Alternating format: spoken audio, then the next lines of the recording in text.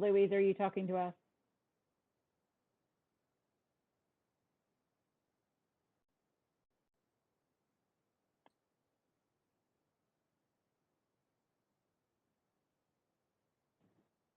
Louise, can you hear me?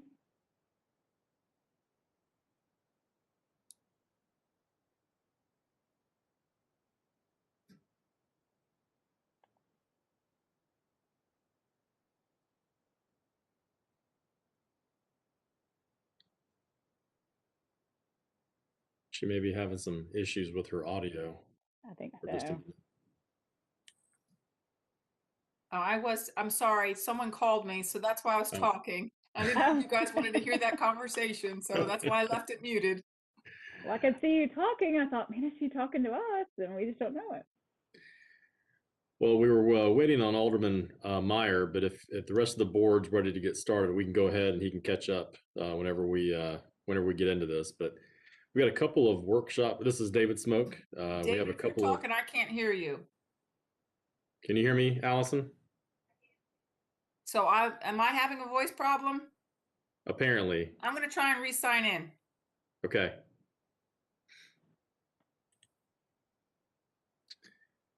Well, as she's doing that, we'll go ahead and get started with the workshop. We've got 2 items on the workshop agenda this evening. The first one is an introduction of form-based code. I know the board was interested in looking at this. You know, right now we work off a density-based code throughout our town. Form-based is a little bit different. We were able to get a couple of videos, and I know staff's been working diligently on trying to give you some just basic background information this evening, more to pique your interest and see if you'd like us to do any additional research or do any additional information on getting ordinances together on this. So with that, I'm going to turn things over to Community Development Director Mark Shipley and let him get things started. Okay, thank you, David. Yeah, we're don't have a lot of time here. We need to wrap it up by about 6:30. So what we wanted to do tonight is just to give you a very broad overview of what form-based code is and how it differs from the kind of conventional zoning code that most communities, including Farragut, operates under.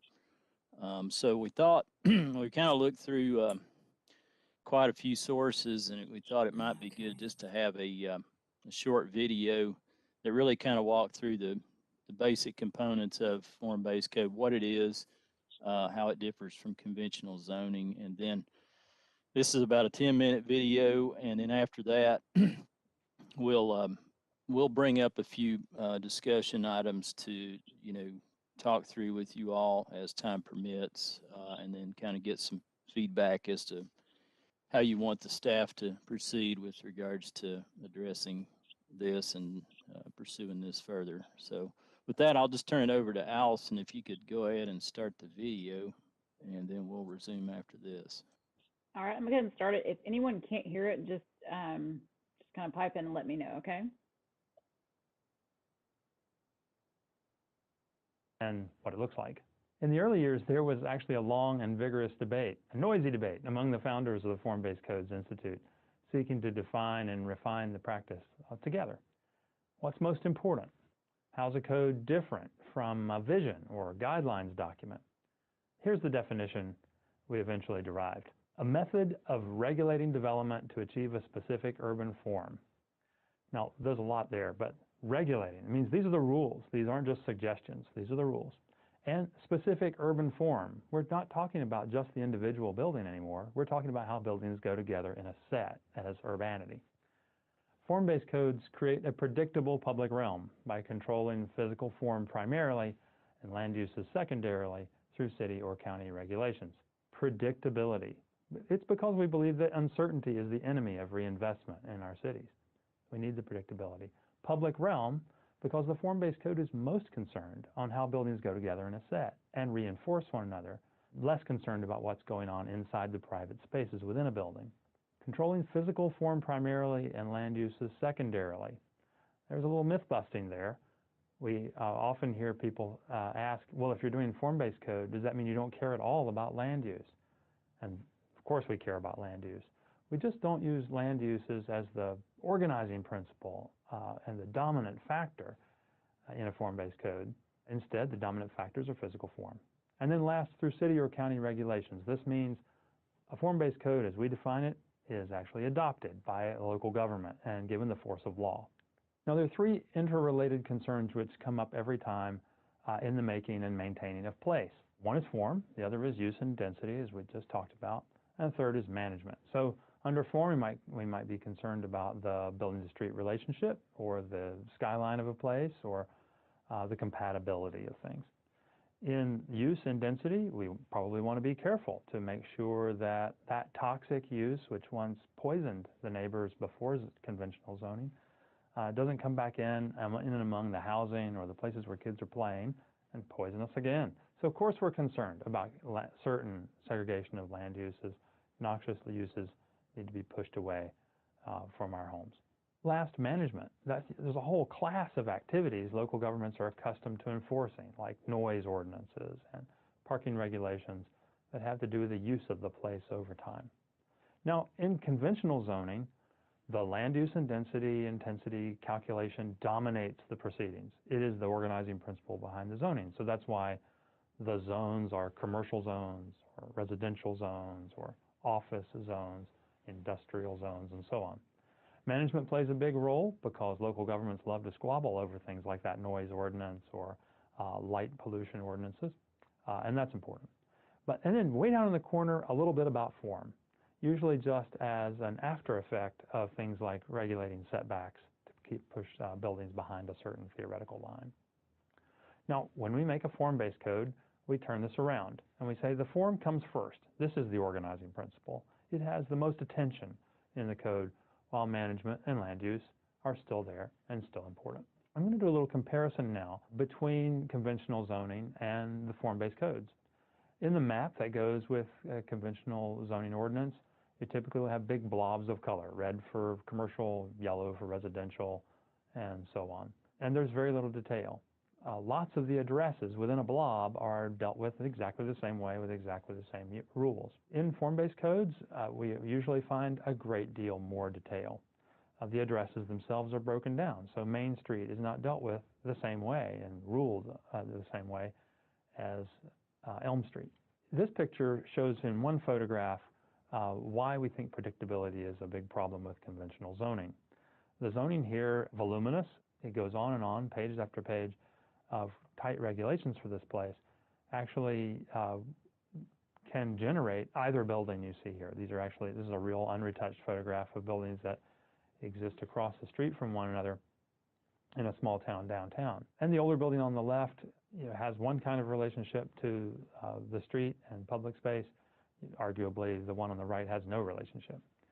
Well, if the zoning can give you either building, is it really giving you that predictability in the public realm that makes for great addresses being maintained over time?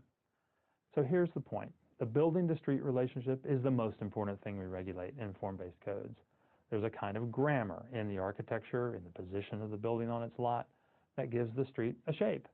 And here in a classic Main Street, you see one kind of shape.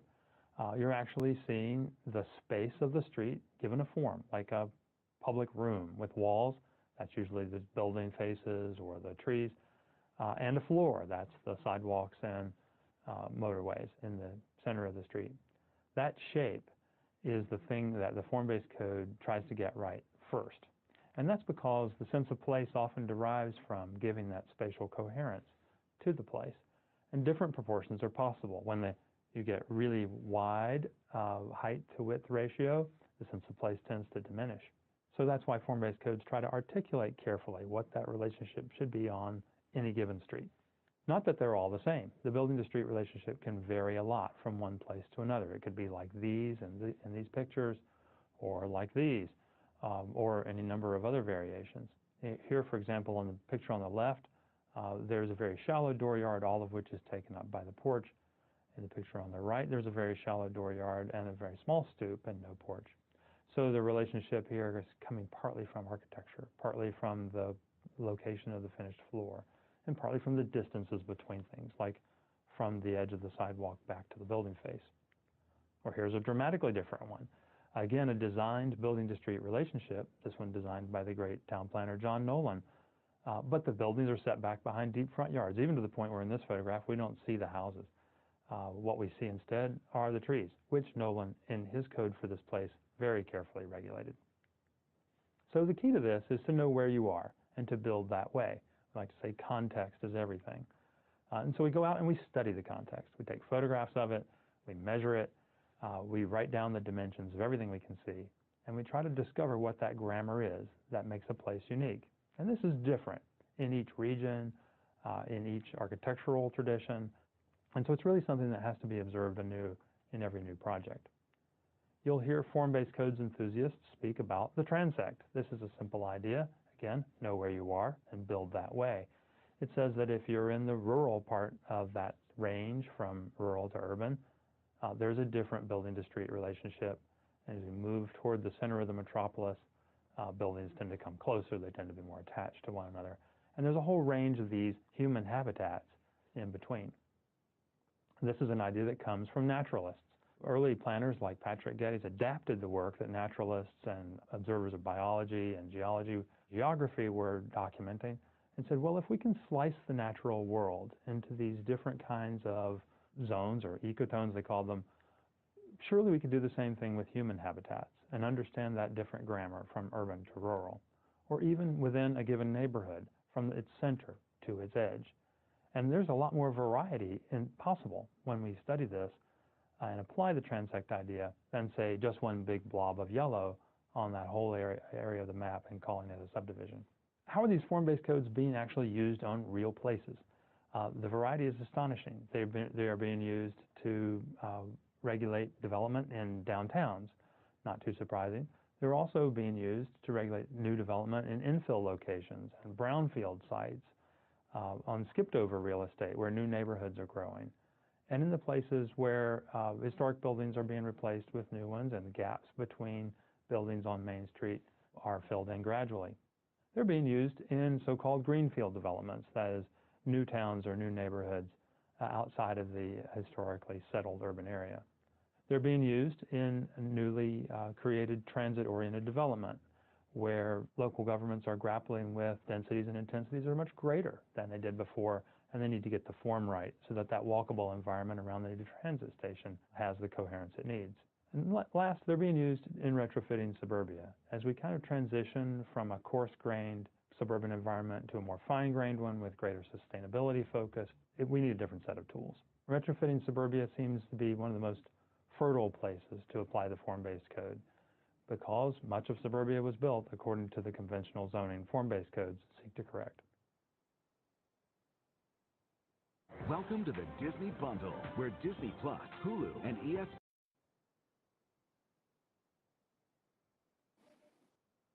Okay, hopefully that was helpful, just to give you a very brief introduction. There's, of course, tons of other videos and materials out there you can find on this topic.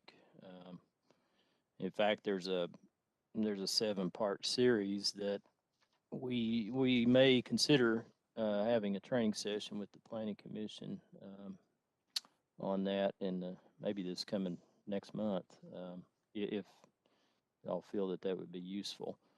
When we were asked to look at this topic, Bart mainly put together some discussion points relevant to our community, and I think you all have a copy of those. And we can just maybe go through those briefly just to keep this a little bit organized. And the first question, or first consideration or discussion point, was what elements of the town's current regulatory approach might be considered form-based in nature, and how do they differ from what might be implemented in a true form-based code. Obviously, Farragut, like most communities, is very Euclidean zoning, a traditional zoning, based on uses and densities and things like that. As the video showed, that's the primary focus of our zoning application in the town, and form really is not necessarily a big focus. So you can get very different types of buildings adjacent to each other. or in the same general area if they're zoned the same way with our current application.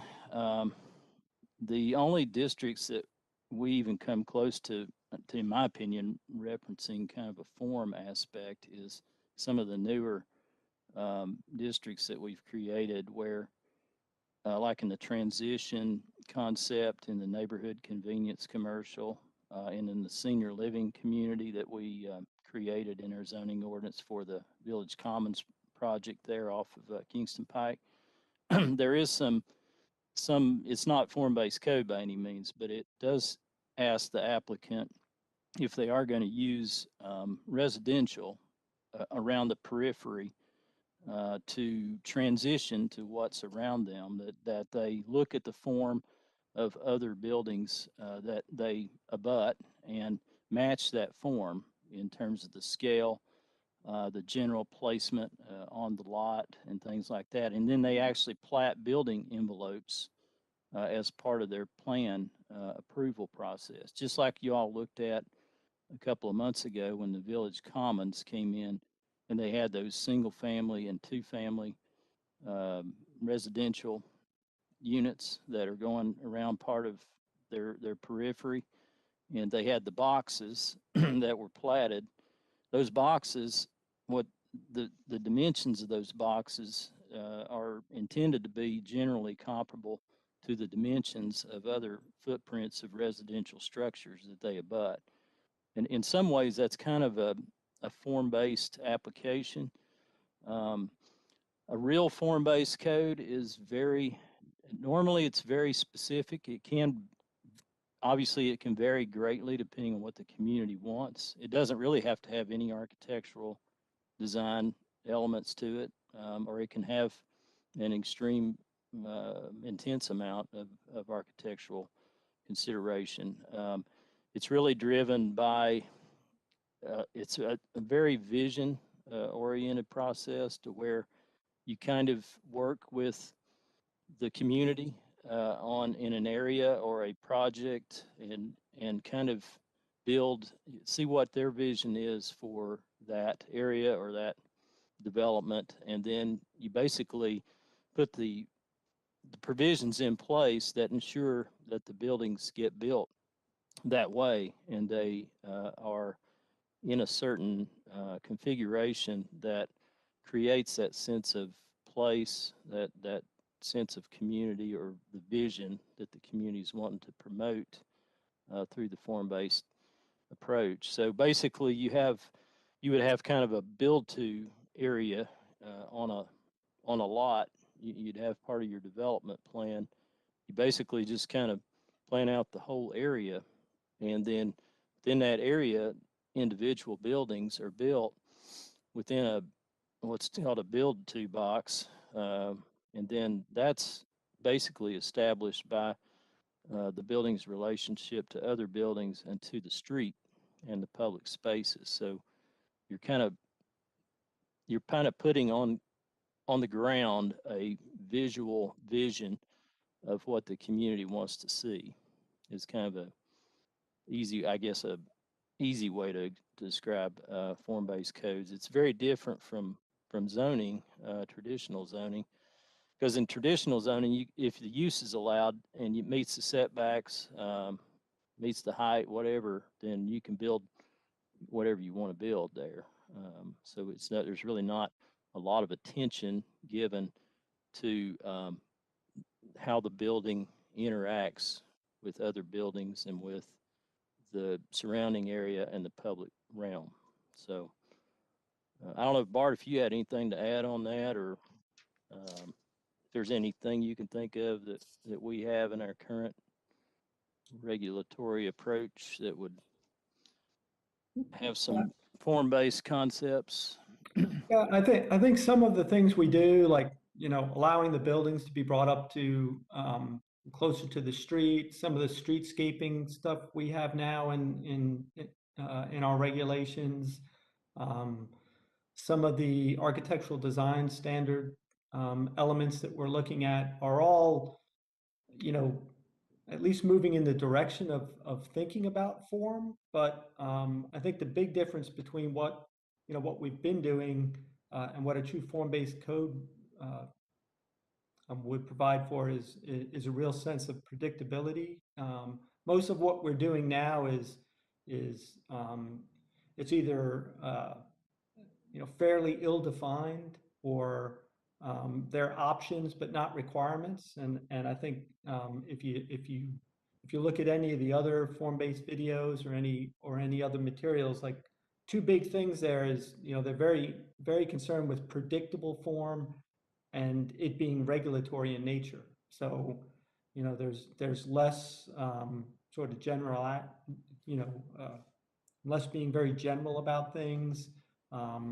Things aren't options. It's far more regulatory in nature and far more mandatory in a sense. Now again, it doesn't have to get down to the fine detail of architecture, but things like if you're trying to create a very predictable form along a street or something like that, in terms of building setbacks, in terms of articulation of the buildings, of creating that that sort of street framing, then you really do have to be fairly predictable about it. And the only way to do that is to lay out the code and then regulate to the code. So I think that's a big difference. Some of what we're seeing and the result of that we're seeing is more form-based in nature, or the type of development product that you might get out of a form-based code, but it's been sort of ad hoc, I guess one development at a time, and not so much predictable. So.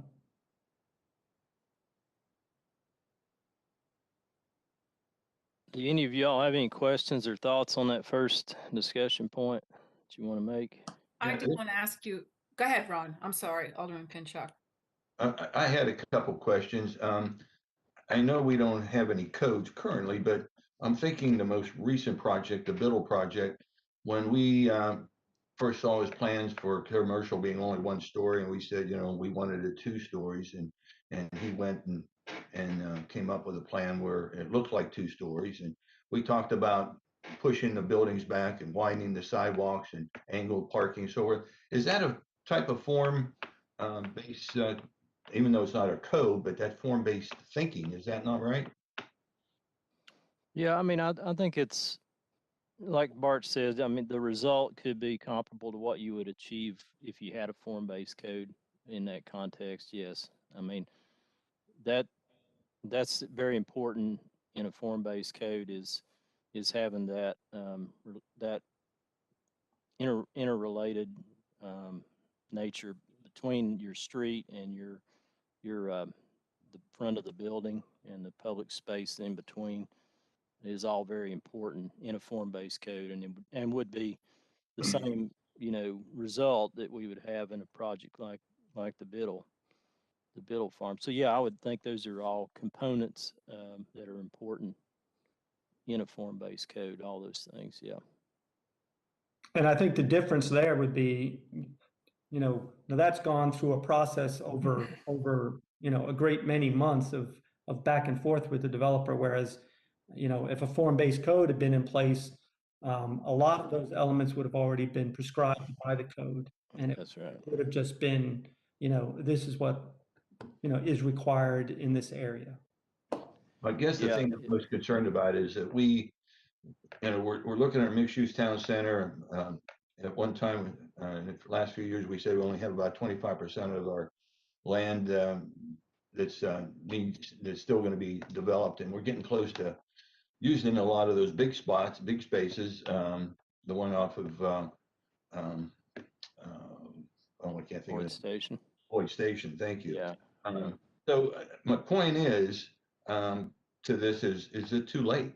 Do we have time to put something like this together? Because I know it's not going to be easy, and it's going to take some time.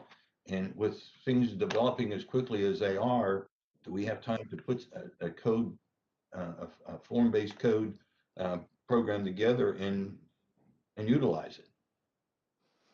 Well, I think that relates to the second discussion point, and if we did want to try to move forward with that, some aspect of a form-based code, where would you want to try to apply it, and how would you want to apply it? Should it be an option, or should it be mandatory? You know, obviously, I would think the mixed-use town center area would be a good candidate, just, you know, from my perspective. But it's like kind of like Bart said, it's if you do normally a form-based code is very prescriptive. So I mean, you have to understand that there's not going to be a lot of flexibility in certain components of the project that you may have now, a little bit more ability to do. But for a developer, it's going to be more predictable, and that's a lot of times a very good thing for developers because they know what they've got to do. They either they either want to pursue it early on or not. They know what they've got to build and what it needs to look like generally and how it needs to fit together. So all those kind of uncertainties are kind of taken out of the equation. So that's to me kind of a benefit to the developer and to the community, really, the people that live, you know, around the mixed-use town center. If you went through and developed a real form-based code, they're going to know exactly how it's going to come together. So, you know, that would be the benefit. I don't, you know, I don't know if y'all see the mixed-use town center as a good candidate, or if there's any other areas that you want to look at this, or a hybrid of the form-based codes. It's there's quite a bit to develop in a true form-based code. I mean, it would it's going to take a lot of time and effort, but it may very well be worth it. It's really up to you all. I'd like to point out that with us being 80% built out, 80, 85, whatever that is, I'm not entirely sure that redoing our entire code makes a lot of sense to me for all of Farragut. So much of our developments are building out and building out in somewhat of a consistent form. A lot of stuff is just going R1 OSR, which we've got a pretty good grip on, and it does provide for a lot of open space, and it's predictable for us because we understand it. I can see where form-based code would be very helpful with the undeveloped areas of our mixed-use town center, mostly because we need to understand what we need something very prescriptive when it comes to what we're expecting out of our streets, out of our main streets, out of the side streets. How are we going to connect for sidewalks and bike pedestrians and the bicyclists? Because we've got to make sure that that's all very much connected in our town center. And the properties that are undeveloped that abut the area that is designated mixed-use town center. I'm talking like the Biddle property that borders the Ford property over there that is zoned R2, but we certainly wanted to build out in a more of a street network that provides for the connectivity and the feel that we're looking for the town center, even if it's just residential. So I can see it being helpful for that. I know that we have C1 and we have requirements under the mixed use town center for C1, but C1 can build out traditionally or with the opportunities that are afforded it under mixed use town center. So it's a wide range of, like what you're saying, there is no predictability in C1 for the mixed use town center. And of course we have existing suburban development in our mixed use town center. So how do we blend all that when the Village Green Shopping Center is not going anywhere anytime soon? And I don't even know how I would be happy if we could figure out a way to get sidewalks and pedestrian access through that, let alone how do you put a form-based code in for anything that might come in for infill. So to me, it's a much harder nut to crack with development. I guess infill could infill be part of a form-based code? Bart, is that an opportunity? yeah. Like if Yeah, there's some lots, go ahead. I think that's, Absolutely. yeah, I think that's a big part that, that you need to think about. It's not just look at vacant land, but, look at the opportunities for both infill development and then redevelopment as some of the older commercial buildings in town and strip centers age. At some point, someone will be looking to redevelop them. And if they're in a part of town that you want to see develop, with a certain vision and a certain form, then that is an opportunity to have a form-based code in place to, ensure that redevelopment or additional development that may occur even on existing sites are slowly evolve into the form that you want to see. So it's not a static thing. It's sort of an evolution of development and redevelopment and intensification of development over time, that I think you need to, think about, at least in certain parts of town. I'd like to say that, first of all, our staff is awfully busy right now, and I hate to throw something like this at them. So my question is this something, creating the form-based code, can that be outsourced? And if so, how quickly could something like this be developed? Ron, let me jump in on that one. There's no doubt that that would need to be outsourced. Our staff is running on fumes right now with all the massive projects that we have before us. So I think it would take us some time basically to get around to, and it may take us some time to get through it. But if it's something the board wants to do, then obviously we can budget for that probably in next year's budget and then move forward with it if that's a priority for the board. Is this something we can take up at our strategic planning? Absolutely. Okay.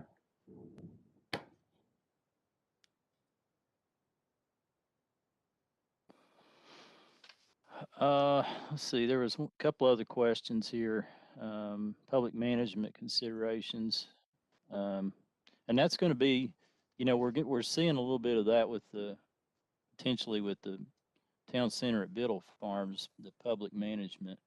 We're potentially going to be maintaining and programming the large gathering space, which is a great community amenity associated with that project, and the walking trail, and a lot of the internal streets there, the main street. So when you start engaging the public spaces and you expect more of your public spaces, then you also have to understand that you're going to have more, considerations from a maintenance perspective and a management perspective than you would if you just had a subdivision out in the country with a public street and maybe a sidewalk. It's not really. It's only functioning as a transportation element. It's not a people gathering space, so it's a completely different thing. So when you start inheriting those spaces, and then you got to think about how you going to manage the trash, how you going to manage the outdoor seating areas, the parking, noise, things like that we really haven't had to deal with too much because we don't have any on-street parking on public streets. So those are some of the things that they can be good opportunities for a community. I personally think they'd be worth the effort, but it's something that certainly needs to be understood that there would be a pretty significant public management component, to that. And then, let's see, and then how would form-based codes be developed Mark, for identified areas? Oh, yeah, go ahead. I mean, I was going to add a little bit more to that, Yeah. which is one of the reasons why, with a public management consideration, in my interest, if we're going to look at a form-based code, really would be to restrict it to our mixed-use town center, where the the evolution of this, because you're right, we'll see some of these other properties redevelop, especially if they see that there's more value in it redeveloped than to maintain it as it currently is. But then this becomes more of a town management requirement. And as we are moving into our middle age and all of the maintenance mode that we're moving into, we got to be careful about extending ourselves beyond our mixed-use town center for that reason. We've got plenty to maintain outside of that mixed-use town center as it is. Are we adding more to it by developing this type of standard outside of the mixed-use town center? You know, in our comprehensive land use plan, they discuss the pre-approved planned unit development in there as something that is an option to think about in your mixed-use town center. And that's kind of the same effect of adopting a form-based code potentially.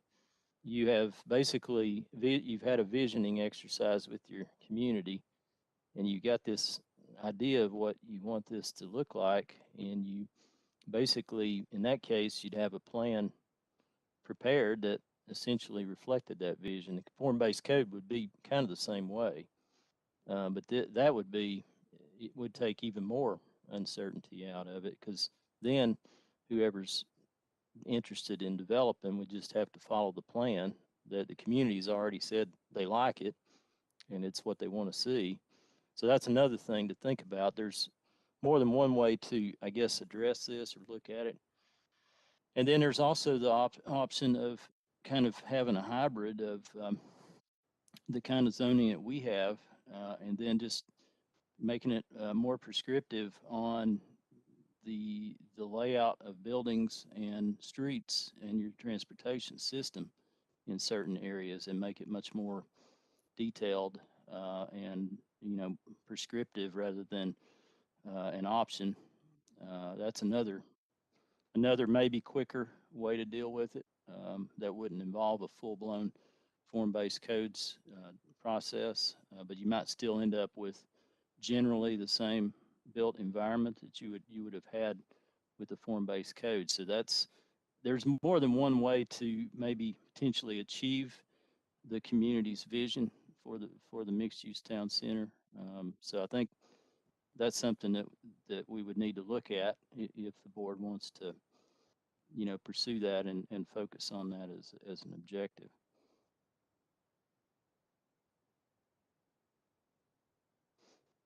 We got 5 more minutes, so I don't know if y'all have any other questions or thoughts. One question I guess I have for you all, the Planning Commission and Board of Zoning Appeals has a certain amount of training they're required to receive in a calendar year. I would be happy to try to have those. There's a series based on form-based codes that's really good. It's 7 short videos. They're all about 15 minutes long, and we could show those to the Planning Commission maybe at the next meeting, or however, if you wanted to do that, and then that would give you even more detail and more understanding of form-based codes, what it really would entail, and then we could talk about are there other options that we could think about that might achieve a comparable result. Is that next planning commission meeting before our strategic planning meeting or after? It's the 18th is the Planning Commission meeting. And we're on the 19th? It'd be before, yes, sir. I'd like to get some feedback from them. If we could work that into their schedule, I think that'd be good. I think I agree, Alderman Pinchuk. I think that would be very helpful to understand their perspective on it, as they certainly have a lot of experience in our current code. Yeah, we could do that. We have a relatively lighter agenda in February compared to what we have had, so we might even get out before 11. I'm not sure, but I was gonna say, I think any agenda is going to be lighter than what we've had. well, maybe so. Well, we'll take a stab at that and plan to try to show that. If not all of it, we'll see how much time we got, and we'll at least show part of it. And if we have to continue it on later, we could. But we should be able to get it all in, I would think, in a meeting. All right, thanks a lot, Mark. I appreciate it. Alderman, your next agenda item for the workshop is discussion of a housing need and demand study. We had some different feedback that obviously with our land use plan, it talks about a mix and a variety of housing choices for those coming into our town. And the idea was what kind of housing, what kind of needs are there out there? And so Trevor Hobbs has been working diligently on doing some research around this, and is going to present that to you tonight to get your feedback on.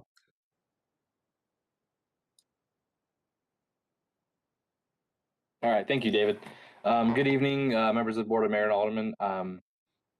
I'll be presenting this to you, and I'll kind of break it down into two parts. But basically, the purpose of this workshop item is just to review some of the basic methods and concepts that are associated with this particular type of market study, and then to get the board's feedback and direction on whether the town wishes to conduct a housing study and the scope of that study.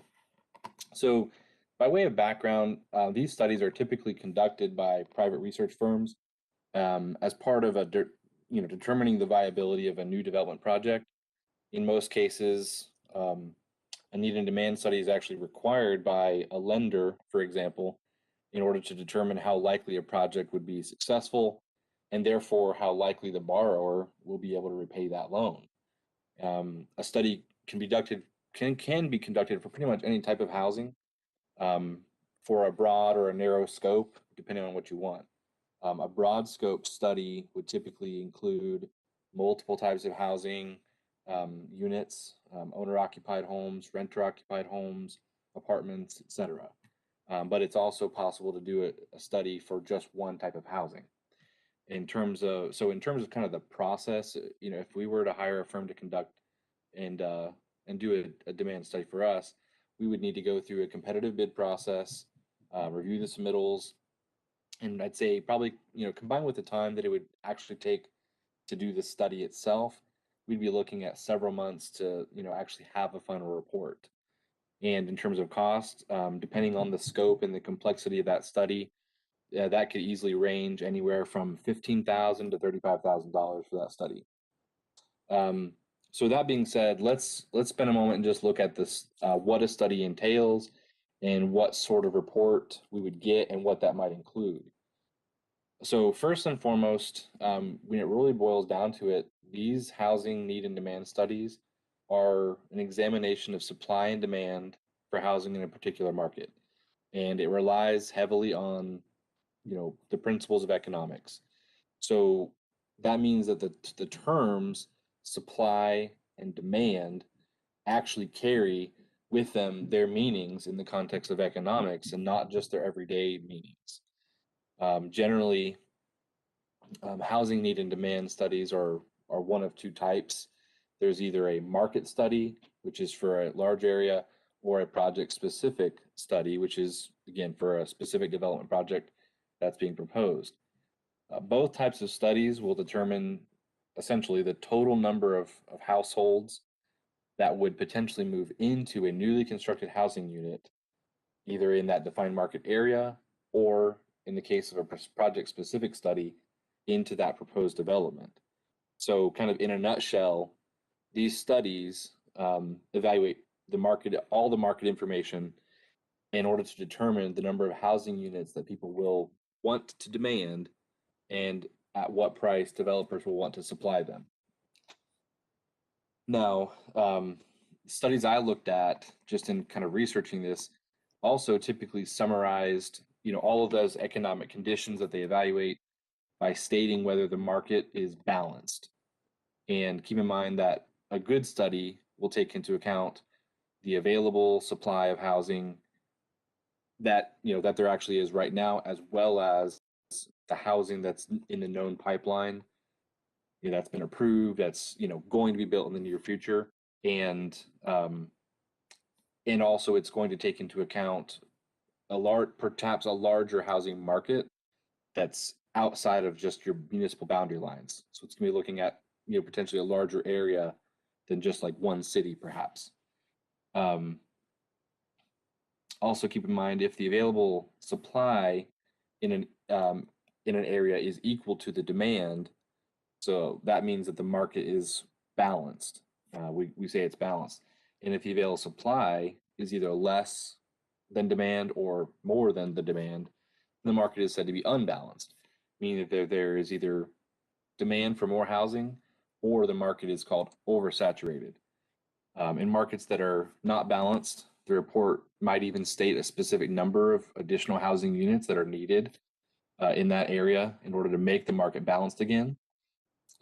Just so you know, in my research, I did not find a study that determined that a market was oversaturated, but I would assume that in that scenario, a report would still be able to quantify the oversaturation in a pretty specific way. So now with that information, let's look at what actually what the data they would collect in order to make a determination about whether there's demand or oversaturation and sort of make that assessment. In terms of measuring supply, these studies are very complex. They use formulas and lots of very technical procedures, but for our purposes, it's probably sufficient to say that supply is measured by combining, the currently existing housing of any given type, as well as what's in the pipeline, along with the cost or the rent, as the case may be. And pretty much as long as there is apparent demand for housing and the cost of land and construction, all those things allow for a developer to make their numbers work, then developers will want to supply it. This is obviously oversimplified, but that's essentially how these studies address the supply side of the equation.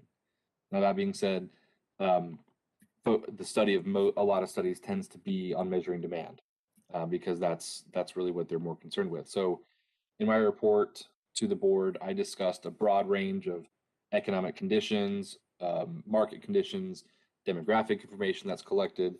And to conduct a study, obviously, analysis of those things needs to be exhaustive. But for simplicity, for our purposes tonight, there are a handful of leading measures that would largely indicate whether there is demand for more housing. And these are basically your projected target demographic growth projections, your absorption rate, your vacancy and occupancy rates, and the average rents. Population growth, of course, describes the total number of individuals that will enter that new market, that will potentially enter that new market, as well as kind of the size and makeup of those households. And they use census data, birth rates, demographic trends, and new employers that are coming to area, and those sort of factors are all taken into account when projecting the growth.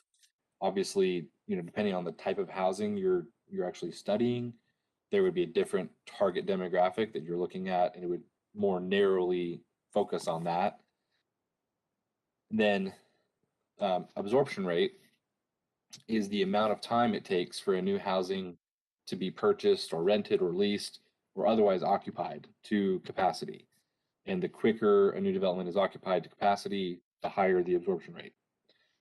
Then, of course, we have the vacancy rate and occupancy rates, which are essentially two sides of the same coin. They both indicate the degree to which housing stock is actually occupied to capacity. And then lastly, average rents are just that. It's the price people are willing to pay for housing of different types, whether it be purchased or leased or rented or what have you. And that communicates the cost that they're willing to pay, and the cost and the price that owners are willing to supply it for. And so when we take these factors into account, we can start to see that if the right kind of population is expected to grow, if occupancy rates are high of what we currently have, and the absorption rates for recently developed housing are high, as well as rents are high, then we would be observing a market with high demand.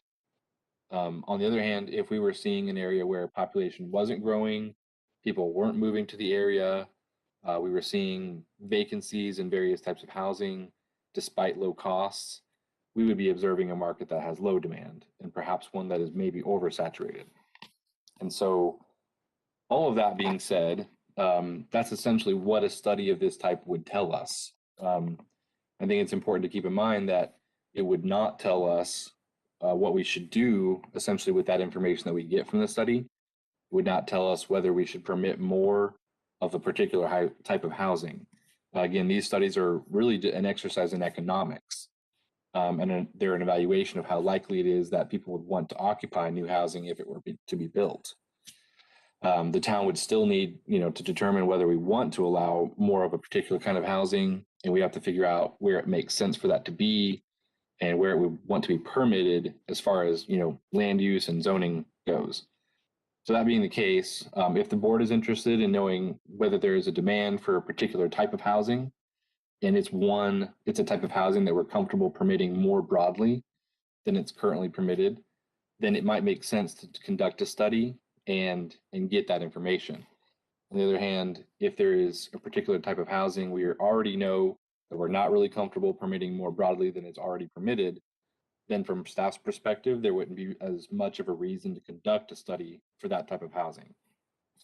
So in conclusion, I would just say a need and demand study really will only tell us whether a particular type of housing is likely to be absorbed into our market, and the decision of zoning and controlling the land would still have to be made by the town.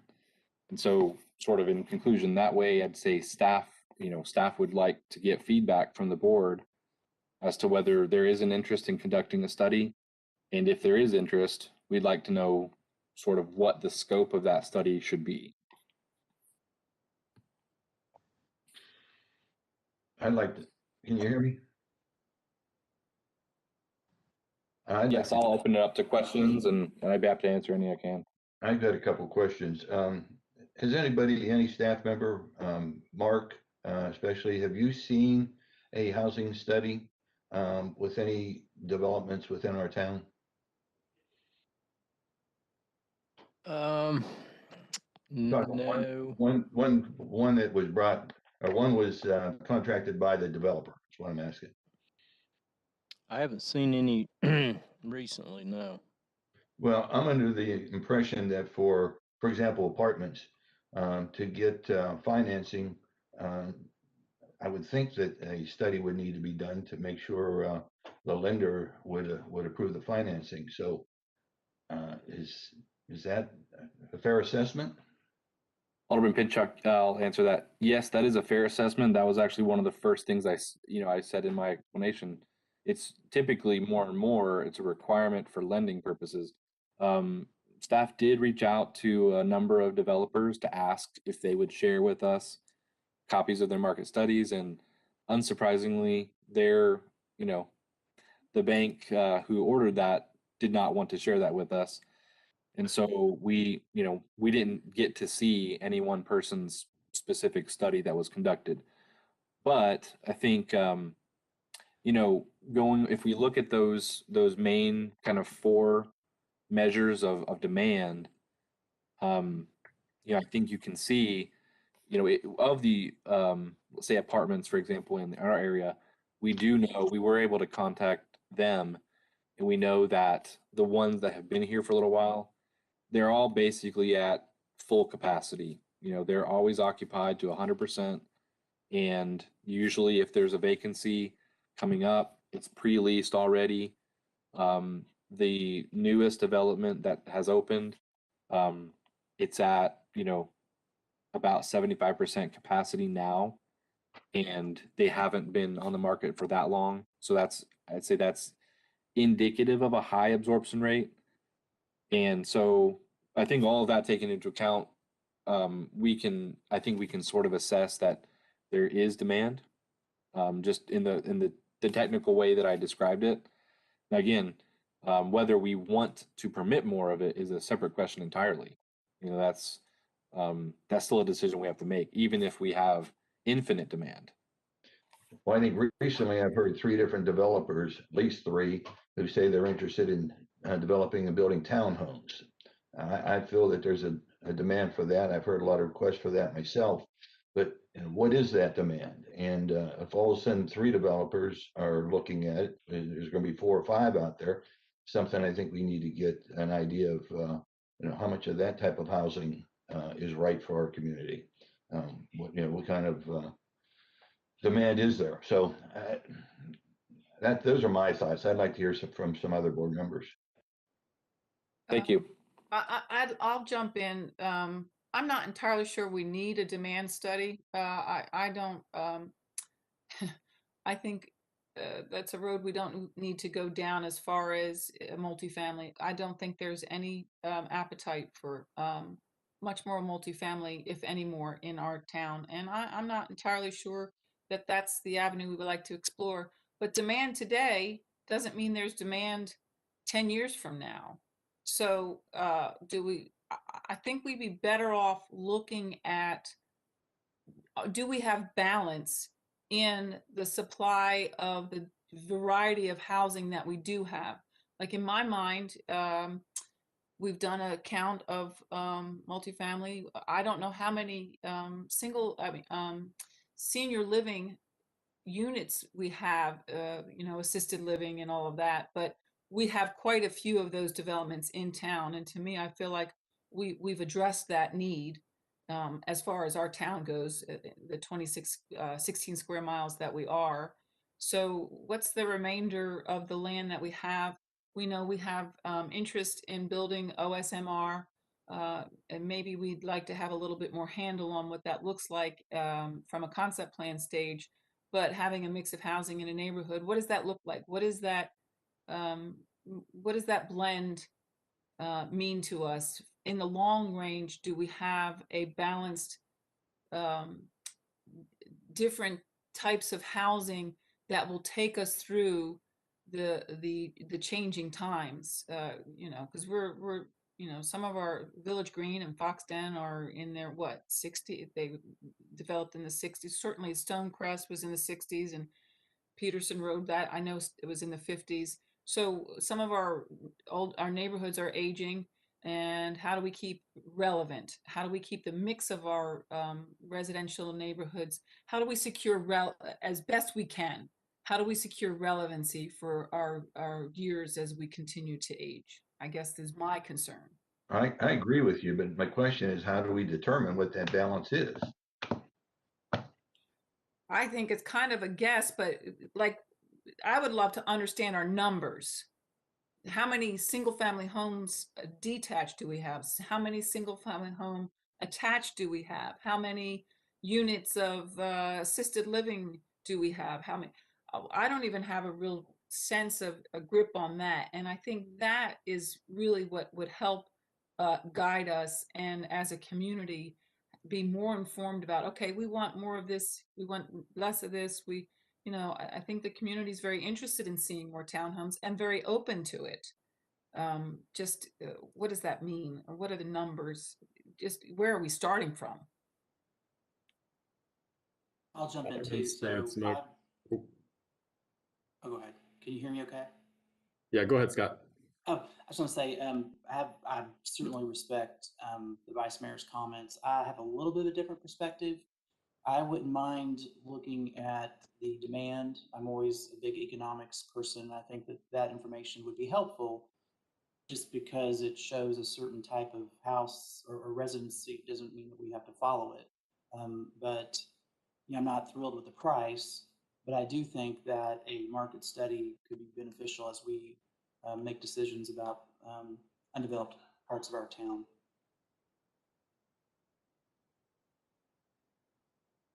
That's all. And Alderman, this is David. I was just going to say, I think we could easily get you a number when it comes to the types of housing that we have. Obviously, the bulk of that is going to be detached single family, but we do have quite a few neighborhoods that are zoned R4 that are attached, and we have attached housing. So we can get those numbers for you here shortly, and at least give you kind of a baseline that we're working off of. And this is Trevor again. I would also just, reiterate that when looking at kind of these numbers, of snapshot of demand is vacancy rate. You know, if people are willing to pay the price for whatever's out there and they're living there now and they're not moving out, then that means that they're willing to pay that cost. And you know, if it's a type of housing that's already permitted in additional areas of the town, you know, then that's how we decide we're okay there being more of it.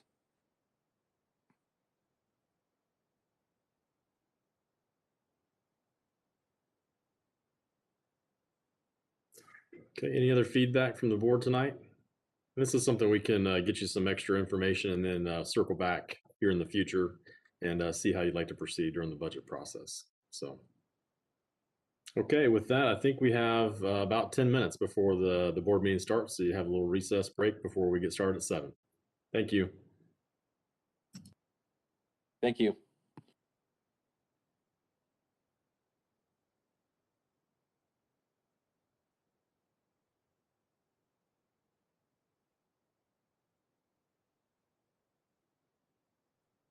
Hey, how's it going, Mark? Your video's on.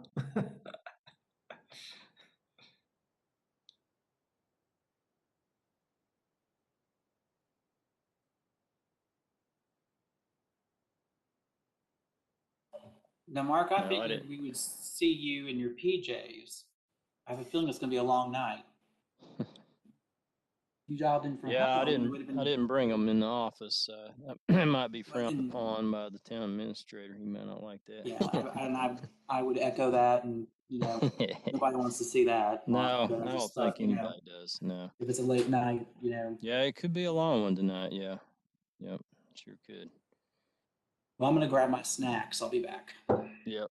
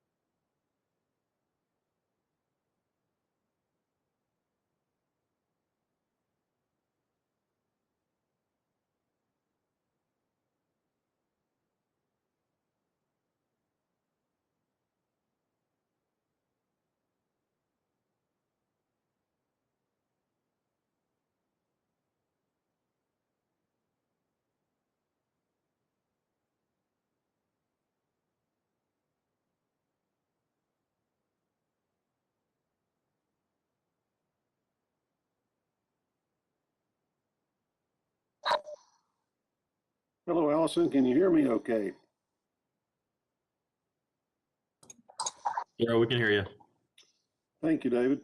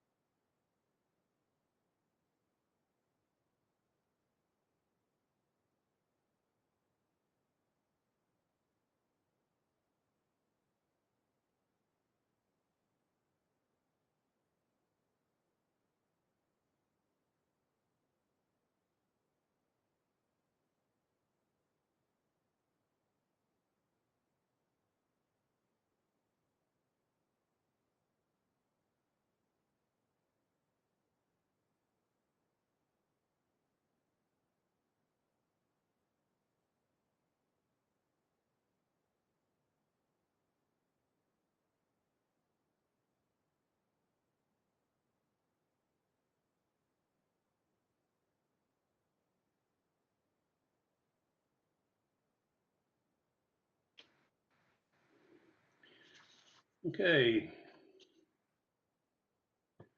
Time is approximately 7 p.m. on the January 28th, 2021. Farragut Board Mayor and Alderman meeting will now come to order. Now we'll be operating on Governor Lee's current Executive Order number 71, which shall remain in effect until 11:59 p.m. Central Daylight Time on February the 27th, which is yesterday, which that time will expire. In accordance with the executive order, it should be noted that we're operating in compliance with TCA Section 45312 of providing real-time live audio video access to Charter 193 and Channel 3. It is also available on Farragut YouTube channel. Live access to the virtual meeting is made available streaming on town channel of www.townoffarragut.org/livestream. It will be recorded and can be viewed later when posted on the Farragut YouTube channel. During this period of time, all Farragut citizens' agenda or February or forum comments and questions, along with a name and address, should be emailed to comments@townoffarragut.org and should have been received by 12 p.m. the day prior to the meeting in order to be included in the record of that night's meeting. All Farragut Board, Mayor, and Alderman meetings will be public notice for Tennessee state law. Our board meetings are also in compliance with TCA Section 844-103, with public notice of our posted agenda prior to each meeting. Pursuant to the governor's executive order, which by the way still is in effect, it's February 27th, not January. All votes taken will be on by roll call vote tonight. Per the executive order, I ask that each member speaking to please identify themselves to permit the public to ascertain the identity of the person speaking. I'll now ask the town recorder to please take an attendance roll call for the quorum, please. Alderman Burnett, Alderman Burnett here. Alderman Meyer, Alderman Meyer here. Alderman Pinchuk, Alderman Pinchot here. Alderman Pavlin, Alderman Pavlin here. Mayor Williams. Mayor Williams here. For the record, we ask that all media representatives please respond as well when requested. I think we should, looks like maybe somebody from the press.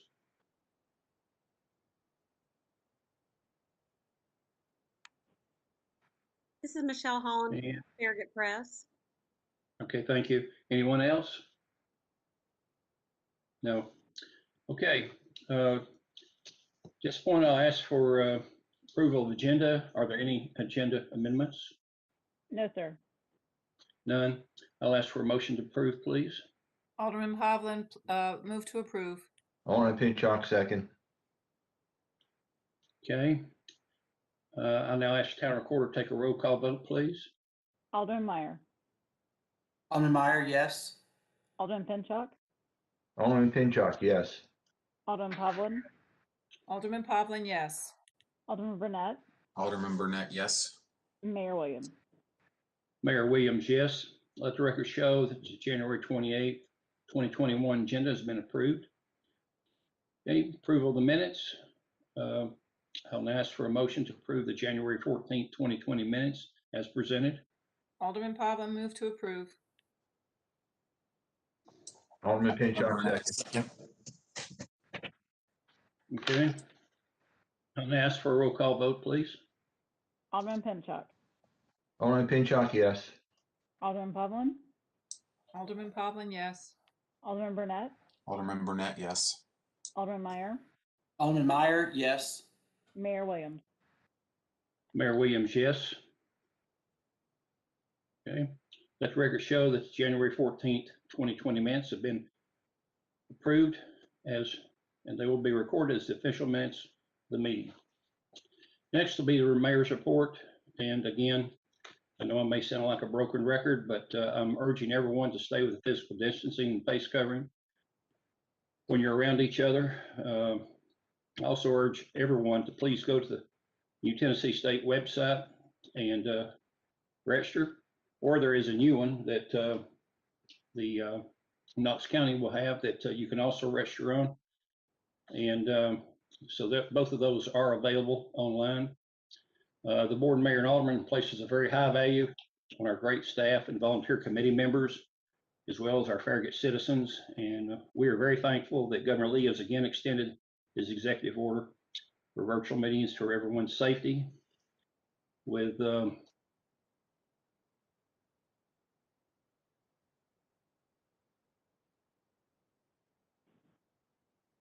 Mayor, you're Williams, you're muted. muted. Sorry about that. Well, I don't know why that fell off, but anyway, with the COVID protocol in place, we're trying our best to do our daily business as usual, which has been challenging to say the least. One item that has not helped is a campaign, which some might more accurately call harassment by a group of citizens who do not want to see any change to our town and who believe they have a monopoly of what is the correct vision for the future of town of Farragut. This group has turned to social media and has handed out flyers and has even taped flyers to our neighbors' mailboxes. This normally would be fine and frankly appropriate were it not for the fact that the information being published is misleading, inaccurate, and incomplete, and is intended for the purpose of spreading their contrived false narrative. They have chosen to interpret the town's comprehensive land use plan to suit their point of view and misstated facts for the purpose, in their own words, of starting a revolution. I used the word harassment to describe this campaign. I did so because from the beginning, this group, rather than debate the issues using logic and reason based on the actual facts to support their views, have used threats, bullying, and attempts of intimidation in order to get their way. So far, in the process, all 5 elected representatives of the people on this board, as well as the members of the Planning Commission, not to mention our staff, do not believe that the views of this relatively small local group accurately reflect the views and desires of the vast majority of the 24,000 residents of our town. Your elected and appointed representatives have spent countless hours before, during, and after numerous meetings studying and debating the issues that they are called on to make on the behalf of our citizens of this town. As part of this process,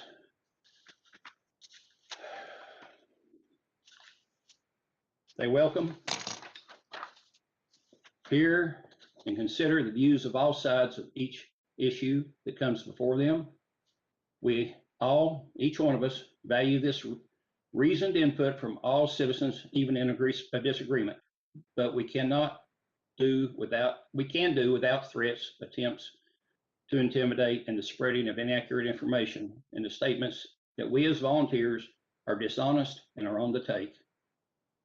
In the spirit of civil public discourse, I have and will continue to reply to every personal email question that is sent to me with facts as we know them today. At this point, I will ask the Vice Mayor for her report. I have nothing to add. I wholeheartedly agree with your statement. Okay, thank you. Any other aldermen have anything to report tonight? Before we move on to our business items. Okay, tonight we have one important business item. It's approval of supplemental requests from Kimberly Horn for additional engineering services for the Union Road Improvement Project. Good evening. This first item is, as you said, the approval of a request for supplement from Kimberly Horn and Associates for additional engineering services for the Union Road project. You will recall in 2019, we entered into an agreement with Goodall Homes for development of the Ivy Farm subdivision and the Swan Farm development. Part of that agreement was that Goodall would construct a roundabout on Union Road between the 2 developments, and that would provide access to the Ivy Farm subdivision to Kingston Pike, as presented on that great photo that Allison has put up. That roundabout is now in place. It's constructed. If you've been out there, it looks really good. There's still some finish work to be done, but all in all, it looks good. It's open to traffic, and we're very pleased with it. At this point, though, it's necessary that Kimley Horn get the surveyors back out there, go through and locate the roundabout to make sure that it is married to our plans. There's a lot of grading that has been done on both developments along Union Road. All of that needs to be picked up and incorporated into the plans. Now, that is not an easy effort. This request has a total fee attached of $52,600. But keep in mind, this project was done on an 80-20 split with LSTBG funding. The town will only be responsible for $10,520 of that amount. So, all that being said, staff recommends approval of the attached request for supplement from Kimley Horn and Associates for additional engineering services for the Union Road project. This is Alderman Pavlin, so moved.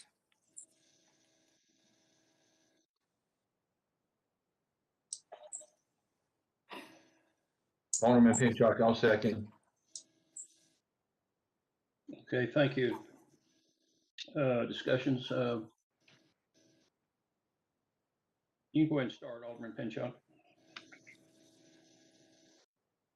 Thank you. I just want to make sure I understand one part. There was something in here about right-of-way costs. Is that going to change things in any way? I'm not sure I understood that part. Well, if you look on the drawing, I would say it's on the overhead. Okay, it's on your screen. The Ivy Farm development there on the north side of Union Road, there are several new lots that are about to be approved through final plat that property corners need to be located so that we can determine exactly where the right-of-way is, and as well as slope and construction easements. So with that, most likely we will be required to have exhibits prepared, just with the same as with any other tract on the project. So yes, it is adding some additional cost, just locating all that information. I hope that helps. Are we having to buy more property? We won't have to buy more property, but there are more tracts to locate. All right, thank you.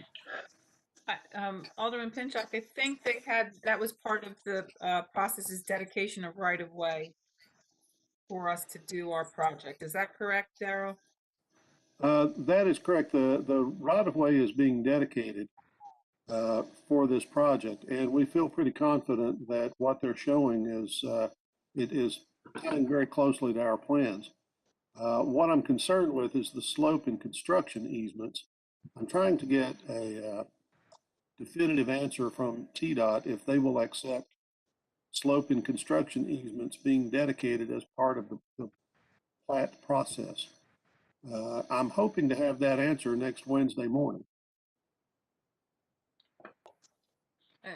Darrell, what does that mean? If they say no, what does that mean? It means that we would have to acquire slope and construction easements, probably for up to probably 11 or 12 tracts. Okay. When I'm looking at this plat, is this leaving enough room for the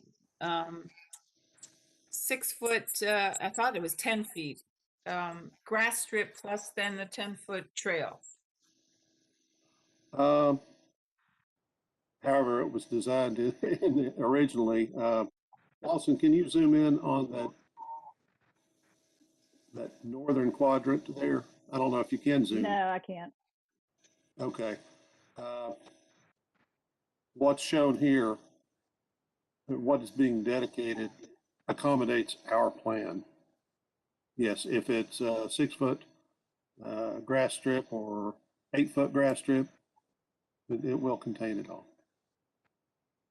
Okay, I just wanted assurances of that. Yes.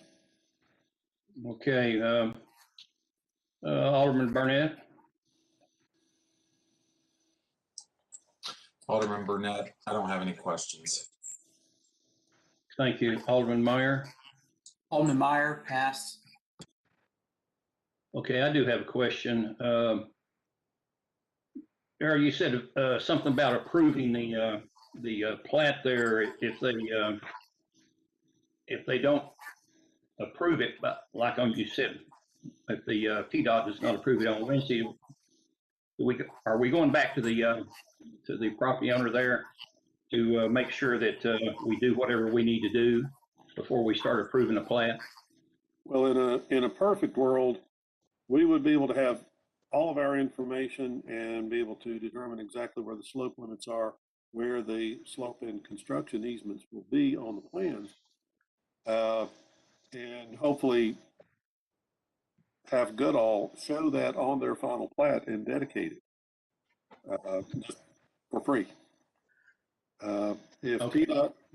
TDOT doesn't agree to allow that, if they have any heartburn over it, we may have to go out and actually purchase those from the property owner. And if that is done a year or two from now,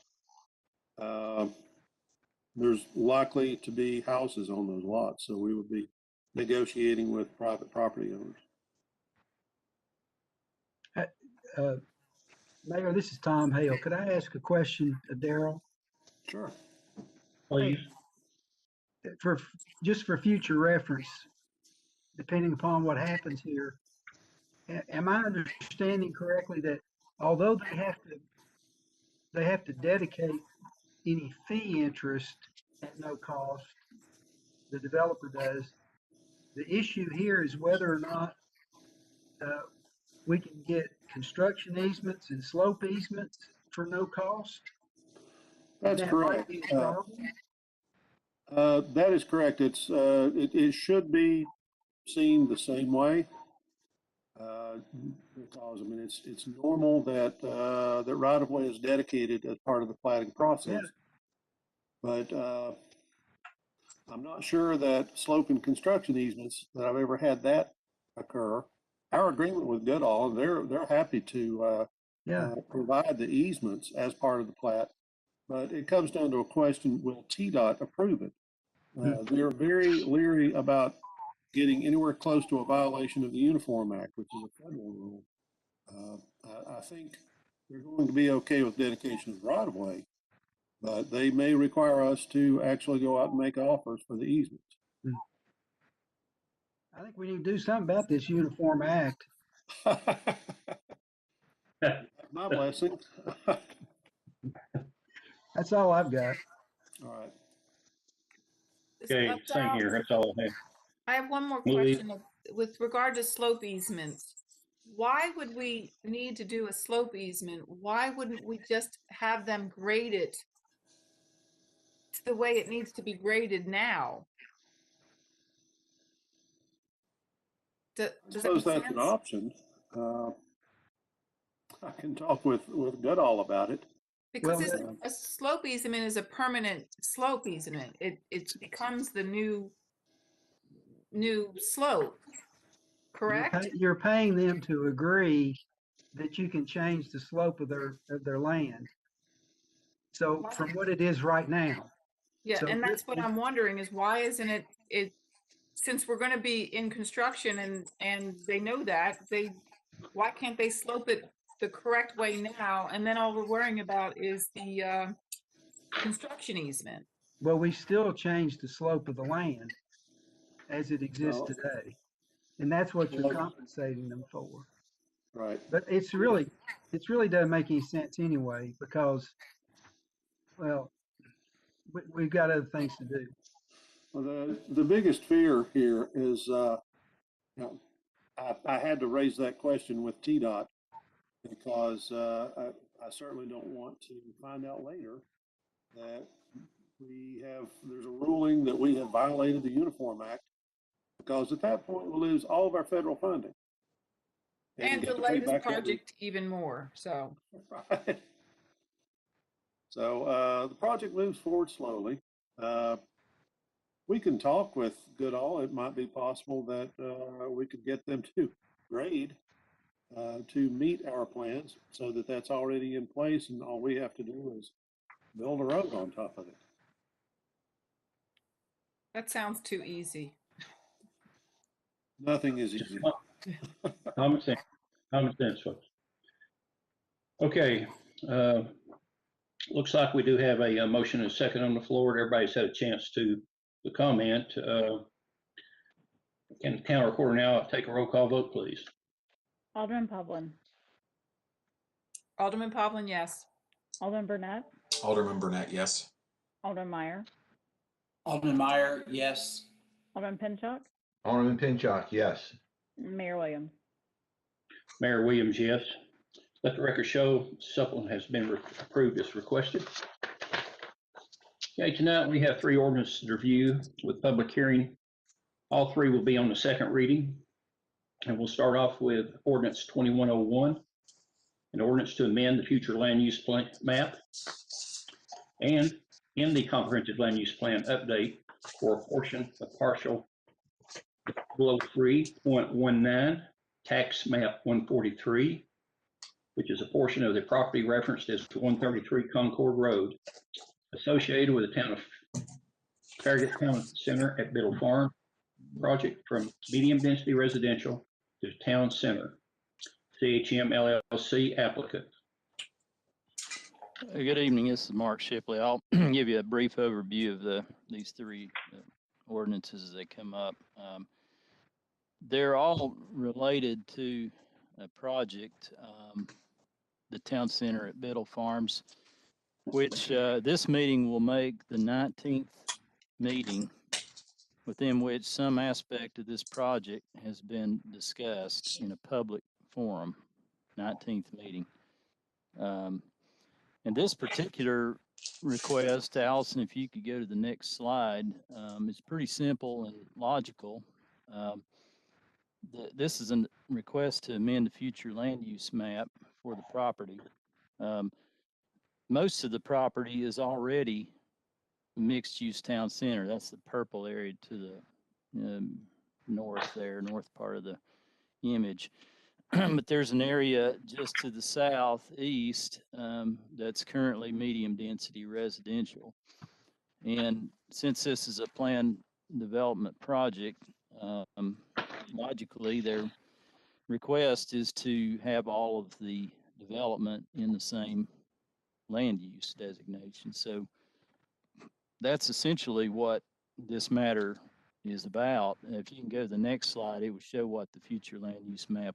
You know, this is not considered a major change because, you know, it doesn't really, the uses and the goals and the intent of the plan are not compromised in any way by this action. This is just really a simple, logical change to the future land use map to accommodate a project that, as I explained a couple of weeks ago, has components that check off 6 of the 8 key strategies that are identified in our land use plan.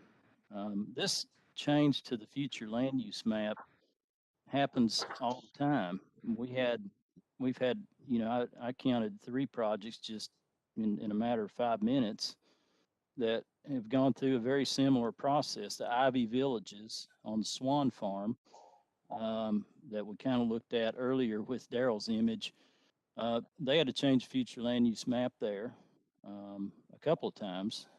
Brookmere subdivision off Virtue Road, that was medium density residential. It was changed to open space cluster. And then the Village Commons senior living community, that was medium density residential. And we changed that to civic institutional, all with a very similar process that we're looking at tonight. So when this was presented to the Planning Commission for their recommendation in November, they did unanimously recommend approval of this future land use map change. And then it was also presented, as I mentioned 2 weeks ago, in first reading and was recommended for approval by the board. There haven't been any changes to this ordinance since the first reading. and the staff recommends approval of ordinance 21-01 on second reading. And I know there's some images of the project, or if y'all have some specific questions about the project or other components, you know, we can certainly go through those as well. But I just wanted to present this ordinance because it's pretty simple, straightforward amendment. This is Alderman Pavlin. I'm going to move to approve. Alderman Pinchuk, I'll second. Okay, thank you. With a motion and a second, I guess we're now ready to read any citizens' questions or comments into the record prior to our discussion amongst the members of the board, and questions to possibly Mr. Cullen and his staff. Guess that means I'm up. All right. Before I begin, I wanted to state that any messages in the readings we're about to have that reference attachments, those attachments were forwarded to the Board of Mayor and Alderman members as of yesterday. So just to give everybody that information about attachments. All right, so let's dive in. David and I are going to kind of tag team this tonight. Our first one is Les Cunningham. It's 12424 Somersworth. It says, I'm writing to voice my strong opposition to the proposed new 1,000 apartment development at the old Kroger location. While I understand the appeal of additional tax revenue to the town, the trade-off of significant increase in traffic on already overcrowded roads, more students at the Farragut schools is already overcrowded classes, and the unforeseen issues arise from the apartment development of this size is not a good one for the residents of Farragut. I am certainly not opposed to responsible growth and development, and I am also not opposed to multifamily dwelling in principle, but much like the Smith Road apartment complex that was proposed by Doug Horn and voted down by the Farragut Board Mayor and Aldermen, this new development is not a good fit for our town. I am voicing my opposition to this project in the strongest manner possible, and I urge you to vote no on this proposal on January 28th. Our next one is Wago. It's 11608 Loblolly Lane. This is Wago. I live at 11608 Loblolly Lane. I am writing in opposition to oppose the building of some apartments at the old Kroger. The Farragut primary, intermediate, middle, and high schools are already very crowded. My kids' classrooms are portables, and there are many portable classrooms in these schools. It already takes a very long time in the waiting line to drop off 2 kids and pick them up. New apartments will cause even longer drop-off and pickup lines, as much increased size classrooms. Thank you for consideration. Carrie Queener, 11836 Abner's Ridge Drive. As a homeowner in the town of Farragut, I'm totally opposed to the development of the old Kroger and Ford properties of apartments or any type of dense residential use. Next one is Barbara Callisty at 423 Celebration Road. I cannot imagine how we are planning to address a ridiculous class size at Farragut schools and are contemplating 1,000+ apartment buildings. While I am all for having more accessibility to stores, etc., not at the cost of my schools. Not only are you contemplating something for the old Kroger, but also an enormous amount of apartments down by Little Joe's. It's too much. I've not heard a peep about how you will manage the influx of people and children. I've been here for 10 years and watched subdivision after subdivision being built with cookie cutter houses going up and tons of kids entering the school system. Not one single adjustment in schools. It is not okay. It is not okay just to continue to add double wides for classrooms. And while it's get bigger, the experience for our kids diminishes. I'd rather see a small tax increase to account for the difference. Vote no on the apartment. Next one is Tracy Vaught at 12717 Shady Ridge. I'm writing a grudge to the apartments up for vote. Any person with the smallest amount of common sense knows this is a bad idea in a bad location. While people who are supposed to be looking out for citizens in the community would think this is a good idea, is absurd. There are already apartments being built by Little Joe, so that addresses the idea of a need for apartment housing in the suburbs, along with 6 or 7 new subdivisions with houses, condos, and townhomes that also provide alternative housing and will increase traffic to the school and on Kingston Pike drastically without building apartments at the school. Why do we need so many? The congestion on Concord, Campbell Station, Kingston Pike is terrific in the mornings and afternoons and is already dangerous. It is a matter of time before a child is run over trying to cross the road. These are already wrecks. There are already wrecks there all the time. Obviously, the people in favor of this don't have children in the school and know how overcrowded it already is and have never traveled Concord, Campbell Station, or Kingston Pike in the mornings or afternoons. It's one thing to want apartments. You are getting them already with little Joes, but to be held in on these apartments going in the middle farm with such outcry against it looks very suspicious. The traffic study even said there were overcapacity there. The addition of Concord only helped a little with turning right towards Chodo. It did not ease school traffic or congestion. If anything needs to be built, there should be a walk over Kingston Pike for kids to cross the road on foot safely in the mornings and afternoons. Anyone who already lives that close to the school is not allowed to ride the bus, and they have to walk or be a car rider, and it is already such a dangerous zone. A very concerned citizen wondering why our officials aren't concerned.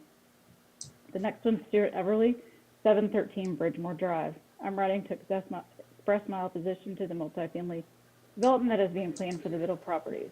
Our schools and infrastructure simply can't handle the additional volume of this development will bring. Our schools are already overcrowded, and frankly, these facilities by far the worst in Knox County. I understand the desire for additional tax revenue, but believe that this will have the opposite effect as current property prices will be negatively impacted, causing decline in the tax base. Thank you for hearing my concern. Kelsey Brown, 11700 South Williamsburg. Hello, for what it's worth, the new apartments that to be built near Concord Road are going to create a real heck of a traffic problem and school overcrowding issue. Please cross this construction off the to-do list. Let's make it a to-don't. And leave the lovely scenery as it is, undisturbed. The next one is Dave Kupfer, 603 Witherspoon. On January 28th, I hope you vote no to authorizing construction of additional apartments in Farragut. Our schools and towns are already overcrowded. I urge you to avoid adding to these problems. Mindy McClurkin at 12016 Broadwood Drive. I live in Sugarwood subdivision just off Kingston Pike. The traffic has always been an issue with taking my kids to and from Farragut schools. It takes nearly an hour for drop-off and an hour for pickup. We avoid Kingston Pike from about 4 to 6 p.m. because there's way too many cars, and it's always backed up at every light. Building this apartment will only increase traffic and cause problems, not just on the roads, but increase the number of already full public schools. The class sizes for primary are too big, and there's already an issue that's already an issue in our community. Please do the right thing and vote no on building these apartments. Next is Julie Ford, 12155 Brookstone. As a community member and a realtor of our area, I oppose building of apartments in the area where the horse farm is off Concord Road, across from the new Kroger development.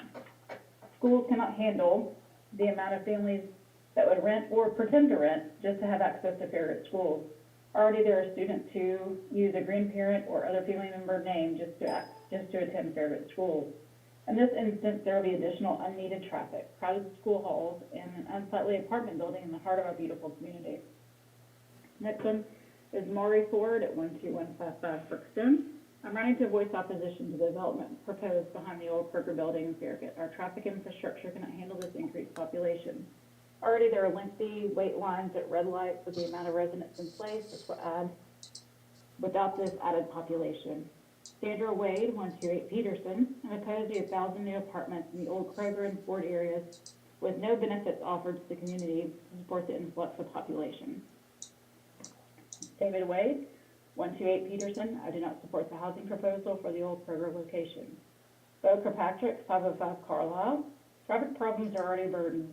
There doesn't appear to be infrastructure. That infrastructure has been dealt with prior to a major or even minor apartment complex being constructed. Therefore, I'm against any development in that apartment complex. 609, or Shannon Dearden, 609 Old Tavern Circle. Please do not add more housing right next to Kroger. It will be an increased traffic, which will affect bus routes and safety. Find another place. Shannon Comfort at 726 Danbury Road. Please vote no on the apartments in the old Kroger parking lot. That land should be used for our community and our schools.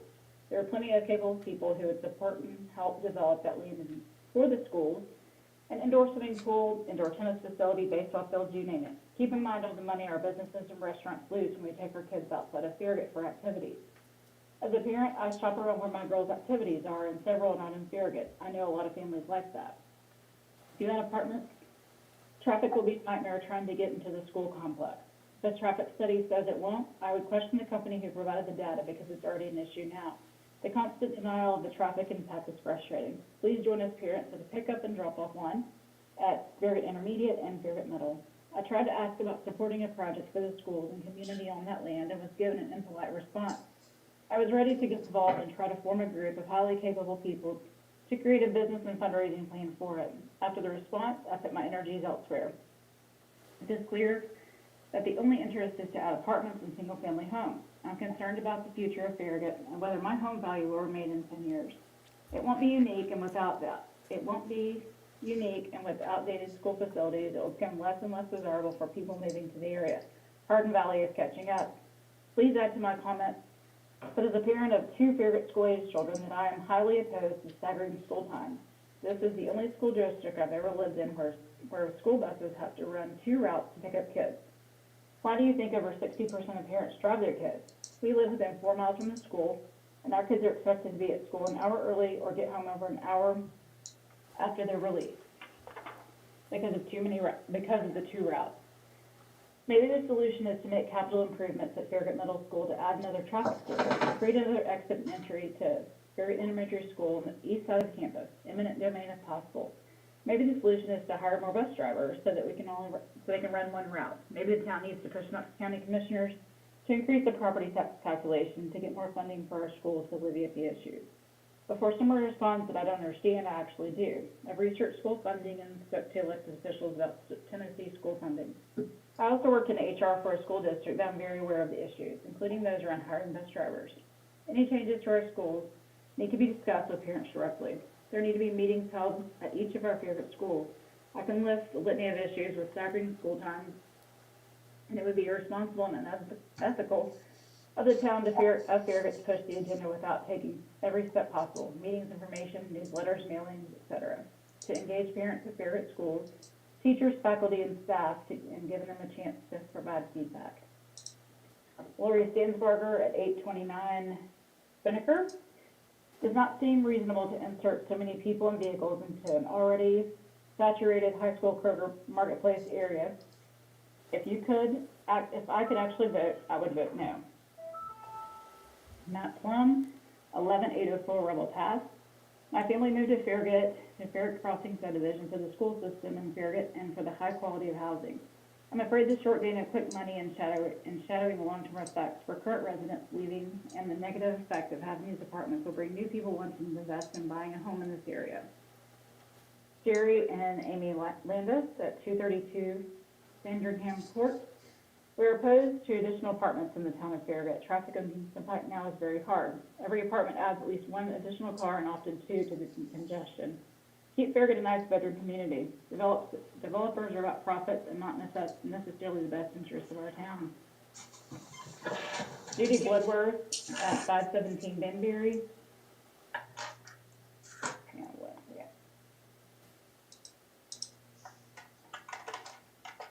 Good afternoon, town of Farragut leaders.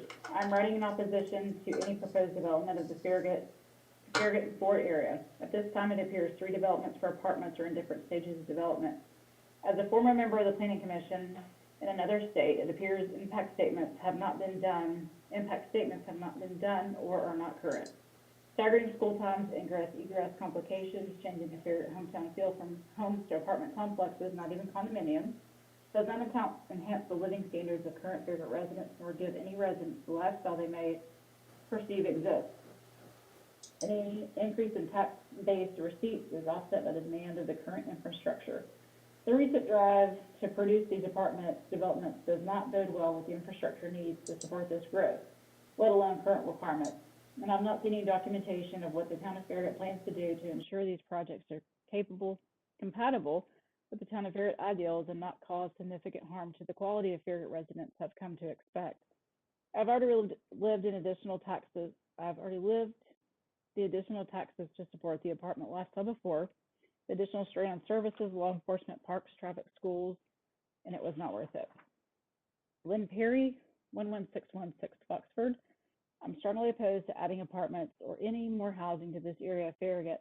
The traffic would be horrendous and the schools would be overcrowded. Traffic in the morning and afternoon school would be a gridlock.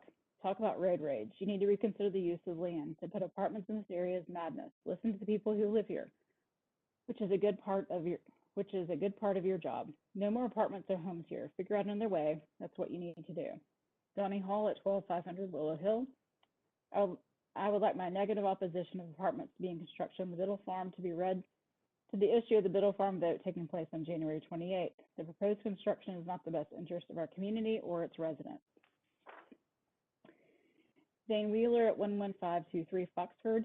I live in Foxford Drive off Concord Road. Adding apartments to the area of the old Kroger will be a nightmare. Please don't do this. Charlotte Jensen, 545 Harrow. I've lived in Farragut for many years. I have 4 children graduate from Farragut High School, 2 from kindergarten. I drive this area every day, and I know it cannot handle any additional traffic on the roads nor the schools. This area is in the middle of town, a place that should be a showcase outdoor use area, perfect for a true town center. I also work in one of the North Shore Town Center buildings. Parking and traffic are terrible. This is not what the middle of our town needs. Whitney Bettinger at 305 Longbow. I want to voice my opposition to this proposal. It would ruin Farragut and add too much traffic and the students to already crowded schools. No. Mixie Fraser at 613 Golden Harvest. We are against building the apartments with a real awesome plan in place to add to our area, i.e. schools and traffic. Greg Moore at 11907 Farmhouse. I'm writing this email to express my opposition to the Biddle Farm Town Center development. While I'm supportive of plans sustainable town growth, our current school and infrastructure systems must be expanded prior to any future development. Recent First Utility customers received a letter indicating the potential for costly upgrades simply due to irrigation usage. I cannot imagine what a multifamily development would do to our system capacity. It's unacceptable to penalize existing town citizens to accommodate multifamily development such as apartments, which only will add to the already burdensome traffic situation and potential degradation of our schools due to overcrowding. Development plans for Biddle Farm and other developments should only be considered once the town has laid out and executed a plan to accommodate the additional growth. Pat Carver at 809 Breezeway. I would like to ask you to vote no on the proposed apartments at the old Kroger and Ford properties. I'm concerned about the impact it will be on our schools, the students, and the increased traffic. Thank you for consideration. Dean Coleman, 11321 Gates Mill. Please distribute this letter to the Aldermen before the January 28th. When we bought our home in Farragut over 20 years ago, it was because of the town atmosphere we found here. We did not want it to be in a city, but rather in a town.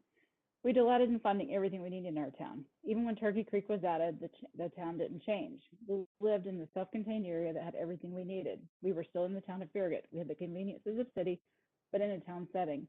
Now you want to change all of that. We do not need these apartment complexes and additional stores in an already congested area. Please listen to your citizens.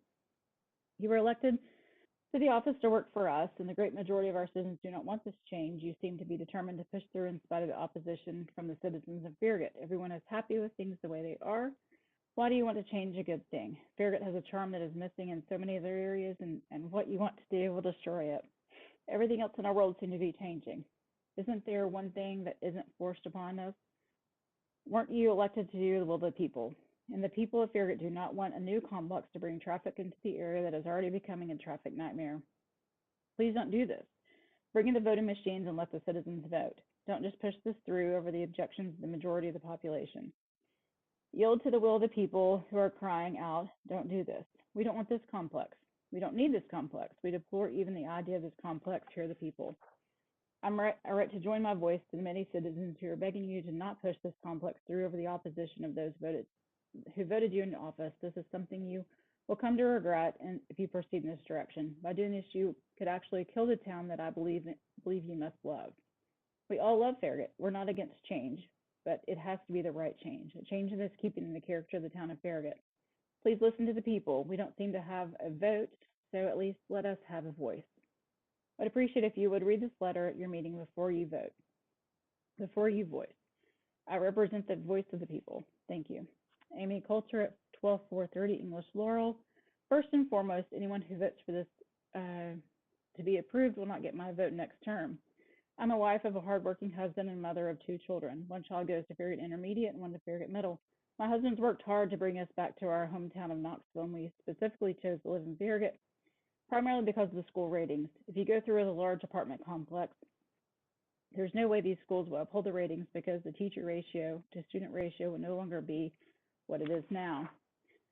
We also love the small town feel of Farragut. We're perceived to have a high-end part of Knoxville, and we need to stay that way. People love Farragut because of the uniqueness. We aren't like the rest of Knoxville. Personally, apartments bring the value of our area down because of the demographics that live in apartments. If someone wants to bring money to the town, let's put in unique restaurants and shops where the locals can spend their discretionary money. Let's put something in that will bring us together, an area where the middle school and high school kids can walk to and hang out for a safe environment. A place could be an area to tailgate before games, have Christmas parties, gathering places, large gathering areas. A place that will make our unique town more unique and not something that will bring us down to the levels of other areas of Knoxville. I'm glad we were made aware of this hearing. I pray the Farragut leaders vote no for the apartment building approval. The next one is Carlo Demazzoli at 11616 Bermuda. The proposal for the Farragut developer, the proposal from developer Bud Cullum for the Biddle Farm behind the old Kroger is 300 apartments in phase 1. Phase 2 may contain 100 apartments. Betty Ford Farm may contain 300 to 400 apartments. The land south of Campbell Station Road across from the Biddle Farm will have another 300 or 400 apartments. 300 plus 100 plus 300 plus 300 equals 1,000. If we add the 240 apartments behind the old Ingalls, we have a potential of 1,240 apartments within 5 city blocks from the high school. All these apartments are within 1.5 miles of the high school and middle school. Next one's Amy Ray, 701 Whispering Pines. I'm writing today in opposition to the property in question involving the old Kroger and Biddle Farms from erecting a very large apartment complex there. We do not have the infrastructure in place to accommodate hundreds of more automobiles on that road and the intersection of Kingston Pike. The line to get to the school and the intersection and by the baseball field off Campbell Station Road are already congested. The school size is already too large and our school cannot handle any more students. Students are already catching the bus over an hour before school starts, making their daily commute an added 2 hours. The addition of any more pressure on the Farragut school system will add more time on the bus commute, more time on the car drop-off, making students tardy and parents later for work than they already are. Please consider putting a park at this location, our town center or single-family homes. This would be very desirable property for families being that close to schools and shopping. The town of Farragut has been talking of walking town center. This would make it much safer, putting fewer automobiles in this location. The Farragut School sent out a questionnaire last year asking if there was less traffic and parents felt safer about kids getting themselves to school, would more kids ride bikes and walk to school? Yes, putting a single-family home nearby home neighborhood on that property would encourage more children to walk or ride their bikes to school, a very healthy alternative to everyone. Please do not let the questionnaire be in vain. I ask you to deny the building of the apartment complex in our town center. Sylvia Hong at 315 English Station. I currently live and have property in California, but chose to leave my native state for my new hometown of Farragut. Attached, you'll see a photo of San Francisco with high-rise apartments, but you'll also see the filth and homelessness. San Francisco also once thought to help house everybody and build apartments. It was okay at first, till more people came in and created traffic and brought riffraffs. Now this once beautiful city is losing high-income paying citizens by the thousands. Trust me, you build apartments and it will drop the value of your town, and high-income citizens will think twice about moving to Farragut. I really hope you make the right decision and protect your beautiful town from becoming another California. Tiffany Brooks on Spinnaker Road. Hello, I am writing to you in regards to an upcoming vote for the apartments at the old Kroger site. I encourage you to think about your citizens, hear our voices, concerns on this topic, and do not allow these apartments to be built. Not only will traffic become an even more of a problem, but your community doesn't want this in Farragut. Again, I pled to you to listen to the ones that vote for you and that live in this area. Traffic is awful in the morning commute, getting kiddos to school, school traffic, and work traffic, and it's not any better after school. You can get onto Nextdoor and see that everyone that has commented on these types of posts are 100% against this. Please consider other options that would better benefit our wonderful town neighborhood, like additional stores on that site, Home Depot or Ace restaurants. Greg Lee at 422 Augusta National Way. I'm absolutely against this. Jason Harden and Bill Harden at 12628 Broken Saddle Road, Town of Farragut. The purpose of my email is to voice my concern regarding the Biddle apartment development. For the record, I am opposed to this development being built. Jared Stable, 11053 Hewlin Drive.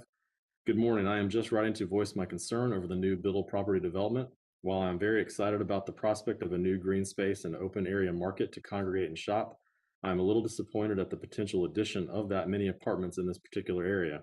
This will cause an insane amount of traffic on the road that I live on, as well as increased potential crime in our area. There are already car robberies pretty much weekly in my neighborhood.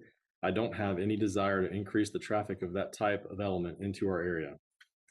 Alan Montcalm at 11036 Hewlin Drive. As a resident of Farragut, I object to the traffic jams, increase in crime, increase in population, and every other common problem associated with apartment complexes. I am told much of the planned development was done in less than transparent fashion, which I find appalling. I have been a Farragut resident since 2007, but will move out of Farragut if I cannot get around due to traffic issues. I shudder to think that I experience in the afternoon when schools let out will be a regular event. Brent and Robin Omostiak at 10828 Farragut Hills Boulevard. I am writing to voice my concerns about the development being discussed at the Biddle Farm in its current form.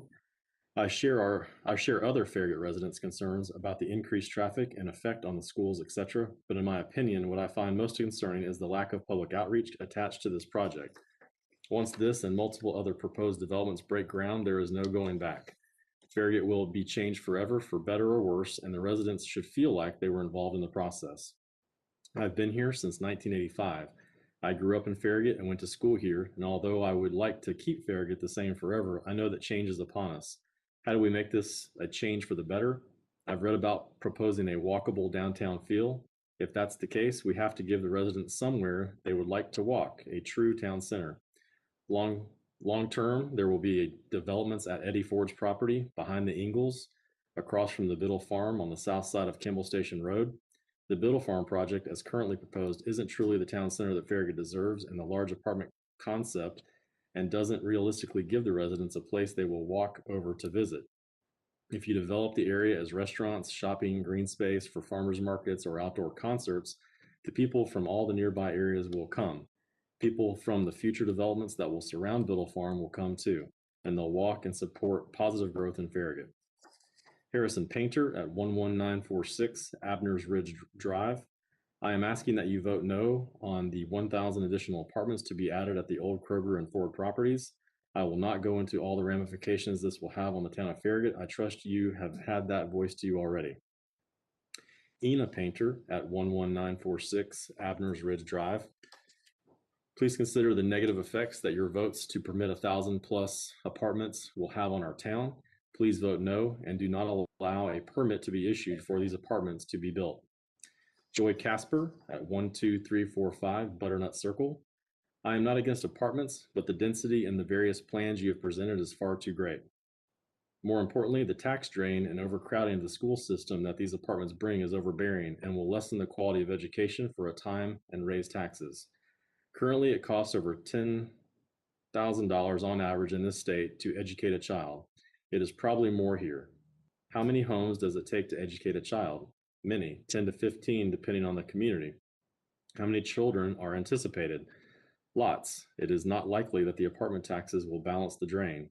Further, what happens to the children's education and their education while the county debates and raises taxes to build new schools? This town has many vacant commercial buildings and actually few commercial ones to pick up the slack. More needs to be done here to raise the tax bases and not strangle the homeowner. It is a big draw of this community to remain municipal tax free, but with increased population comes increased needs. More police, fire, municipal services. That too is not cheap. Traffic is growing throughout the town. One just cannot count what we produce, but Kingston Pike is a thoroughway for many communities. The Walmart and Costco shopping areas are draws for more than our community. The roadways will soon be inadequate. I strongly support curtailing approval for more apartments until you can present a cogent plan for all the above to the community and get its approval. The town center plan and projections that were presented years ago are certainly a far cry from what you're approving and is being presented to lately. Please defer action and rethink any more zoning changes and building approvals. Rich Hoffman at 403 Ensing Lane, Sally Rex Road at 518 Serenity Lane, and Alan Davenport at 221 Cheho Road, Farragut. I hope the email will be read. I made part of the minutes before any further voting regarding more apartments within the town of Farragut. I mistyped a couple 2-letter words, but left them unedited here in order to promote transparency. I'd like this email read before voting regarding more apartments being constructed in the town of Farragut, particularly the properties often referred to as the Biddle property, the Ford property, and the property behind Ingalls. The area has changed a great deal since 2012. Apartments have been constructed all over, in and around Farragut. I don't feel more necessary, especially at the 2 properties locations being debated, referred to as the Ford and Biddle properties. I don't know what should go at these locations, if anything, but due to the location of each, certainly not more apartment buildings. Traffic is bad enough during most of the day, every day. It's really bad during school drop-off and pickup times, really heavy during morning and evening rush hours. The entire town has been inundated with apartment buildings. They're everywhere all around the town. I believe more apartments here will only affect Farragut and surrounding areas negatively, especially of allowed to be constructed as the 3 areas mentioned above. Time to rethink the antiquated CLUP. Tammy Hoffman at 403 Ensing Lane. I think the uncertainty from what I am reading begs the process to stop until the town gets re-engaged. The current plan has been changed from its initial agreement, and that is what the people should be alarmed about. If we let this get rezoned, then the town will not be able to stop whatever happens in the future. More and more apartments on this land is possible. We need to stop this process by next Thursday and engage the citizens. Oscar Franzese at 421 Augusta National Way. My name is Oscar Franzese, and I am a resident of the town of Farragut, Tennessee. This email is in regards to the planned development at the old Kroger location, and I am writing it to indicate my opposition to such a large development. I am a traffic engineer, and this development will certainly increase the traffic congestion in Farragut, which during peak hours is already a significant problem, with many intersections, example Campbell Station Road and Grigsby Chapel Road, operating at level of service F, i.e. broken. I hope you take into consideration these comments when you cast your vote on January 28th, 2021 regarding this issue. Angela Rouse at 11916 Butternut Lane. I oppose the high-rise multiple apartments and strip malls planned to be located at the Biddle Farm and Old Kroger location. Philip Waltman at 11411 Turkey Creek Road. I am opposed to the 1,000 or more apartments that are trying to be added to the new shopping area. Our schools, roads, and infrastructure in that area are already being stretched thin. As well, how many more nail salons and dentist offices do we need in a 1-mile stretch? Jerry and Murray Stoll at 653 Dunlin Lane. We don't want more apartments in Farragut. Carol Christofferson at 11320 Gates Mill Drive. I'm a Farragut homeowner, and I have watched with interest the steps unfold that are resulting in the proposal about to be presented at the BOMA meeting. Succinctly, I urge the BOMA to vote unanimously in favor of the proposal before them. No one likes change, myself included, but we cannot become stagnant in our town or we cease to thrive. For many years, the old Kroger property has been an eyesore. It will now look like a community lives and works there. I don't particularly like apartments, but the ugliness and nastiness exhibited by opponents around these buildings in Farragut smells quite heavily of elitism and classism. Farragut has lacked decent housing for young professionals and those who don't want or are not ready to assume home ownership. Sure, traffic will be impacted, but I believe BOMA has put enormous thought and planning into mitigating the effects with new traffic patterns and a state-of-the-art digital light system. So damn the torpedoes, full steam ahead, BOMA. Gloria Dyer at 10808 Farragut Hills Boulevard. This email documents my objection to the proposed Farragut mixed-use town center for the following reasons. 1, a market square type of structure was approved, not separate residences and standalone shops. 2, the proposed location is in an area that experiences high traffic volume and congestion due to the proximity to several schools. 3, if you haven't noticed, strip malls are a thing of the past. The decline in brick and mortar stores began several years ago as online purchasing expanded. Just look around at all the empty storefronts in the Farragut area. This is not a good location for the proposed structure. Near Kohl's store would be much better since there is more room and less traffic. Mark and Anna Courts, 717 Hampton Roads Drive. With all due respect, my wife and I would ask for you to postpone final vote to allow more open discussion regarding the proposed Farragut Town Center. We are currently opposed to this construction and are very concerned about traffic in an area that is already difficult to navigate. Thank you for your consideration. Philip and Colleen Giannoutsos, 200 Candlenut Lane. As residents of Farragut for 20 plus years, we have become increasingly frustrated by the rapid development in Farragut, seemingly without regard to the impact on traffic, schools, and infrastructure in general. Example, water use schedule restrictions and rate increases. Input from residents opposing rapid building and expansion is apparently disregarded. Zoning restrictions and land use planning were developed to regulate the types and extent of growth within the town. Simply dismissing such controls through rezoning and approval of construction plans, irrespective of public input, is not responsible leadership.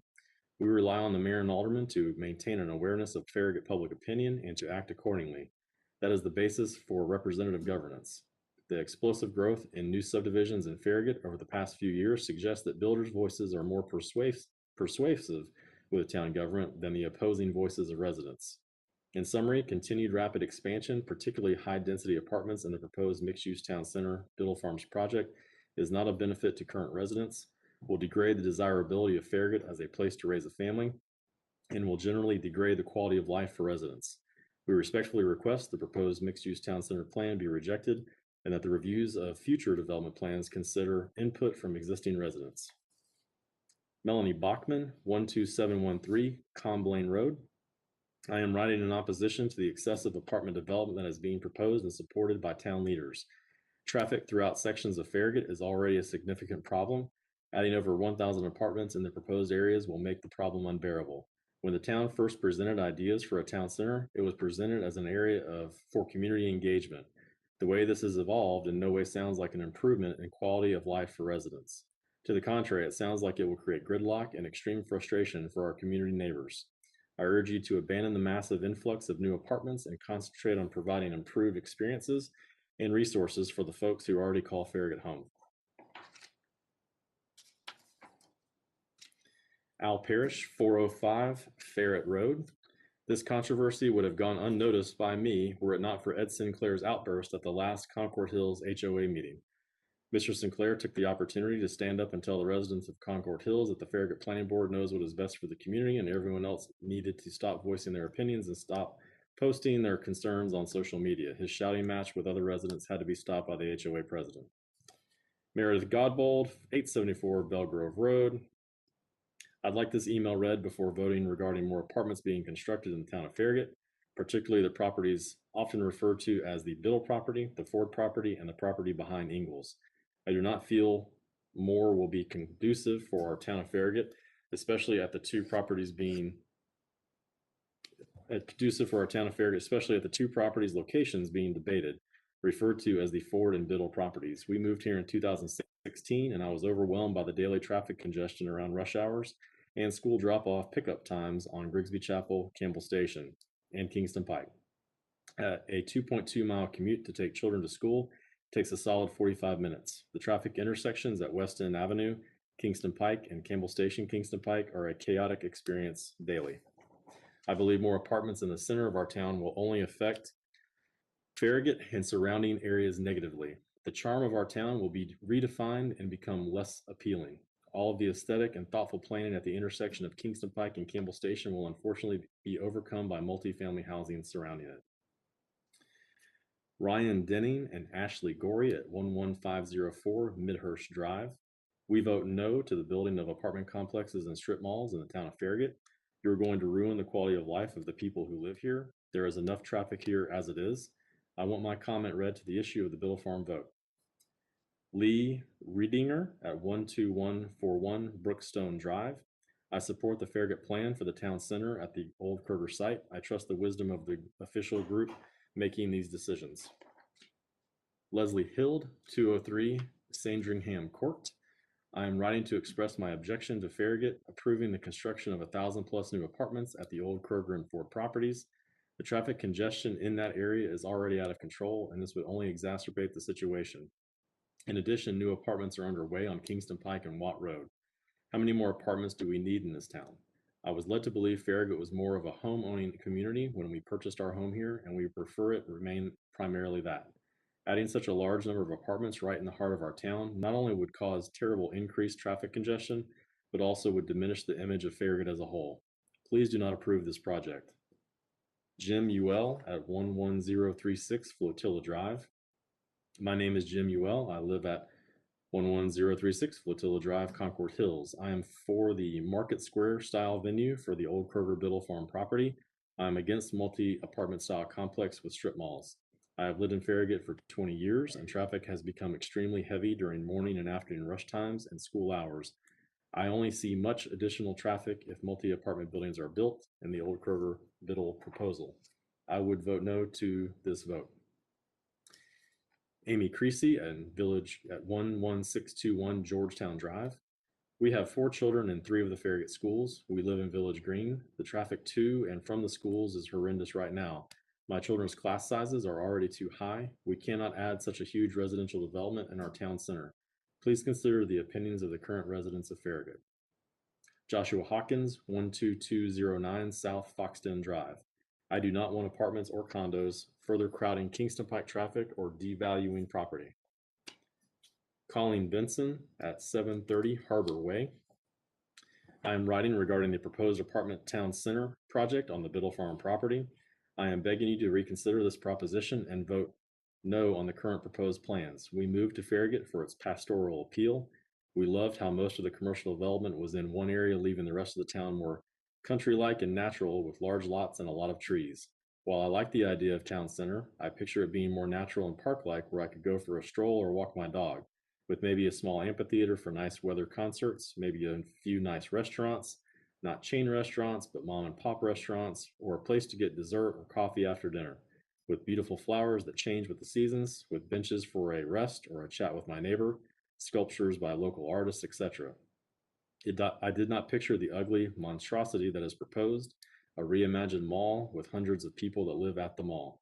I moved here from Roswell, Georgia, where we had a lovely historic downtown area with 5-star restaurants, with art galleries, with high-end home goods stores, etc. People came from all over the Atlanta area to shop and eat because it was so picturesque, and my home doubled in price in 10 years because everyone wanted to live in Roswell. I was hoping to eventually have the same thing in Farragut, a place that was city planned to be like some of the highest end communities we have in the US, where retail stores are discreet and blend in with the natural surroundings by having low signage, beautiful landscaping, etc. A place of envy in the Knoxville area, a place where everyone wanted to live, go to school, or work. A peaceful, tranquil town with a Mayberry type feel. Please keep the small town feel with all the perks that come with a small town, including less traffic, less dense property development, etc. I've talked about this development with everyone I know in Farragut, and not one person stated that they wanted this apartment complex in the heart of the city, but rather a town center like I described above. We have everything we need retail-wise. We do not need chain stores at our town center.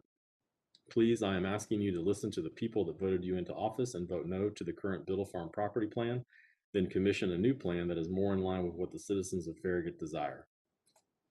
Beth and Dan Cooksmus at 11218 Nautical Drive. Dear Farragut Town leaders, we do not want a 280-unit apartment complex built at the old Kroger Biddle Farm property. A skyscraper type apartment building with all that includes is exactly opposite of the current Farragut living environment. This small town was founded on single unit family dwellings.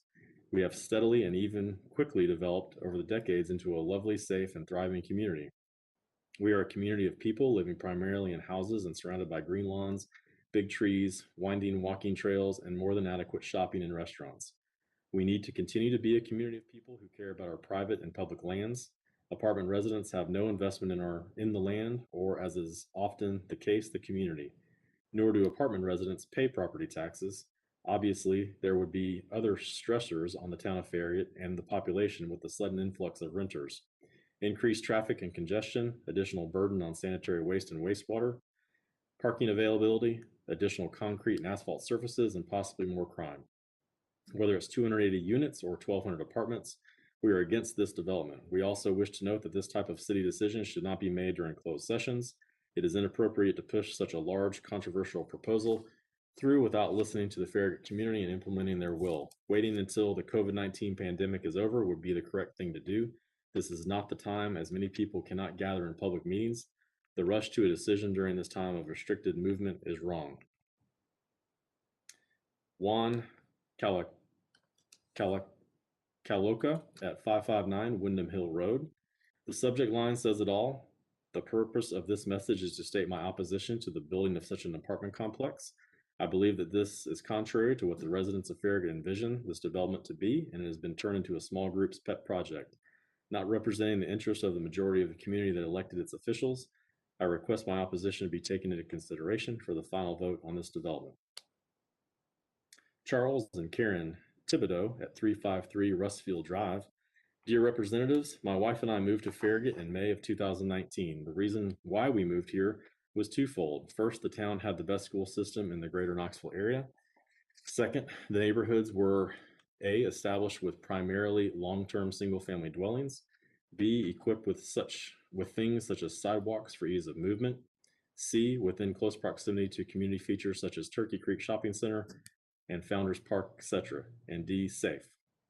To the issue of item 1, ordinance 21-01, the proposal to amend the future land use map in the comprehensive land use plan update regarding the area of concern within the property referenced as 133 Concord Road, i.e. portions of parcel 003.19 tax map 143 should be rejected on the following tenets. 1, amending the zoning map to adopt a town center zone where a medium density residential zone currently exists will dissuade the current residents of Farragut from participating in the envisioned town center downtown in the way envisioned because of the visual, i.e. look, and perceptible, i.e. feel, discordance with the rest of the Farragut in terms of the visual, perceptible balance between single-family neighborhoods and areas designed for mixed use. This rezoning will produce the exact opposite result that you are hoping for. Most Farragut residents will prefer to spend their time walking in the parks and on the sidewalks in their neighborhoods rather than visit a congested downtown that has the look of an apartment complex with conveniences. 2, single-family dwellings generate significant tax revenues for the town, and these are foregone with the adoption of apartments. In the long run, accomplishing diversity of housing for its own sake ignores the importance economic impacts of transitory housing. 3, Farragut is not a transitory place for residents. It is a place they want to live out the entirety of their life in. Apartments are by nature transitory. Anyone who has lived any significant amount of time in apartment complexes, which we have, knows that the grounds and buildings suffer from a common problem, often referenced in economics, as the free rider problem. The free rider problem arises because no single individual has an incentive to invest in the common property unless all others do so as well. Thus, people litter, people don't keep bike racks neat, drive recklessly, and most often do not have significant interest in the area to do anything to improve upon it. 4, our schools are noted as the best in the greater Knoxville area. There is a reason for this. The people who live here must work hard to live here. It is not the most affordable place in eastern Tennessee, as you know. They have significant buy-in because to live here, they have purchased a home. This means they have a long-term vision. Likewise, the reason why many of our residents were willing to take on these financial commitments is that the area could bring them something that will benefit their kids, great schools. In this sense, they are investing in the schools by making sure their kids work hard as well. This is a very important, perhaps the most important, pull factor that Farragut has. Single-family residences are in such high demand here for this single reason. There are plenty of areas with better, more modern houses. People forego those because this one offers great schools as well as commercial conveniences. Apartment dwellers are going to move, period. It is not a question of if, it is a question of when. The buy-in is not there in the same way as it is for people who sank all their resources into the area to benefit from it. This is not to suggest that apartment dwellers are any less well-intentioned. However, we can't ignore the fact that transitory families will produce disinvestment from the community from long-term residents as the impact of their students on the quality and robustness of Farragut schools takes hold. People in this community want lifelong continuous development from primary to secondary school for their kids. They want their kids' elementary teachers to be connected to their kids' middle school teachers and so on. In a feeder system such as Farragut schools, this is easily realized. Transitory kids will water this characteristic down, and at some point this will become noticeable to existing long-term residents. Make no mistake, they will leave this area, for while Farragut schools are the best in the area, they are still not as high-performing as one would expect relative to other schools across the nation who are put into the high-performing category, with the exception of the high school. In some, there are economic, educational, and form-based zoning reasons why you should gather significantly more input from citizens before bringing this agenda item up for another vote. You do not want to be the ones who create a town center in the best intentions and hopes for our community that our community doesn't want or will not support. If you do end up voting this through without significant community support and outreach, I can state with confidence that people will move in time and your community will not resemble what it is now in under 5 years. Maryville will become more attractive as an alternative, or even Hardin Valley. Celia Freeman at 11008 Sonia Drive. I'm writing about the proposed housing being considered for the area across from the high school baseball field. I oppose this plan for several reasons. I live at 11008 Sonia Drive in Farragut. My street is already being used as a cut through. Cars turn into Stonecrest to get to Campbell Station to avoid the congestion at the lights by the school and at Campbell Station. They also turn onto Sonia Drive from Campbell Station to get to Admiral or exit Stonecrest. This is a huge problem for residents. Please refer to previous traffic reports on speed showing the average speed on Sonia Drive is 35 in a 25 mile per hour zone, and the average speed on Admiral is over 40 miles per hour in a 25 mile per hour zone. We're actually about to start the process again for requesting traffic calming measures because speeding is such a huge problem. Add in hundreds of new cars a week because of traffic congestion on Kingston Pike, and we will have a monumental problem. This issue needs to be resolved before any type of structure goes in. We endure the dangers of speeding cars every day, and we are in a parent responsibility zone. There aren't even sidewalks on portions of Sonia Drive. Before any new construction is considered, the current traffic issues need to be resolved. It's irresponsible to move forward without any thought to the conditions that already exist. Second, Farragut schools are highly coveted. The added number of children to those classrooms based on new housing will dramatically affect the desirability of those schools. Overcrowding, lack of funding, and traffic will change the appeal and possibly the success the schools currently enjoy. Third, the initial vision of something similar to the downtown Market Square had great appeal to many residents of this area. To pivot from purchased homes and additional retail to rental units changes the dynamic completely, and it will also change the town we live in. Please, before moving forward with building hundreds of rental units, fix the existing traffic issues and do more research on the impact of adding so many more people and cars to the area. Carolyn Reiner at 11627 South Monticello Road. I do not support the building of apartments at the old Kroger and Ford properties, or really anywhere that's considered the middle of the town of Farragut. James Watkins, 816 Breezeway Drive. My name is James Watkins, 816 Breezeway. I do not support the development of the Farragut Biddle Farms properties into apartments and a town center. Stephen Susan Wyatt at 504 East Fox Den.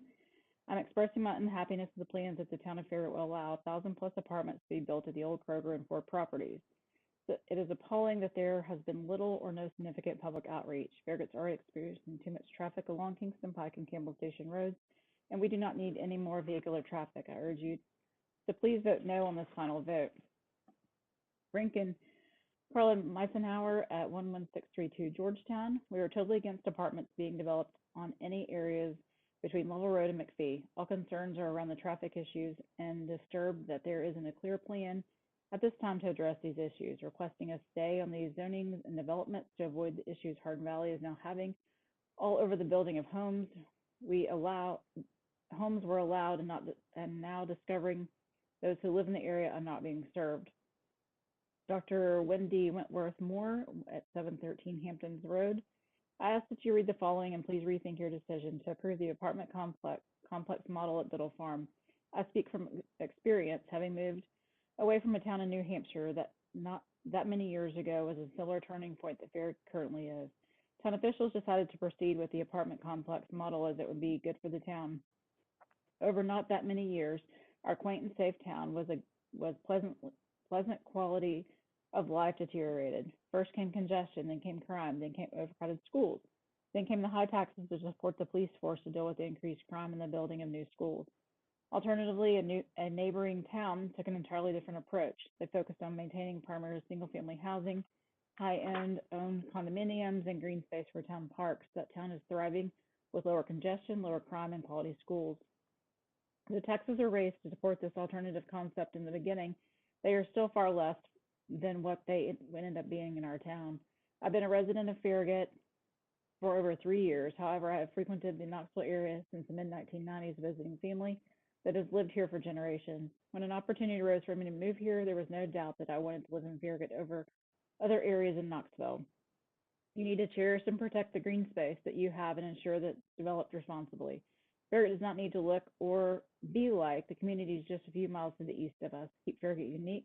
Please do the right thing. Be the leaders that are remembered for growing our town in a positive, not negative manner. Say no to the apartment complex model in the Middle Farm. Carol and Tom Rosseel at 425 Clover Fork. Having closely followed the issues of whether the town of Farragut should approve the town center plan for the Biddle property, we believe it would be beneficial to the town and the greater Farragut community to approve Ordinance 2101. The town center concept with mixed retail and residential is in keeping with the long-range land use plan first discussed in 2007-2008 and approved by the Planning Commission and the board. We hope you reject the clamoring of those who make false and incendiary statements about traffic, massive congestion, impact on schools, increased class size, resulting reduced contact with teachers, and the number of apartments 1,000 plus to be constructed. Sue Ann Hansler at 11828 Midhurst, in reference to the Biddle Farm Apartments, the impact on traffic in schools, other resources and services, in particular, the impact on the present Farragut residents, where the homeowner and homeowners pay yearly for a rural metro to provide fire and ambulance services. As it stands now, residents that pay nothing for rural metro for these services still use them. Even if their insurance holder pays for some of the cost, it doesn't cover all. Therefore, the residents that do pay each year end up paying more. If these apartments are built, the residents will then end up paying for those services as well. Some have suggested that Farragut should implement their own service, and that means big tax increases. Rural Metro does a very good job of providing these services, and residents' town is not responsible for pensions and medical care and more. Let's please leave well enough alone. Do not allow these apartments to be built. Next one is Matthew Busha at 635 Spring Branch Lane. The proposed changes to the Brooklawn development site, Biddle Farm, represent a major change to the mixed-use town center area, requiring the significant public outreach called for on page 6 of the comprehensive land use plan. These changes should not proceed without the town of Farragut holding an agreed-upon significant public outreach, ensuring a collaborative review and modification of the mixed-use town center area that represents the attitudes of the entire town. I ask you to table ordinances 2101, 02, and 03 until the mixed-use town center public outreach is completed and the agreed-upon changes are adopted. Mindy Clark at 12406 Complain. Please do not pass the apartments ordinance. My family just moved here from San Diego to get away from this. Now I'm having to tell my friends still there, don't come because isn't turning into another mini California. Melanie Martin, 416 Cutlass. As a homeowner, I'm not supportive of the apartments being built in Farragut. The negatives far outweigh the positives. It will be a negative impact on our already overcrowded schools.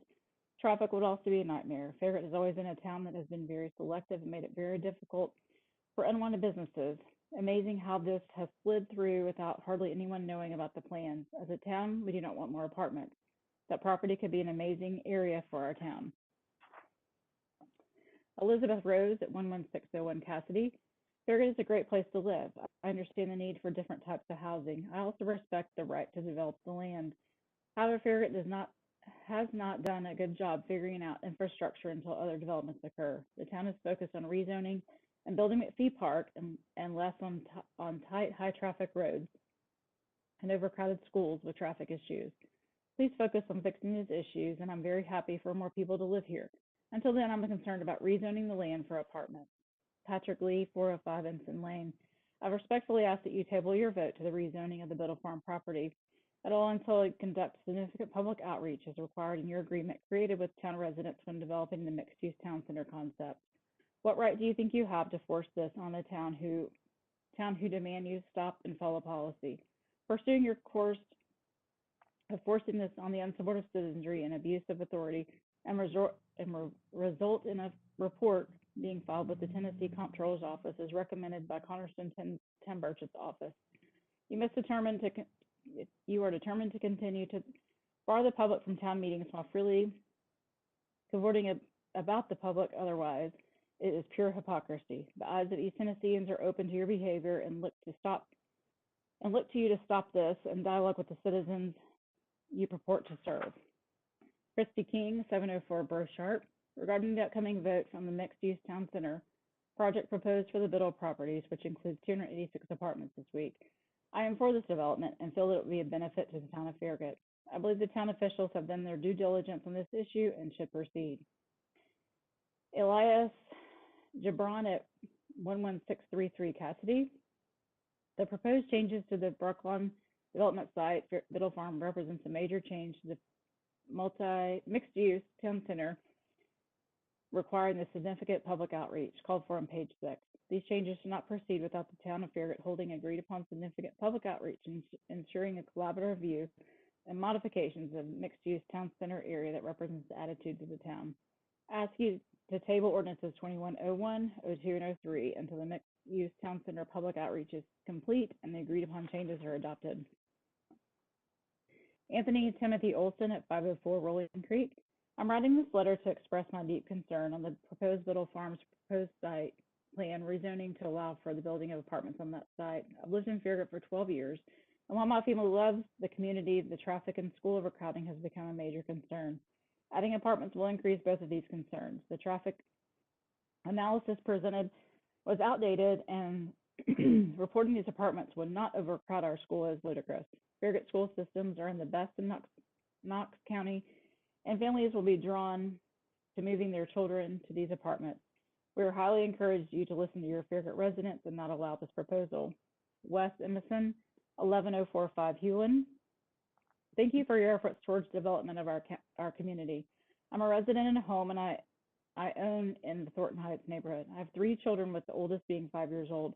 My wife and I are happy here and enjoy the green spaces, good schools, close shopping, and that our road gets salted in the winter when needed. I'm a native of Knoxville, grew up in South Doyle, and went on to receive my master's in accountancy from UTK. I'm writing as I'm concerned that the planning efforts for our town are not following the correct processes. While I've enjoyed the efforts you have put forth, I would ask that a more transparent approach be displayed to explain the planning process for new developments. There are many items to discuss about the Biddle development, but I will boil it down to this. The Biddle development is not considered a major change to the planned land use of our town. What would be considered a major change? Could you make it more clear to citizens that the difference between a major change and a non-major change? What communication efforts have you taken to become more transparent during this pandemic period, where meetings are not allowed to be attended in person? Additionally, I'm concerned about the Biddle development because of the flooding that has occurred in Concord Road. What is being done to plan for the change of the hydrology on this site? Will Concord Road and Hewlin Drive experience more flooding? In my opinion, that the Biddle development is a major change to the land plan, which should initiate significant public outreach. I urge you to table the votes regarding the Biddle development scheduled for this Thursday, January 28, 21, until a significant public outreach has been accomplished regarding the plans for land use in our town. Deborah and Adam Atherton at 801 Andover. I live in Andover and Farragut. Although I live a few miles from Campbell Station intersections, traffic around my neighborhood is already impacted by the limited capacity of the present intersection of Campbell Station, Kingston Pike, Campbell Station, Grisby Chapel Road. The I-40 overpass is a terrible constraint for both present traffic and even small amounts of increase in traffic. Rush plans for dense housing are not something leaders in local government should be doing. Until I learn more, I have deep concerns about the present plans for the apartment complex at the Biddle property. Jamie Rourke, 12507 Cotton Blossom. I'm completely against the addition of the apartments that are being proposed for the Biddle Farm project. As a newer resident of Farragut after moving here from Dallas, Texas, I know firsthand the issues that come with large, dense housing developments such as this. I moved to a northern suburb in Dallas to escape traffic and overcrowding. Instead, what happened was everyone else followed. Soon there was developing 3 to 4 large, dense housing communities within 4 miles of where I moved. It was mostly my subdivision and a few large chain stores and gas stations when I moved there. By the time I moved from there to move here, we had 6 dense housing developments, and the infrastructure could not handle what happened so quickly in just 4 years. What used to take me 12 minutes to get to work was taking me an hour due to the roads not being improved to handle all the development that was approved. Somewhere in the approval, the governing bodies forgot to approve appropriate roadway and utility infrastructures. We also had to build not 1, but 2, not 3, but 4 new schools, 2 elementary, 1 middle, and 1 high school, all at the very big cost of the property tax, 2 property taxes. My taxes on my home in the 4 years went from $4,000 to $7,000. If you agree that you are concerned about the overcrowding of schools, the report that you received was not from Knox County Schools per Vice Mayor. It was from the Knox County Planning and the report, from what I read, was from the year 2000. We all know that Farragut is a more predominantly sought-after school zone in Knoxville, which cannot be compared to other schools that are less desirable. When we moved here in the middle of 2019, we decided early on that we would live in Farragut because of the amazing schools. The buildings and facilities, however, are not the best already. Very old, very run down, and very small compared to what we came from. But we've heard so many amazing things about how amazing the coursework was in addition to the instructional staff. In the year and a half we have been here, we have seen the school population grow pretty substantially already, and I'm also seeing the struggles of an overcrowded situation. Also, there are at least 6 neighborhoods that surround this new site plan to support it within walking distance. Most of them over 300 residents. If most people are like myself, I try to avoid Turkey Creek like the plague during the traffic. I would be happy not to drive to Cedar Bluff or Turkey Creek for goods. Finally, the vision, as I understand it, that was told to residents was similar vision to the downtown Market Square, not this 286 apartment complex. I'd be okay with a smaller scale lofts that are purchasable, not leasable. This vision would help our property values, not the 3 apartment buildings that are 4 and 5 stories high. When I say I'd be okay with this, that means only if the safety concerns had a plan in place before going forward. Let me know if you have any further discussion. D.M. Gianta, 824 Breezeway. Please reconsider ruining Farragut with the Biddle Farm concept as stated. This area should be developed more like a downtown concept with condos, shopping, and restaurants. Based on all I've read from both points of view, the stated concept above would serve the community aligned with how it historically has been developed. The next one is Showo Shien at 12939 Pine Meadows. I'm writing to express my concerns in opposition to the Town of Farragut Board of Mayor and Aldermen have revised the Town Center development proposal to allow for the construction of separate apartment buildings instead of combined mixed use, business and residential structures. I think that this is contrary to what the residents of Farragut envisioned this development to be, and in opposition to what the Farragut Comprehensive Land Use Plan proposed. This is contrary to what was originally presented to our residents and will create significant traffic congestion for all who live, travel through, or do business in Farragut. This will also increase the student population in an already overcrowded schools. As I noted, that non-hydrology study has been done yet on the Biddle Farm. I think any vote without hydrology study is not acceptable because over 1/2 of the Biddle Farm is in the FEMA 100-year floodplain, to my knowledge. Please let me know if there's anything we can do about it. The next one is Angel Lacasio at 12628 Complain. I'm opposed to the proposed apartment complex at the old Kroger building. Kay and Ron Zimbrick, 11023 Anchorage. We wish to voice our opposition to your proposal plan of having an apartment complex being included within the proposed town center at the Biddle Farm site. It appears that there are some unresolved issues, such as the lack of significant public outreach. As required by the Comprehensive Land Use Plan, please reference page 6 of the CLUP. We ask that you table ordinances 2101, 02, and 03 until such time as mixed-use town center public outreach is completed and the agreed-upon changes are adopted properly. Doug Calhoun at 11813 Autumn Leaves. I do not feel more apartment buildings along Kingston Pike is a good idea for our town. Too much traffic already on Kingston Pike. Imagine what it will look like with all the additional traffic and if Kingston Pike is used during an accident on I-40. Oh, what a mess. More stoplights? Don't you think there is enough on Kingston Pike throughout Farragut already? Many people are using subdivisions and bypass to get away from all the lights. W. Larry Davis at 428 Dixie View. I'm opposed to building of apartments on the Biddle Farm property as being proposed by the officials for the town of Farragut. Elise Harris, 11929 West Kingsgate. The proposed changes to the Brooklawn development site, Biddle Farm, represents a major change. These changes should not proceed without the town of Farragut holding a significant public outreach, ensuring a collaborative review and modifications of the mixed-use town center agreed upon. I ask that you table 2101, 02, and 03 until the mixed-use town center public outreach is complete and agreed upon changes are adopted. Joe Ray at 416 Celebration. I'm writing today to express my concern over the changes being made to the CLUP on and around the Biddle Farm development, specifically in regard to the change in language increasing multifamily residential capabilities. Understand there will be a residential component to this project in order to support the commercial, and understand this matter to have been adequately delineated by pertinent stakeholders in the original CLUP. I find it concerning that the board has taken it upon themselves to make these changes without seeking greater public outreach. At this time, I found the best interest of the town, its residents, and infrastructure to deny the zoning changes to the CLUP and the rezoning around the Biddle Farm project. Please vote no to the proposed changes on January 28th. Best regards and thank you for your time. Lola Kirkpatrick, 460 Glen Abbey. The proposed changes to development represents a major change. Town of the Town Center ask you to table ordinances 2101, 02, and 03 until the mixed-use Town Center public outreach is complete and the agreed-upon changes are adopted. Michael and Wendy Stafford, 337 Bernie. My wife and I are long residents of West Knoxville and have lived in our new home in Farragut for the past 6 years. We have tremendous respect for the difficult decisions the Board of Mayor and Aldermen must make all the time, and still knowingly that there will be several residents who are unhappy with your decisions. Please consider this to be a letter of support to the Board of Mayor and Aldermen. We do have concerns about continuing to add apartments in the area. We had to live in an apartment for 9 months waiting for our new home to be completed. We discovered that people who live in apartments are rarely invested in their community. However, there were some that we got to know as neighbors and developed acquaintances. So there is a risk that further apartments could eventually erode our quality of life in Farragut. I'm certain that you are also aware and concerned about that risk too.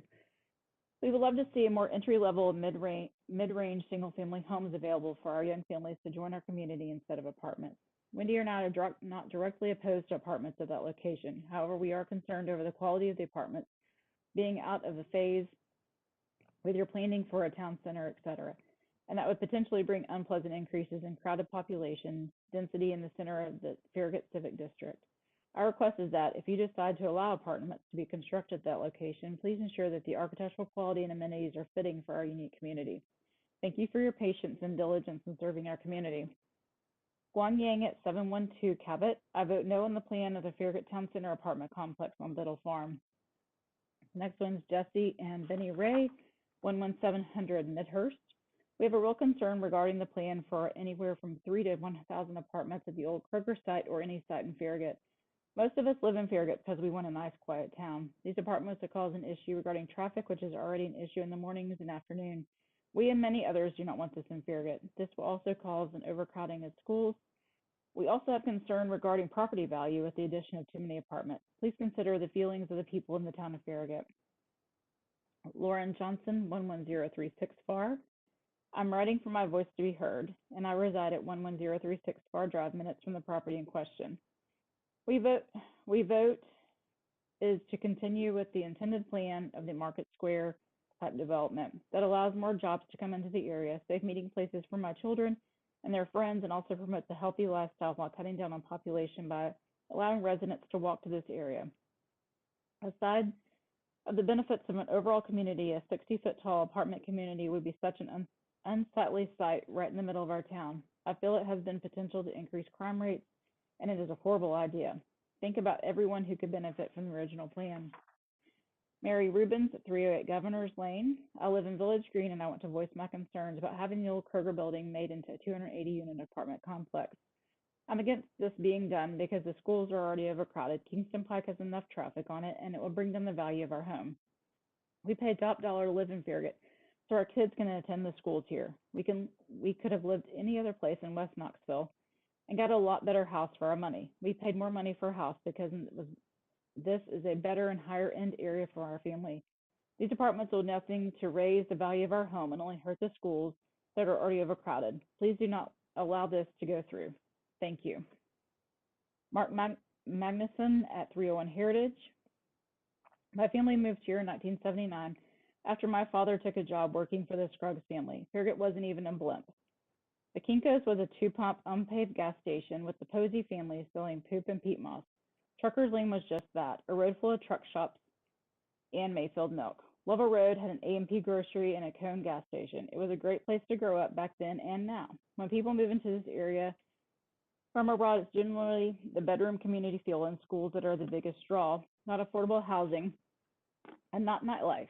Property rights of owners and strong local economy is important. However, a lot of Village Green, Concord Hills, Brooksworth residents, voters are negatively affected and have been kept out of the loop concerning the changes of the town center development.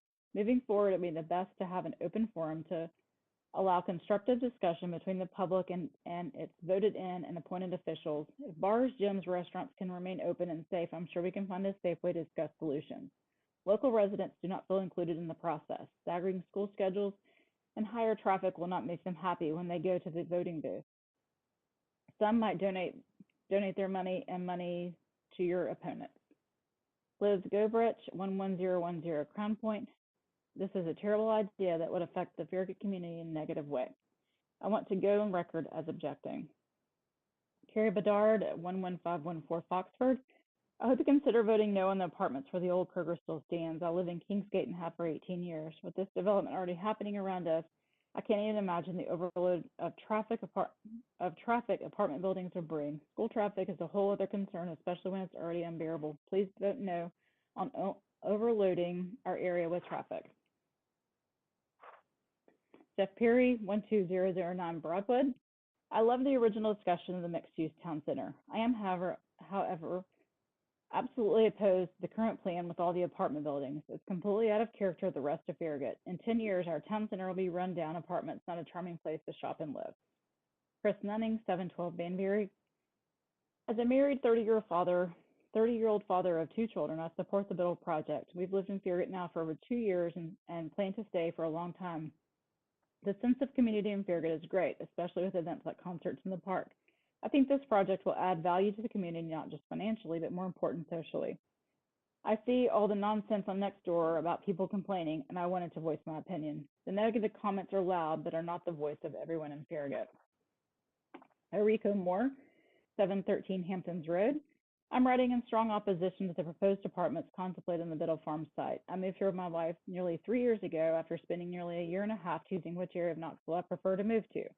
Ultimately, I chose Farragut for a number of reasons, including the quaint community environment, the lack of overcrowding, and somewhat in-check traffic that exists in our community. However, with your proposal, it doesn't take a scientist to see through the bull we are being fed in irregular intervals and to see that the characteristics that make Farragut will forever be changed with your plans.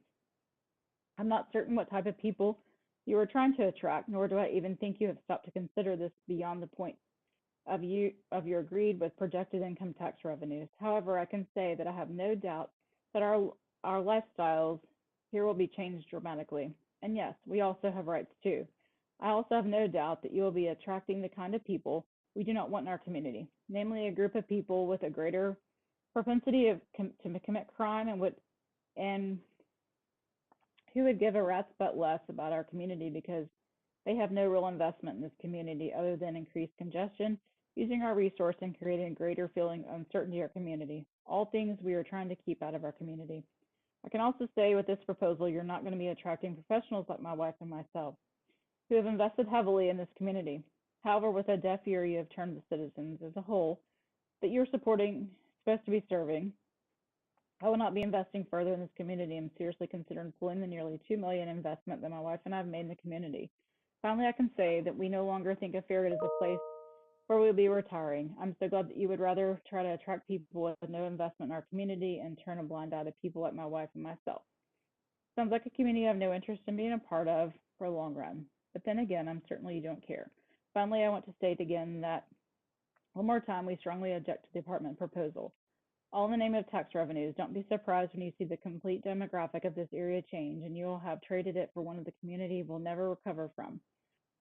While people like my wife and I move on and leave you guys behind in the tsunami of decay in the terms of decreasing quality of life that you have created.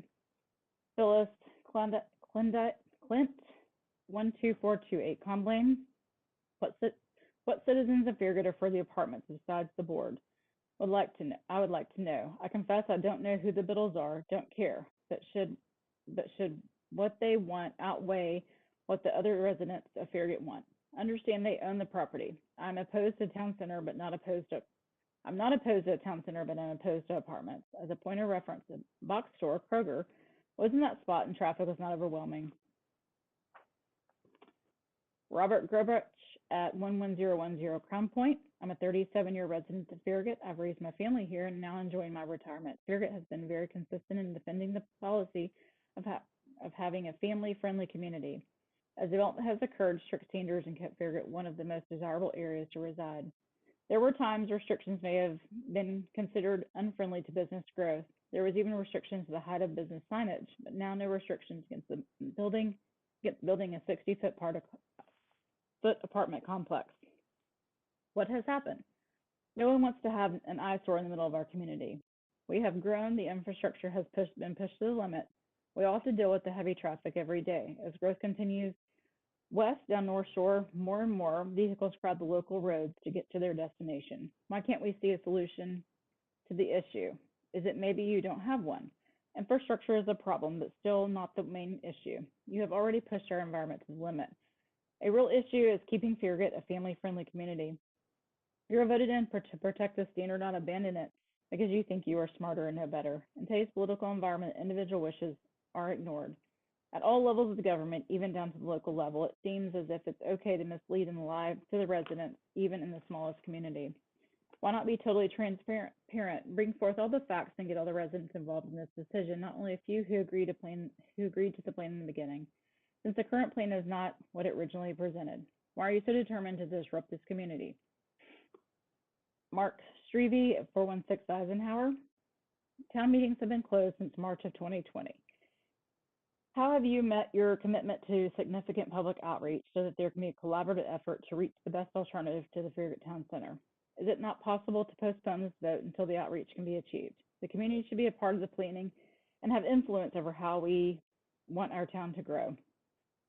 The proposed apartments will represent roughly 10% increase in the population of Farragut.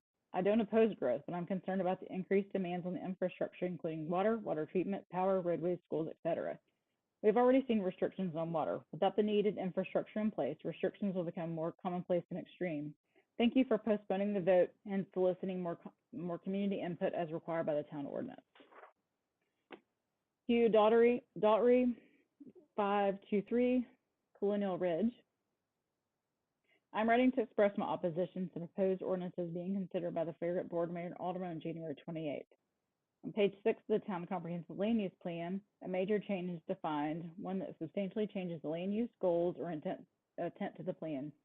Major updates should be included substantial public outreach to help check that the plan reflects current attitudes.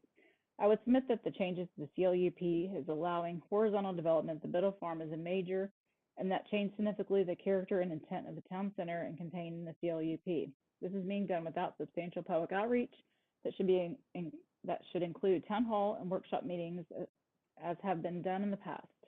I ask that you table ordinances 2101, 02, and 03 until the mixed-use town center public outreach is completed and the agreed upon changes are adopted.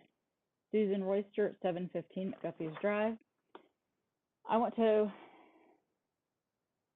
want my opinion as a 32-year resident and retired school employee to go on the record as opposed to any additional apartments being placed in our city center.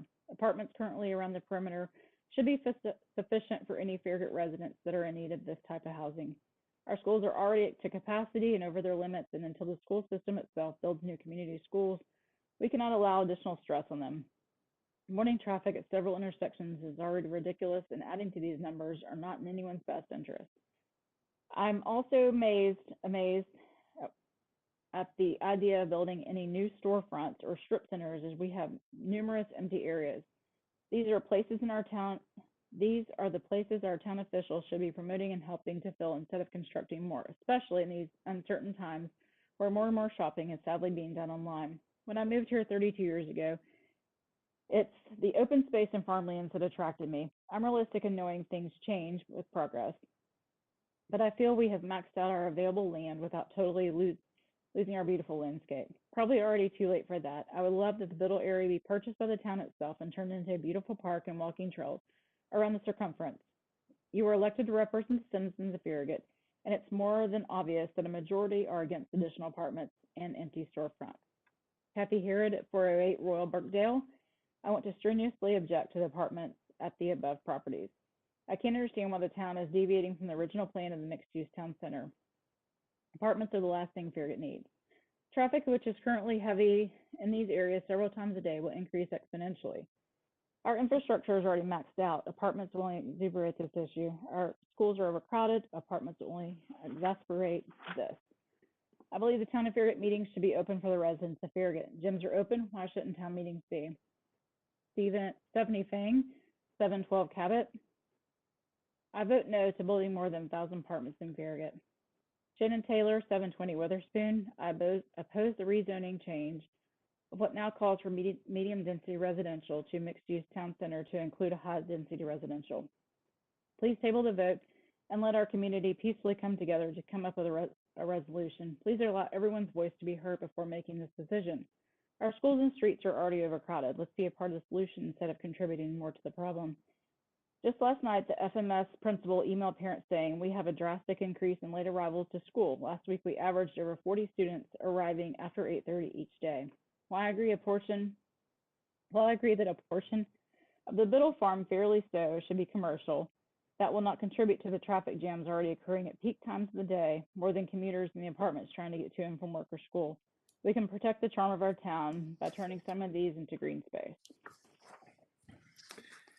Edwin Rivera, 125 Cheho Road. I'm not willing to sit through extra traffic light cycles to have a bunch of overcrowding in an already overcrowded area.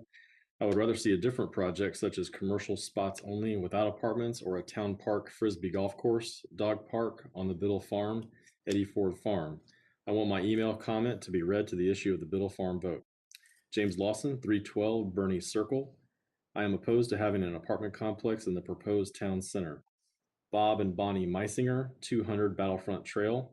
My husband and I strongly oppose the apartment complexes that developers want to put in the Biddle project and on Ford properties. This plan will overcrowd our schools, cause major traffic congestion, depreciate the value of our homes, and cause citizens to move out of this area.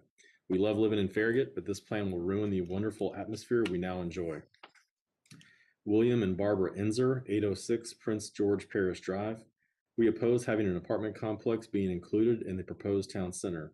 There has been a lack of significant public outreach as required by the comprehensive land use plan. This is a very significant change from what was approved back in 2012. Given the additions of apartments, townhouses, etc., we have the feeling that the Board of Mayor and Aldermen have little regard to traffic. Traffic patterns on Grigsby Chapel, Campbell Station Road, and Kingston Pike are out of control. School overcrowding is also a serious problem. We strongly recommend that a traffic study be conducted and the results be communicated to Farragut residents. It seems that there has been no regard for the large number of high occupancy projects that have been approved in recent years. We urge that the proposed apartment complex be voted down. Charles and Theodora Callahan, 11630 South Monticello Drive. The purpose of this email is to request the Board of Mayor and Aldermen postpone the final vote on the subject ordinance until a proper citizens hearing is permitted. When I went to school, I was taught that within a representative democracy, the elected representative's duty was to implement into law the will of the majority of their citizens. This citizen requires the opportunity to meet face-to-face and discuss the changes being proposed affecting the comprehensive land use plan as it is relative to the proposed Biddle Farm development. The existence of a COVID virus does not justify restricting my rights to free speech. Tim Wojtowicz, 11113 Windward Drive. A comment for the upcoming meeting on the Biddle Farm project. I support the Biddle Farm project and the great effort of the Farragut Town leadership in moving this important economic growth project forward. Christina Couto, 507 Sundancer Road. My family of 5 all oppose the construction of the apartment complex on this site. The Farragut schools are overcrowded with no solution for the next few years. Year after year, I see my kids attending classes in portable classroom. They are now in high and middle school, and subdivisions in the Farragut area keep constructing, adding more families and traffic to this area, and there are no definite plan to address school placement or easing up traffic around Farragut High, High School, as well as the traffic areas around Concord Road, Campbell Station Road, and roundabout into North Shore, which is not being duplicated. Adding multifamily apartments in this area will be extremely detrimental to the families already in place in Farragut and decrease our quality of life. Please take all the families and town supports that have chosen Farragut and their home. Thank you very much for your consideration, and please say no to this development. Eric Coulter, 12430 English Laurel Lane. I voted every opportunity. If these apartments are approved, I will take note of who is saying yes and vote accordingly. as will many of my friends and family who share the same sentiment. Vote no. Elizabeth Ritchie, 11029 Flotilla Drive. I have previously written to you to express my concerns about the proposed building of the apartments, which are the subject of much discussion. As a 37-year resident of Concord Hills, I have witnessed firsthand the development of the area from Cedar Bluff to Dixie Lee. This area cannot sustain what is being proposed without turning a lovely place to live into a location which will become an intolerable nightmare. I ask that you table ordinances 2101, 2102, and 2103 until the mixed-use town center public outreach is completed and the agreed-upon changes are adopted. Amy Sexton Howe, 312 Wyndham Hill Road. Please table the Biddle Farm proposal for apartments to go into that area. I am a mom of 4 and already spend enough time in traffic as it is. Putting apartments across the street from the high school and middle and intermediate schools would wreak havoc on already congested roads trying to get my kids to school. We live 3 miles from school and it takes us 20 minutes plus to get to school in the morning. I'm not sure who decided it would not affect traffic. I'm guessing it is someone who does not have or drive their child to school in the mornings. Please listen to the Farragut citizens who do not want the apartments. Mike Mitchell at 716 Brixworth Boulevard.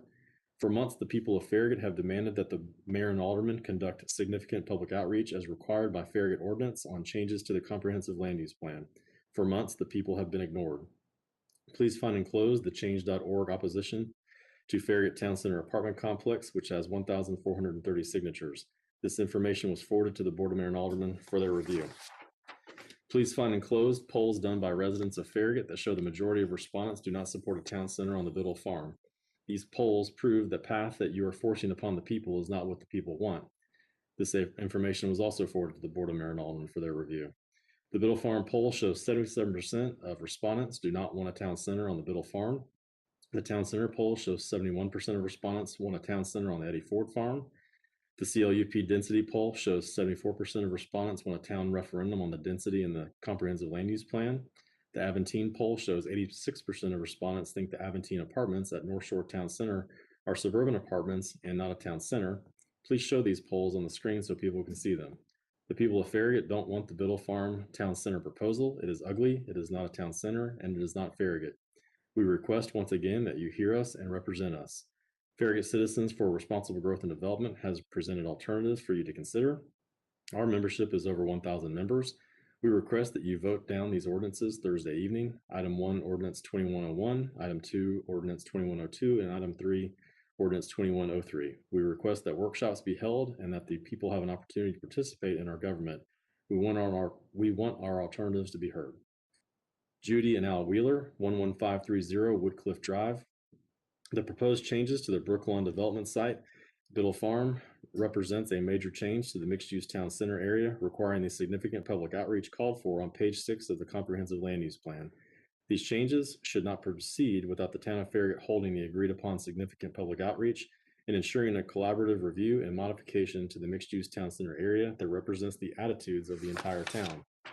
I ask that you table ordinances 2101, 2102, and 2103 until the mixed-use town center public outreach is completed and the agreed-upon changes are adopted.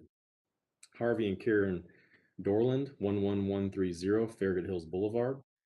Do not allow these apartment complexes to be built in our area. 95% of the citizenry of Farragut voted against this, and you're now trying to push it through anyway. We moved to this area for a certain quality of life, and if you allow this monstrosity to be built, you will ruin that quality and negate our investment in this community. We voted yes for a walkable Market Square Street type mixed-use commercial below with apartment condos above scenario with a park-like setting in the middle. Not a 60-foot tall monster apartment complex and strip mall. Apartments bring in a transient populace with all that entails. The people living in apartments are not invested in our community. This is not fair to the people who choose a certain type of lifestyle and invested their hard-earned money and time in creating that here. As far as I know, no traffic study has been performed. Without additional traffic infrastructure, I can assure you that this neighborhood, in particular, Concord Hills subdivision, cannot handle any more traffic flow. It's hard enough as it is to exit and enter this street at certain times of day. While we don't have any school-aged children here ourselves, the issue of the local schools being able to handle the additional number of children this complex could bring is another can of worms that I cannot even fathom. I hear the schools are overcrowded as is. I know personally what a nightmare it is trying to get home at certain times of day with the existing traffic of parents picking up their kids.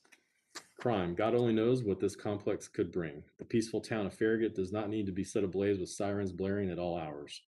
There is plenty of land elsewhere to do this monster strip mall apartment complex, land that will not impact and destroy an existing community. Please stop this bait switch now. Hear us. We are not going away. Do not allow this complex to go any further. Kimberly Caudell, 12636 Old Stage Road. Farragut Citizens for Responsible Growth and Development. The proposed changes to the Brooklawn development site, Biddle Farm, represents a major change to the mixed-use town center, requiring the significant public outreach called for on page 6 of the comprehensive land use plan. These changes should not proceed without the town of Farragut holding the agreed-upon significant public outreach, ensuring a collaborative review and modification to the mixed-use town center area that represents the attitudes of the entire town.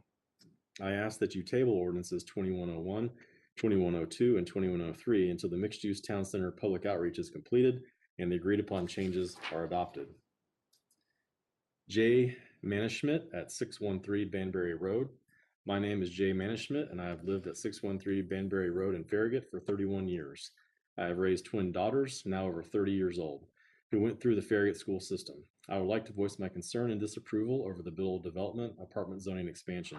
I think the ratio of dwellings to shops will be too high and will significantly worsen traffic problems in the area.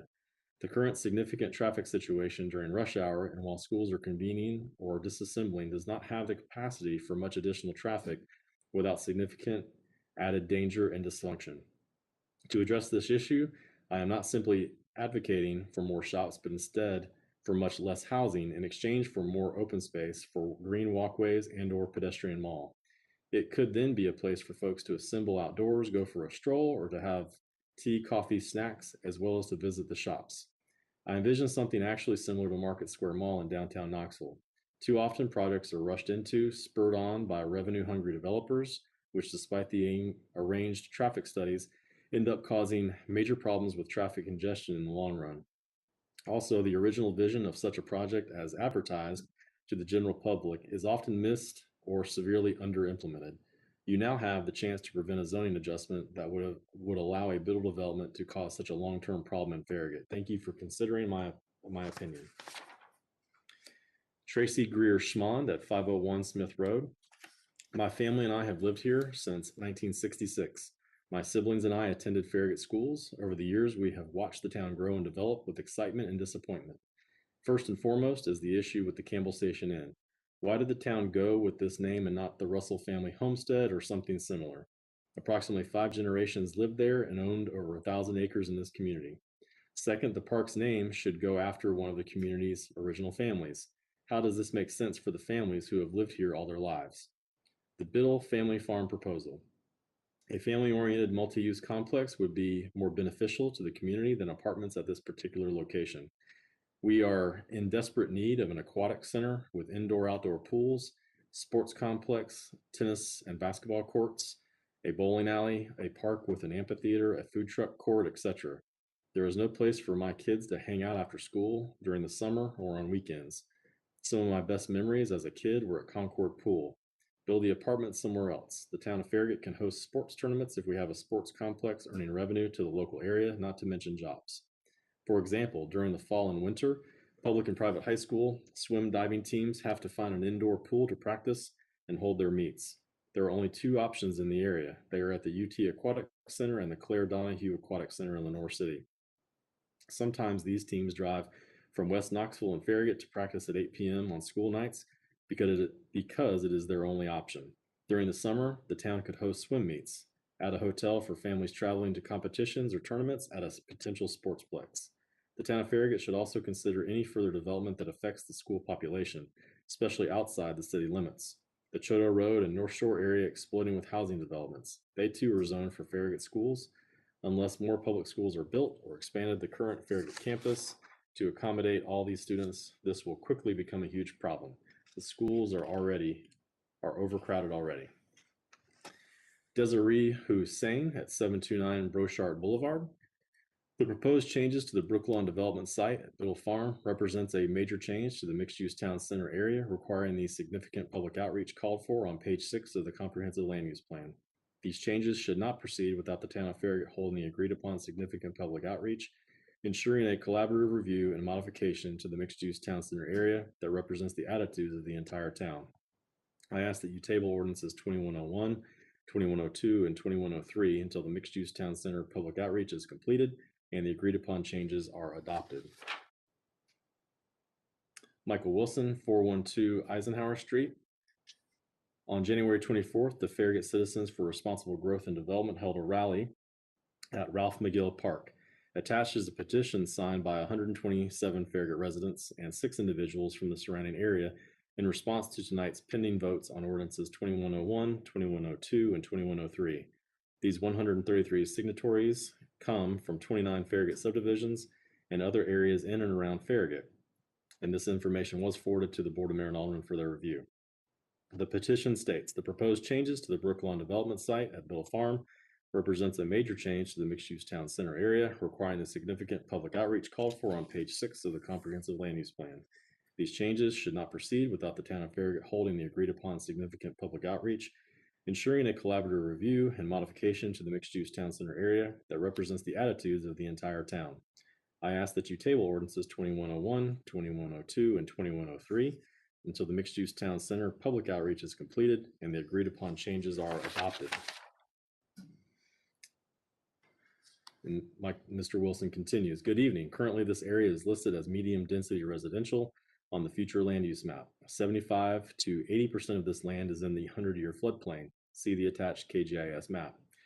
As well, the Brooklawn development site states, quote, the site has a number of challenges, but also presents a number of opportunities. The site has substantial flooding issues, which could provide a prime opportunity for open space. How this parcel was originally designated medium density residential makes no sense. It makes less sense that the town would opt to increase the density in this flood-prone location. This location also borders a main arterial road, South Campbell Station, as well as a historic cemetery. Significant flooding in either of these two areas will be a severe disruption to traffic flow and may cause significant damage to a historical site. With all of these factors, this appears to be the least logical location for a high-density residential or commercial development. As the Brooklawn development site states, this is a prime opportunity for open space such as a greenway and a Battle of Campbell Station commemorative park. This area, as well as the others in the mixed-use town center, should be reviewed through the significant public outreach process. This would facilitate a collaborative review and update to the entire mixed-use town center area. This item should be tabled until such outreach is completed and the changes adopted by this board.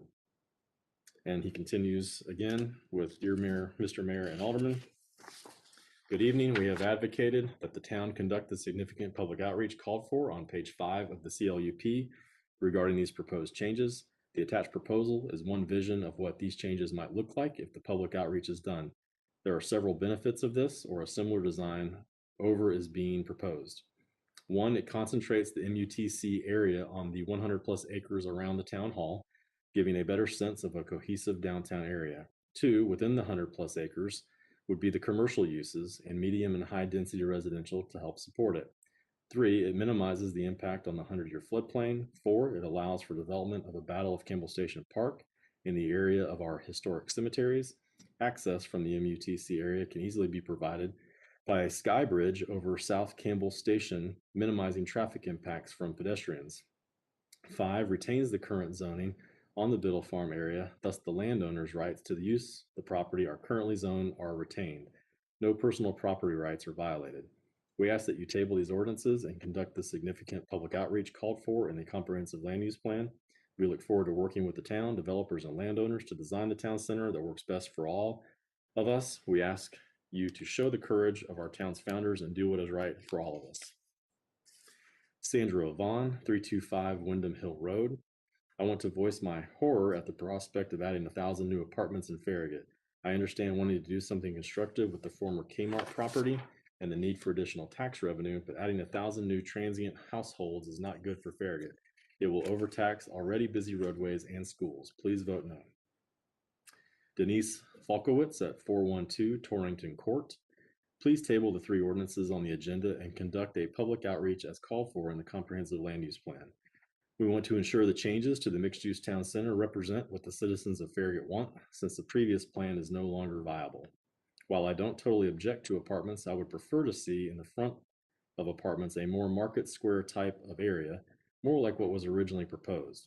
A place where you could sit outside at a cafe restaurant without traffic and exhaust fumes, somewhere you could shop and not have to worry about cars speeding, not stopping at stop signs, etc. To me, that is a true town center. What is being proposed is just more shopping center plaza buildings. Since the changes being made to the MUTC are major, I would ask that you follow the significant public outreach as called for in the land use plan and postpone any vote until that can be done.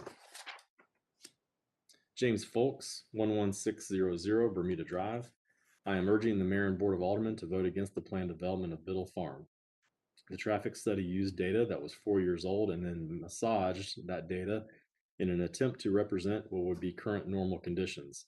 As you can see with your own eyes, even with COVID-driven traffic reductions, the Kingston Pike Campbell Station intersection is almost never clear, and it is routine to wait through 2 light cycles. Please strongly consider the likelihood that proposed 2025 traffic mitigation projects will have to be implemented much sooner than estimated. Also, please consider that recent developments to the south and west have greatly increased traffic flow for both Campbell Station, and consider that Grigsby Chapel is turning into the next Campbell-Kingston choke point. I want to thank the Mayor and Board of Aldermen for their efforts in attempting to address the old Kroger site and in considering what's best for the town. This town has always been a bedroom community, and I've always believed it needs more revenue-generating businesses to balance the burden on utility and social services. I believe business development to be the right track for this site, however, not at the much greater cost of traffic congestion and expensive traffic control upgrades. Jerry and Beth Martin at 11716 North Monticello Drive. Dear Boma, I fully support the Town Center at Biddle Farms project for 2 main reasons. First, within reasonable limits, a property owner has the right to develop their property in the manner that they choose. It is up to the owner to determine what is economically feasible and not the town of Farragut. I am quite certain that the owner-developer of this project, who has already invested a significant sum in planning, would not be doing so unless they had already determined that the project is economically viable. Secondly, the town of Farragut desperately needs a variety of housing, especially multifamily. I know of young adults who have grown up in Farragut, but as young adults, there is no place for them to live in Farragut. There are also seniors and people relocating to Farragut that need a variety of housing, like upscale apartments. There is a dearth of apartments in Farragut, as is evidenced by the fact that the owner-developer has conducted marketing studies that establishes that need. Since 1976, I have lived in 3 different single-family residences within the town of Farragut, but that does not give me the right to demand that every property owner developer build only single-family residences. I support the Town Center at Biddle Farms project. Farragut needs a variety of housing options in order to meet the needs of younger adults, empty nesters, and seniors. Multifamily units and condos are flexible and versatile housing options. That is crucial in 2021, as more people are working from home and choosing to get away from crowded urban settings. Additionally, multifamily units would give Farragut natives a chance to stay in Farragut as they strike out on their own. Our daughter and son-in-law would have loved to live in Farragut. However, they moved into luxury apartments on North Shore Drive, which became their new hub. 2 years later, they moved into the house they built off North Shore. They are unlikely to ever move back to Farragut. Such is the case with many Farragut grads. Nancy Frolio at 416 Eisenhower Street. As a voting citizen of Farragut, I request that you postpone or cancel your vote on the Farragut Town Center. There has been no stakeholder involvement and no real opportunity to comment on proposed plans. It appears to not be a town center proposal at all, but a mixed housing development requiring favorable rezoning for the developer, not the Farragut community.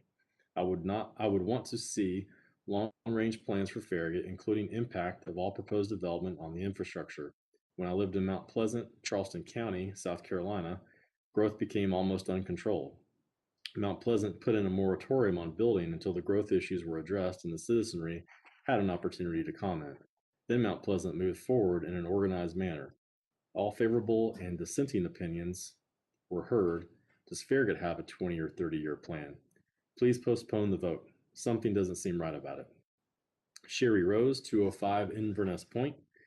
This is going to be horrific for those of us trying to drive on Kingston Pike in Farragut. I cannot imagine what this will do to the traffic problem that already exists in Turkey Creek. You represent us. We voted for each of you. Now do the right thing. Phil Dangle at 725 Andover. 100% behind this project. Much needed. Becky Dangle at 725 Andover. I am completely in favor of the development of Town Center at Biddle Farm. Elizabeth Case, 940 Pintail Road. I do not want apartments built in Farragut. Christine Demaro, with the plans of the apartment developments on the Biddle property, has the town planned a road improvement and new road construction?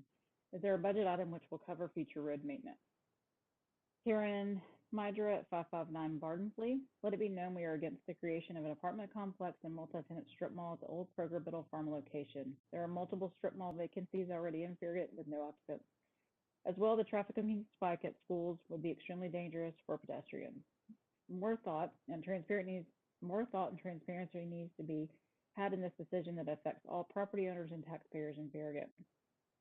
Don and Sheila Schreider at 301 Bernie.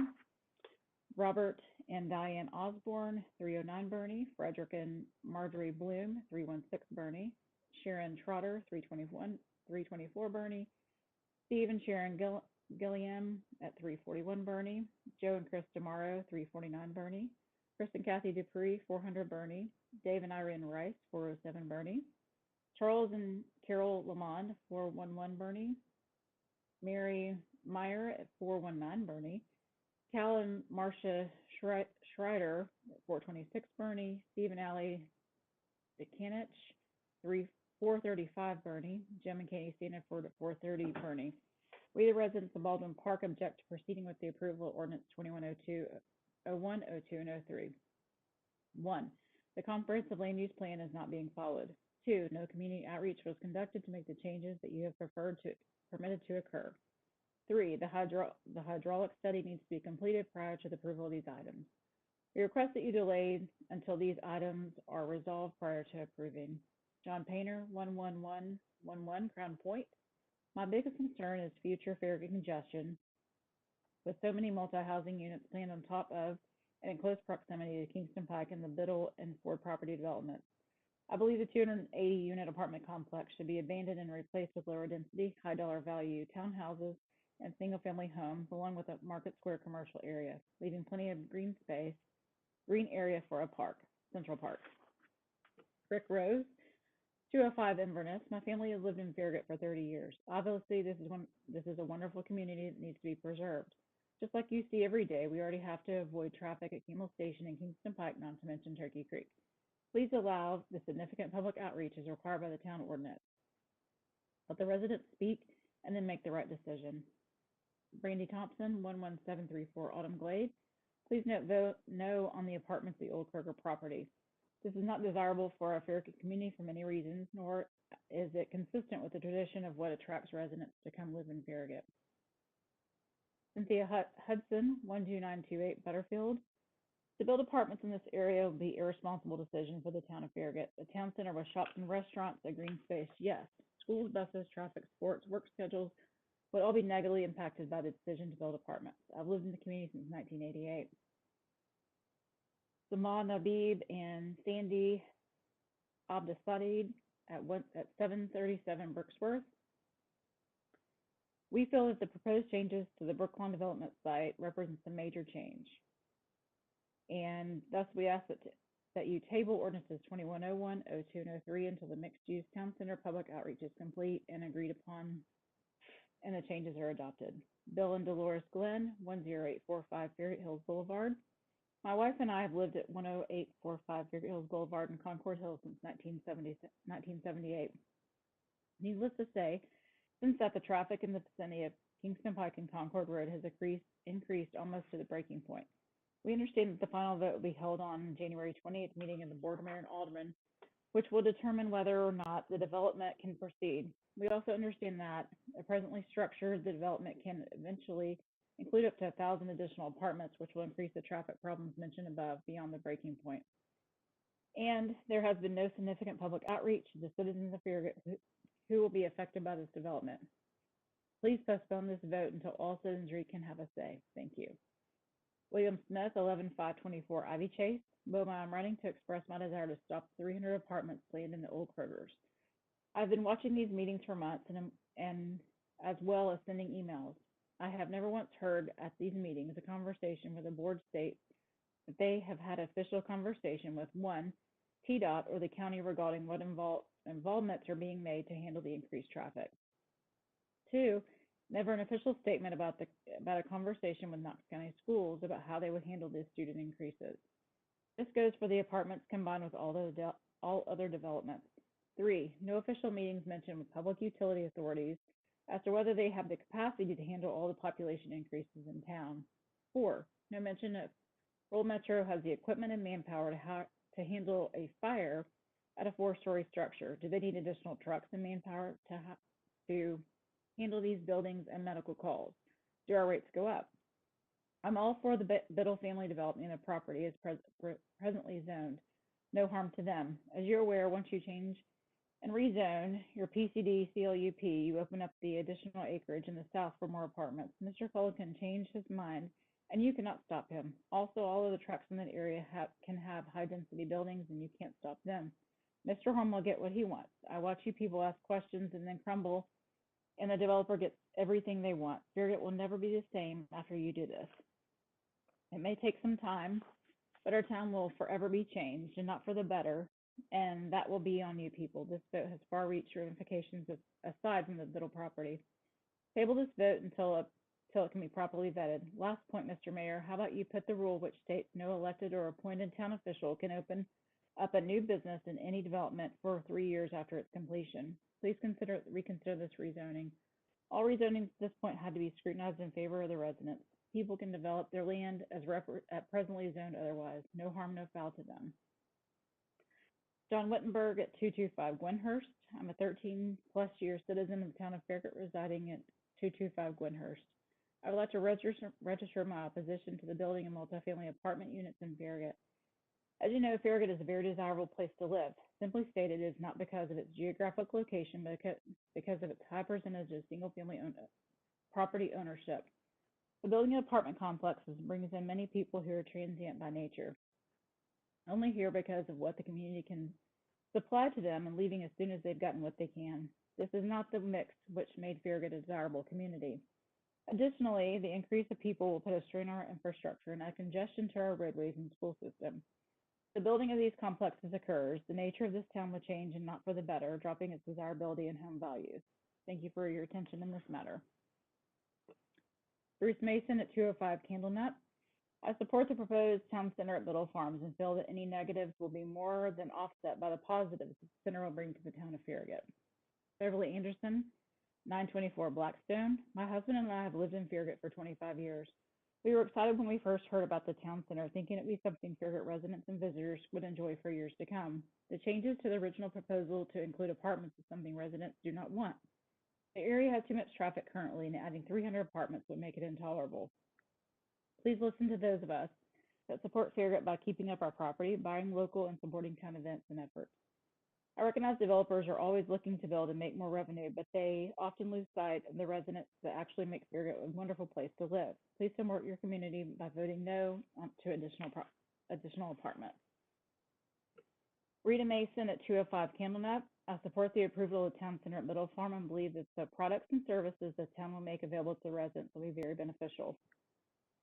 Joe and Margaret Cacciatore, 12108 Aspenwood Drive. We object to the change of plans that would bring in more apartments, change the face and character of Farragut, and all without consulting the citizens in Farragut. We've been living Farragut since the beginning and have endured many changes. This one is intolerable and sets us on a very dangerous course. This isn't Washington, and we still have a voice. You are not listening or even asking what we want. You're required to do so through public outreach, surveys, citizen meetings, etc. Anything less is in violation of our trust, both morally and legally. Joanne Richards, 11044 Farragut Hills Boulevard. It's a disgrace that you've not determined what the residents want. You have been elected by us, yet you are ignoring our views. We do not want overcrowded schools, increased traffic, high-rise apartments, or more litter. Just take a look at the current property Mr. Biddle is responsible for. We do not need more empty buildings like we have now. You have built 2 wonderful parks and recreation areas in the western boundary of Farragut, close to where all of you live. How many of you have kids in our local schools? 1 of you at the most. We moved here 43 years ago and raised our family here. We like new businesses and neighborhoods, but not traffic and high-rise living dwellings. If you feel Farragut needs this so bad, put it on your end of town. Then you can enjoy everything that comes with it. Josh Rubin, the Farragut Governors. Good afternoon. I'm messaging you today to express my opinion that the city should not vote in support of the buildings of the apartments. Myself and many people choose to move to Farragut because we like what it is, not what you plan to turn it into. The schools are already crowded enough, and many residents do not appreciate the bait and switch policy of trying to gain support from the Market Square style proposal just to roll over and try to pass a standard apartment building in our city. At what point does the mayor and board stop trying to push this type of development for the benefit of making some developers a quick buck at the expense of the residents? If we want to live in an area with a bunch of apartment buildings and a massive amount of stores to support them, we would move to one. My understanding is that this is exactly the situation the Farragut zoning was intended to avoid.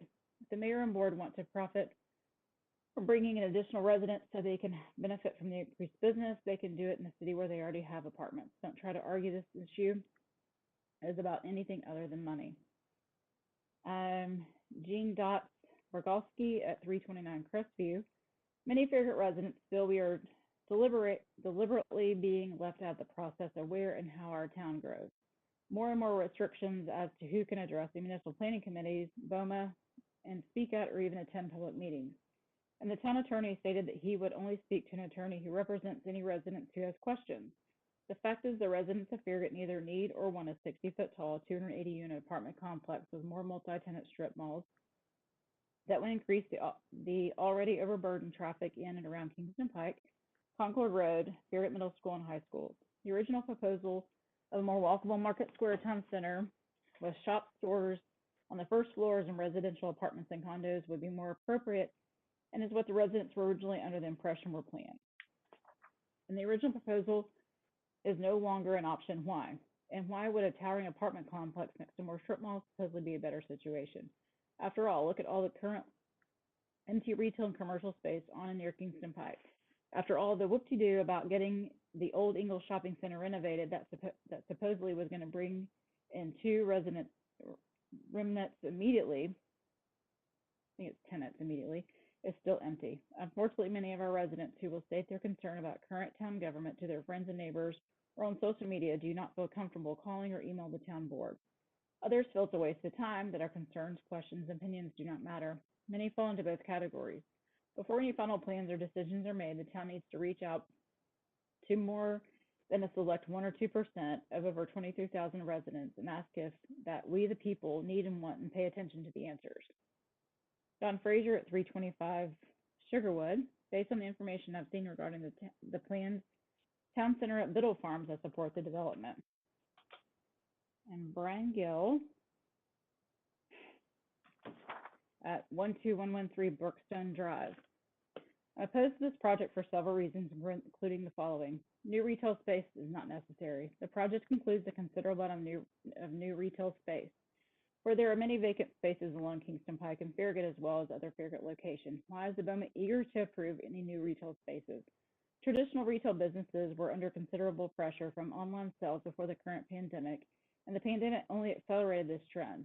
At present, it appears the pandemic will be with us for many more months, perhaps the entire year and beyond. The economic pressure on a traditional brick-and-mortar retail establishments will continue and extend beyond the end of the pandemic. Many retail businesses have gone bankrupt. It appears the overall retail industry will be permanently affected by the continued growth in online sales.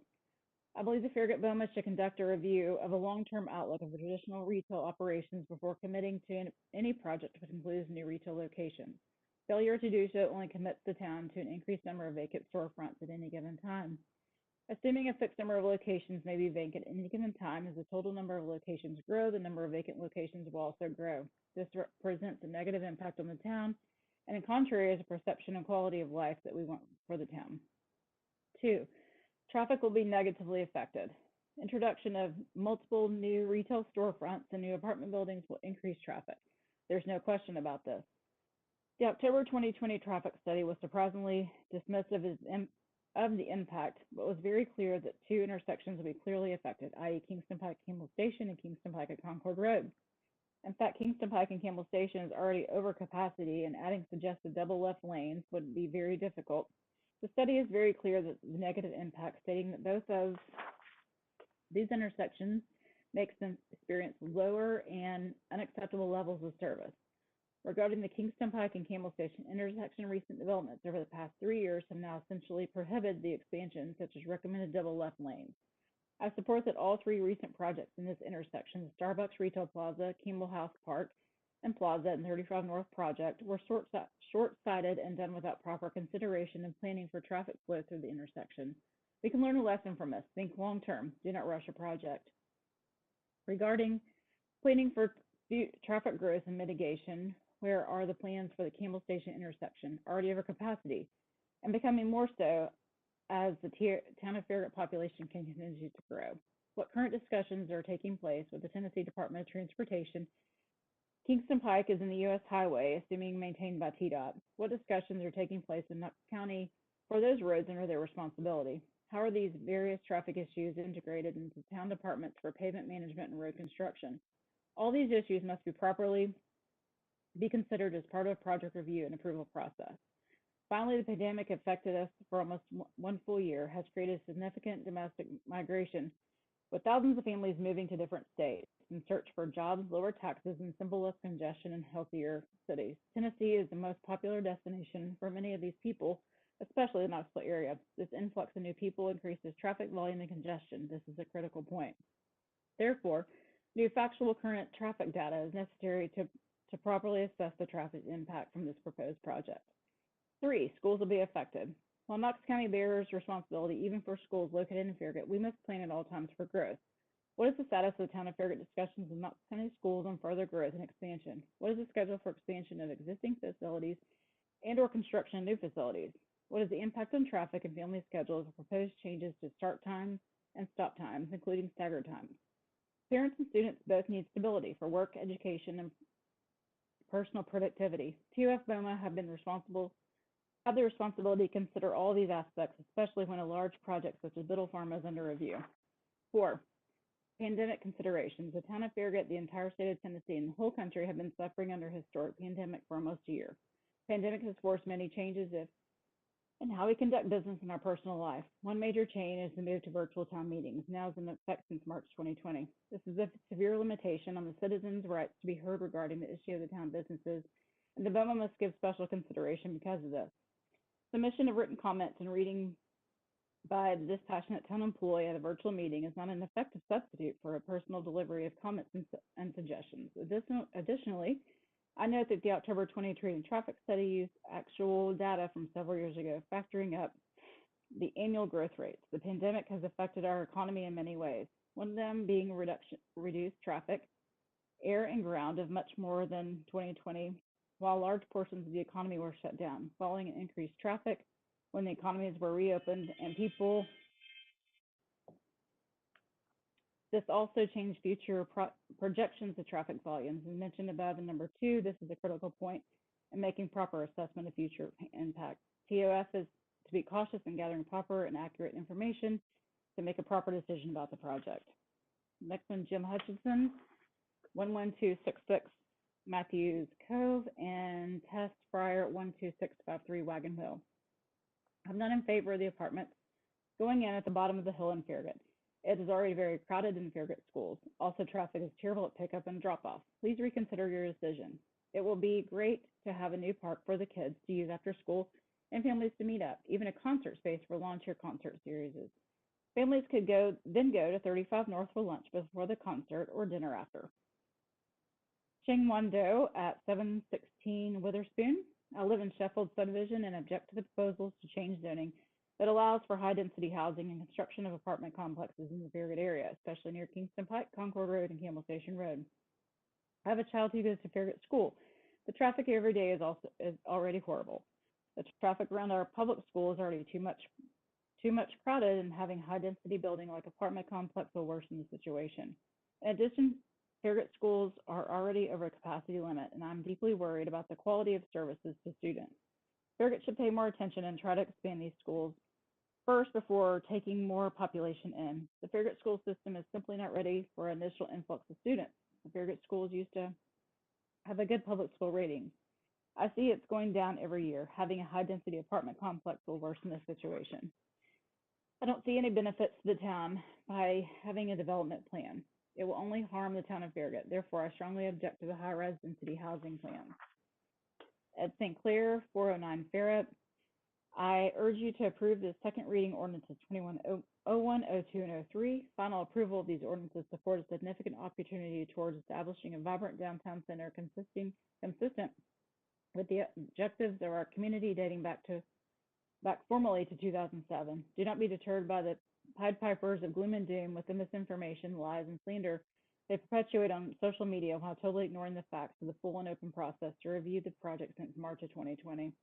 It is one thing to have an opinion and disagree on an agenda item while bringing forth points for consideration and debate, but it's disgusting for them to purposely mislead the people of Farragut, misrepresent and ignore the facts, call members of FMPC and BOMA cowards, and hide behind their keyboards while whining over and over about COVID restrictions restricting their rights. Stay the course for the betterment of our entire community and improve the ordinances. Irma Acevedo at 559 Wyndham Home. No more apartments. Kathleen Leavicius at 360 Farragut Crossing. I'm writing in reference to the vote scheduled for Thursday, January 28th to allow additional apartments to be added to the old Kroger and Ford properties. This action should not take place without significant public outreach and comment by the citizens of Farragut like myself. I've lived here since 2004. Please keep Farragut a wonderful, idyllic community where people know one another from school, the neighborhood, and their places of worship. The addition of numerous apartments in Farragut will adversely affect the sense of community we have cultivated as people rotate in and out of these apartments and have no stake in the future of their town. Surely there are better uses to the land at the old Kroger and Ford properties than more apartments. Casper Kramer at 403 Moser. Please do not approve zoning changes that will allow apartment dwellings of a four-story type. If you must, limit buildings in this area to no more than 2 stories. I'm not against growth and development, but let's keep things consistent with the overall nature of this area. Robert Brown, 616 Commodore, against, due to hydrology issues and traffic safety. Wayne Hyder at 11404 Gates Mill. I'm in opposition to the current plan for the Biddle property. The strip mall and larger apartment complexes deviates from the original mixed-use town center plan that was proposed with businesses and residential structures, and if feel is in violation of the comprehensive land use plan. As proposed, the plan will increase the traffic congestion on Kingston Pike, Concord Road, Campbell Station Road, not to mention the additional traffic going to and from Farragut intermediate, high, and middle schools. It's also my understanding that there has been no hydrology study on the property, which lies within the FEMA floodplain. With COVID restrictions, there's been no ability for residents to voice their opinion directly face-to-face to the board. I requested the BOMA this coming Thursday table the vote on the plan until the town has completely significant public outreach to fully gauge the level of opposition and then work with the developer and residents to craft a more palatable solution. Dennis Werner, 12113 Aspenwood. My household is opposed to the building of apartments at the town center development. I am not opposed to the town center, but I'm opposed to building of the apartments. Vegas, Lavasucius, 360 Farragut Crossing. I'm a resident of Farragut since 2004. I vote in our elections. I write to you concerning the vote scheduled for Thursday to allow the additional apartments to be added to Old Kroger and Ford properties. This action should not take place without significant public outreach and comments by citizens of Farragut. This will not happen. This has not happened. The COVID pandemic and chaotic situation has created makes public consultation more important, not less. Much deliberation and public discussion is called for before taking this step to allow for numerous apartments on the land of the old Kroger and Ford properties, a step that will change the character of Farragut that we all love and treasure. Please defer the vote and create a context for wide public input and discussion. Ted and Glenda Ryan, 10720 Farragut Hills. We are very opposed to the proposed Biddle Farms development. Farragut does not have the infrastructure to support the development. Water, sewage, and especially roads are totally inadequate for this development. Next, you will be proposing increased taxes and water and sewer rates to support the increases which will be required. Be honest and tell us the total cost for Farragut and the surrounding development to support the development for the next 10 years. We've enjoyed living in Farragut for 44 years. Jim and Mary Coffey at 11108 Flotilla. We state our firm opposition to rezoning the Brooklawn development site, Biddle Farm, from C1 to R2 to PCD, which will allow for 286 tall, high-density apartments to be included in the said development. The proposed changes request a major change, the mixed-use town center requiring significant public outreach called for on page 6. These changes should not proceed without the town holding the agreed-upon significant outreach to ensure the collaborative review and modifications of the mixed-use town center area. The PCD will turn our calm, semi-urban, low building height town into another bustling, high-rise Knoxville-type community. We had a choice when we invested in our home, and we chose Farragut. Please cease and desist from eliminating the remaining open space that we all enjoy. Low-rise apartments are fine if placed on the peripheral of our town, not in the pinch point. Let Biddle Farm zoning stay as it is with whatever traffic flows, and don't fill any of this land with multi-story apartments. The 4 property owners and others will demand to follow suit. We respect the Biddle's property rights as we enjoy our own. You might even consider purchasing 26 acres of land near the Biddle floodplain and creating another beautiful landscape multi-use facility like McPhee Park. We ask that you table ordinances 2102, 102, and 03 until the mixed-use town center public outreach is complete and the agreed-upon changes are adopted. We can do this transparently. Farragut residents deserve better. Thank you. Priscilla Dietz at 532 Smith Road. I would love to see the area developed, include retail shops, green space, loft condos of some sort. Farragut does not need another big box store. Melissa Snyder, 12100 Aspenwood. I want to express my opinion that we need no more apartments or large housing developed in the Farragut area. The streets are overly congested as well as our schools. I know the vote is coming up this week and would like to express my opinion that we do not need to allow any more apartments to be developed in Farragut. James and Carol Taylor at 11108 Windward. Thank you for your outreach on these issues, but much of it seems to be an attempt to the true political drive of the money, owner and construction, with a cover of detailed legal zoning issues. It looks like a done deal without due consideration of the desires of Farragut residents. We neither want nor need these apartment towers and their attendant traffic congestions. We cannot absorb the intrusion. It is already a trial to get out of Concord Hills despite traffic regulating lights at both ends of Concord Road. As a town center project, the Ford Horn Town Center makes much more sense. The property is truly in the town center and a logical neighbor to the town hall and the post office. Traffic flow could easily be handled by Kingston Pike and the road to the town hall. The proposed Ford and Horn plan appears both functional, desired, and aesthetically pleasing. As a faithful voter and a long-term resident of the town of Farragut, I do hope this letter or petition is read into the minutes for the Thursday, January 28th meeting. In sum, we do not want the Biddle plan with the intrusion of the apartments and traffic. Instead, we would like for the Ford Horn plan of Farragut's town center constructed. It would be beautiful, logically centered of this project we love and call home, the town of Farragut. Marcy and Oliver Frankel at 11109 Flotilla. We're completely against the rezoning to allow high-density apartments. The 2012 plan specified a development similar to Market Square vertical mixed-use buildings, commercial and retail on the first floor and residential on the above floors. This is not the plan that was being proposed today with 280 apartments. We are current residents of Concord Hills. We are surrounded by traffic on Campbell Station Road and Concord Road every day. We have a child starting in the already overcrowded Farragut school system. Apartments in the dead center of town is not the look or the feel residents of the town of Farragut want. It would be nice if the town would buy this land and put a multi-use development similar to McPhee Park. We have enough retail space and development. Please listen to the residents of Farragut. Thomas and Patricia Manley at 11117 Windward. We have been the residents since October of 1999. This is our second home that we've owned in Concord Hills. The first one was at 10724 Farragut Hills Boulevard. We were there from February 1988 until October of 1999. We have thoroughly enjoyed living in Farragut all these years. For us, the town of Farragut has the charm of a small town with all the benefits of being adjacent to a wide variety of retail outlets, restaurants, churches, etc., without the hustle and bustle of a large city. This is the reason we moved out of Knoxville to Farragut, to get away from all the noise and heavy traffic. We both disapprove of having high-density housing apartments right in the center of our community. We believe this development will have a significant impact on our neighborhood and thus devalue the value of our homes, which for most people is the most expensive asset they will have in a lifetime.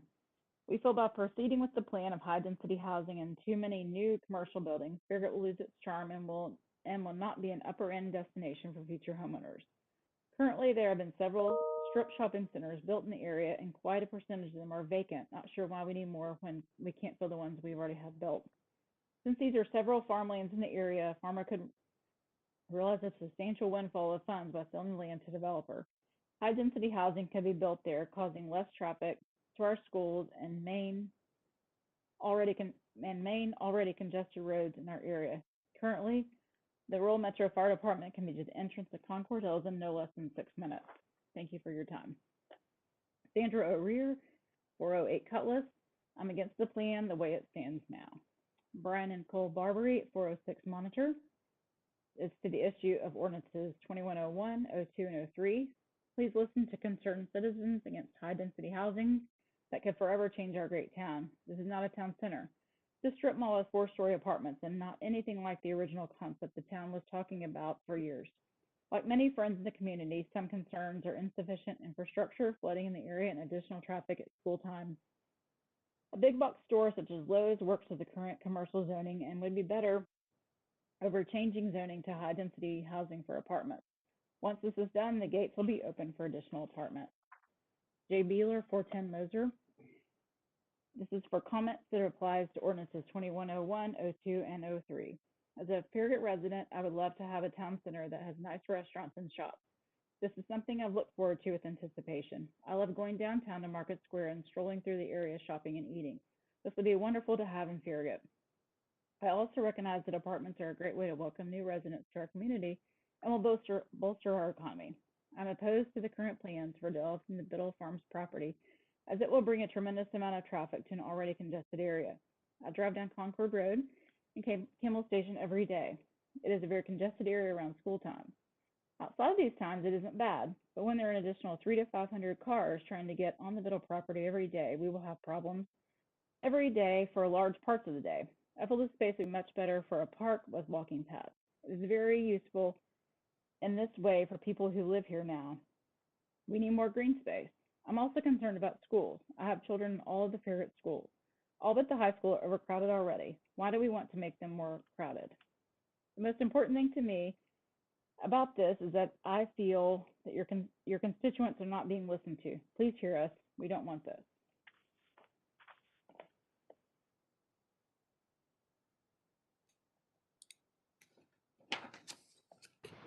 Okay, Allison, are you done? No, sir. We still have a No, few more. sir. Okay. All right. Next up is Jimmy Jansen at 11353 Hawkstone Lane. The proposed changes to the Brookline development site, Biddle Farm, represents a major change to the mixed-use town center area, requiring the significant public outreach called for on page 6 of the comprehensive land use plan. These changes should not proceed without the town of Farragut holding the agreed-upon significant public outreach, ensuring a collaborative review and modification to the mixed-use town center area that represents the attitudes of the entire town. I ask that you table ordinances 2101, 2102, and 2103 until the mixed-use town center public outreach is completed and the agreed-upon changes are adopted. John and Michelle Holzrager at 345 Bernie Circle. Thanks for your work and the work of your staff on the mixed-use town center project. I support the project as currently proposed. Scarlett Masson at 603 Lark Meadow Drive. When my husband retired after 28 years from the military, we knew we wanted to move to the Knoxville area. After looking at multiple homes in every corner of Knoxville, we settled on Farragut. We love the small town feel and convenience of the area. Our forever home is located in the Sweetbriar subdivision. In the 2 years we have lived here, we are second guessing our choice. First issue we ran into was the 5G that is being placed in our neighborhood. The town of Farragut didn't really fight for the homeowners on this front. And now an apartment complex is being forced through, which will cause a number of issues that will affect homeowners in the area. One of the arguments we hear is this is personal property and the town should not have any control over what the owner does with the land. We don't agree with this. If what is being done by one owner negatively affects the other residents of the area, then the town should step in and regulate what is being proposed. If the town has no say in such things, then why do we as homeowners have to file for a permit to make any changes to our home, but another owner can sell their property and to a party and in essence infringe on the quiet enjoyment of my home? I believe that the town of Farragut can step in and help the property owner make a better choice for this town. An apartment complex in the middle of town will take away from the small town feel of the area It will add to traffic congestion, school overcrowding, and dangerous conditions before and after school for the students already enrolled in the middle and high school, not to mention taking away from the draw of the town. We chose Farragut because of the upper scale living, pride in home ownership, and property value. Adding multiple apartment complexes and overpopulating the area will lower our property value. We are against the proposed apartments and strip mall. We would love to see a town center with shopping and condos, townhouses. It is within the power of the board to make this decision, and it should be decided by the desire of the majority of the citizens in town. Hayden Oakley, 11103 Crown Point Drive. Please listen to your residents. It is not some small, crazy set of people against this development proposal rezoning request. The majority do not want an apartment complex as part of our town center. You should not hide behind the claim that this change to the CLUP is not significant. As government officials, you should actively seek the desires of your residents without fear of the outcome. You should be above reproach and not avoid this important and necessary outreach. Please listen and do not continue to dismiss your constituents. This item must be tabled until further outreach is completed. Thank you. Jennifer Oakley at 11103 Crown Point Drive. I am so discouraged by what is happening regarding the town center and standalone apartments. I understand that you and I would love to see a town center at the old Kroger location. I understand that you do not feel that changing the zoning to high-density residential is significant. However, I do believe that if you would poll the good people of Farragut, the people you are representing, then you'd find that actually that change is very significant. I would love a town center, but not if it comes with standalone apartments. I would choose the old Kroger as it is if the other option is an apartment complex. Please just poll your constituents. I know things have gotten very negative between both sides of this issue. However, though it may make you angry, please do not vote based on your emotions towards some of the naysayers. Please just table this vote and poll Farragut. Find out. This change is significant and does not deserve to be pushed through based on the voices of just 5 people.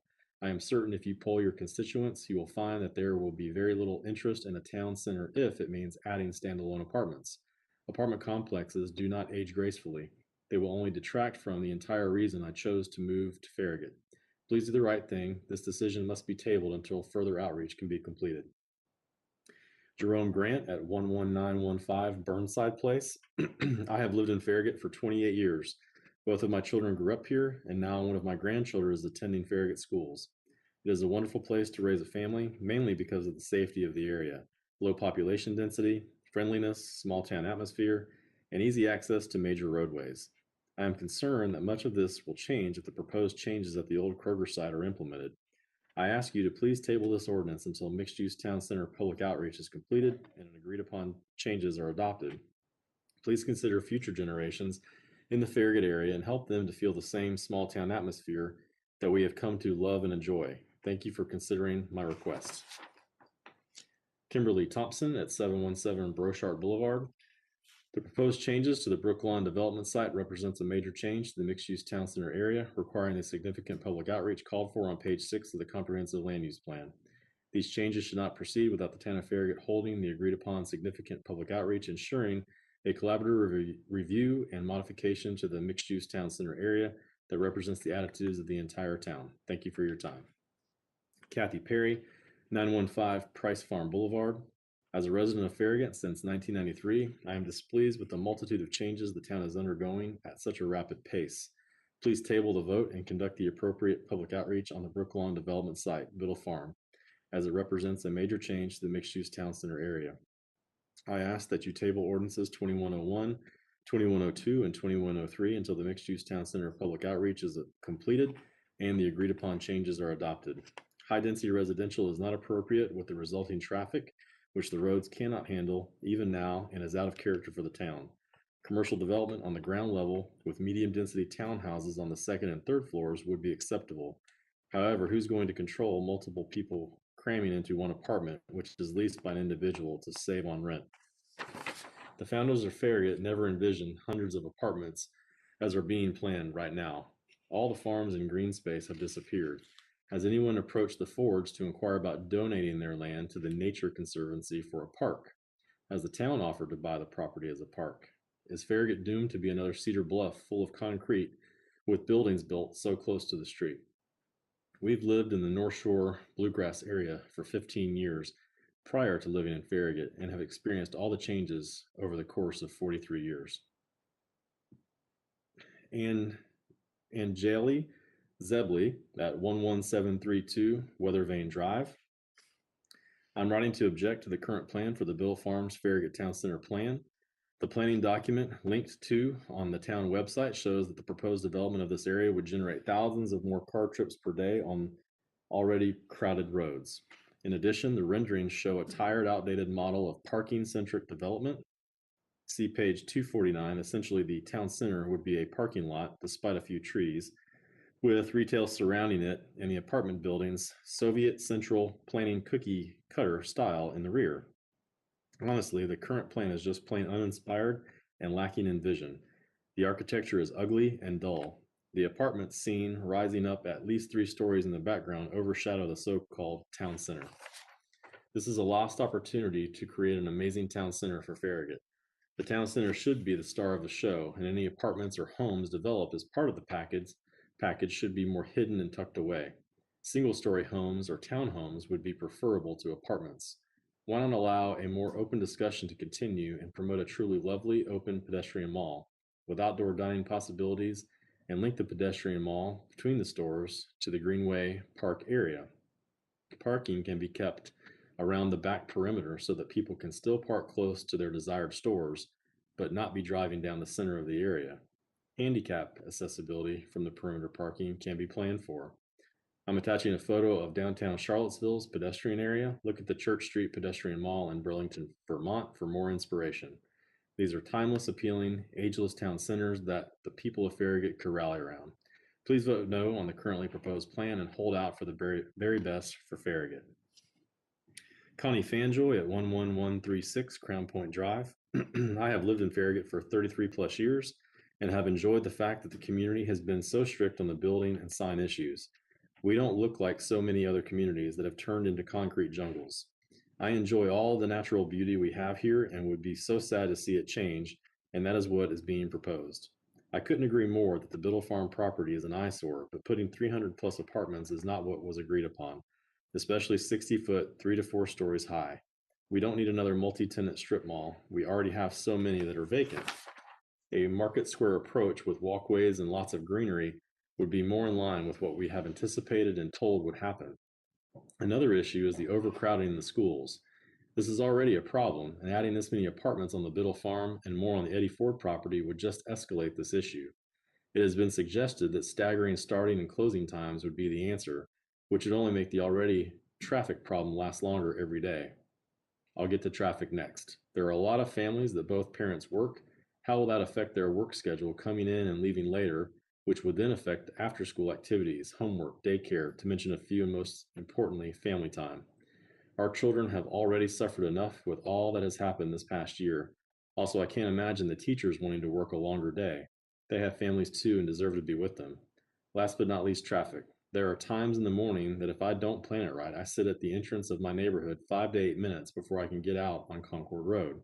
I can't imagine what the wait would be if what is being proposed happens. The extra traffic on Kingston Pike and Campbell Station would be dangerous.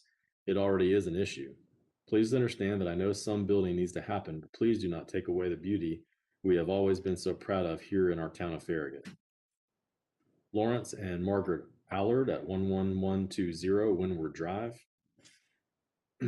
This is to register our strong concerns regarding the current status of the town of Farragut's mixed-use town center. We understand that the original comprehensive land use plan has been significantly revised and that the CLUP specifies that when a significant change is made to the CLUP, the town is required top conduct significant public outreach. The Concord Hills Homeowners Association also has strong concerns about the town making this significant change without conducting any public involvement or discussion. It is our understanding that if fully developed under the new plan, traffic on both Concord Road and Campbell Station Road will be severely impacted, as both intersections of these roads with Kingston Pike are currently at or over capacity. We request that further decisions on progressing with the new plan be held until the traffic concerns can be satisfactorily addressed. John Aiken at 12144 Brookstone Drive. The proposed changes to the Brooklawn development site at Biddle Farm represent a major change to the mixed-use town center area requiring the significant public outreach called for on page 6 of the comprehensive land use plan. These changes should not proceed without the town of Farragut holding the agreed upon significant public outreach, ensuring a collaborative review and modification to the mixed-use town center area that represents the attitudes of the entire town. I ask that you table ordinances 2101, 2102, and 2103 until the mixed-use town center public outreach is completed and the agreed upon changes are adopted. Enclosed is an online survey I put together about concerns regarding the staggering the start and end times of Farragut middle or high schools to accommodate the increased traffic from the town center. This survey shows that 217 responses, 63% are concerned about the proposed change. Safety of students should also be of utmost concern. Increased traffic where kids will be crossing Kingston Pike to get to and from school is a major issue with this project. Allow the town the type of town center that was agreed upon, vertical mixed use, or revisit what the people of the town want. We do not need two town centers. The Ford property is much better suited for the town center, as it does not lie within a floodplain and is adjacent to the town hall. The Biddle property could be bought by the town and made into a nice park. Please consider the long-term issues of this development and listen to your people. Do not leave us the lasting legacy of an ugly apartment complex that will deteriorate over time. Other parts of West Knoxville are full of apartments. The lack of apartments sets Farragut apart. Kate Serene at 11203 Crown Point Drive. Please read and include this email before voting regarding more apartments being constructed in the town of Farragut, particularly the properties often referred to as the Biddle Farm and Ford Farm. The area has changed a great deal since I arrived in 2015. Dozens of new subdivisions and multiple apartment complexes have been constructed all over the area and in and around Farragut. I don't feel more are necessary, especially at the two properties locations being debated, referred to as the Ford and Biddle properties. I do believe commercial development is appropriate, but hundreds of apartments are not. It would be lovely to build condos or even worst case, 100 apartments, but an apartment complex on top of commercial space at 4+ stories will completely change the feel of Farragut from a single family home and quiet area for families to an urban suburb, which is exactly what I was trying to get away from when I chose Farragut. Traffic is bad enough during most of the day, every day. It's really bad during school drop-off and pickup times, and generally heavy during morning and evening rush hours. I live directly off of Concord Road and Concord Hills, so I will be impacted directly on a daily basis. I believe more apartments here will only affect Farragut and surrounding areas negatively.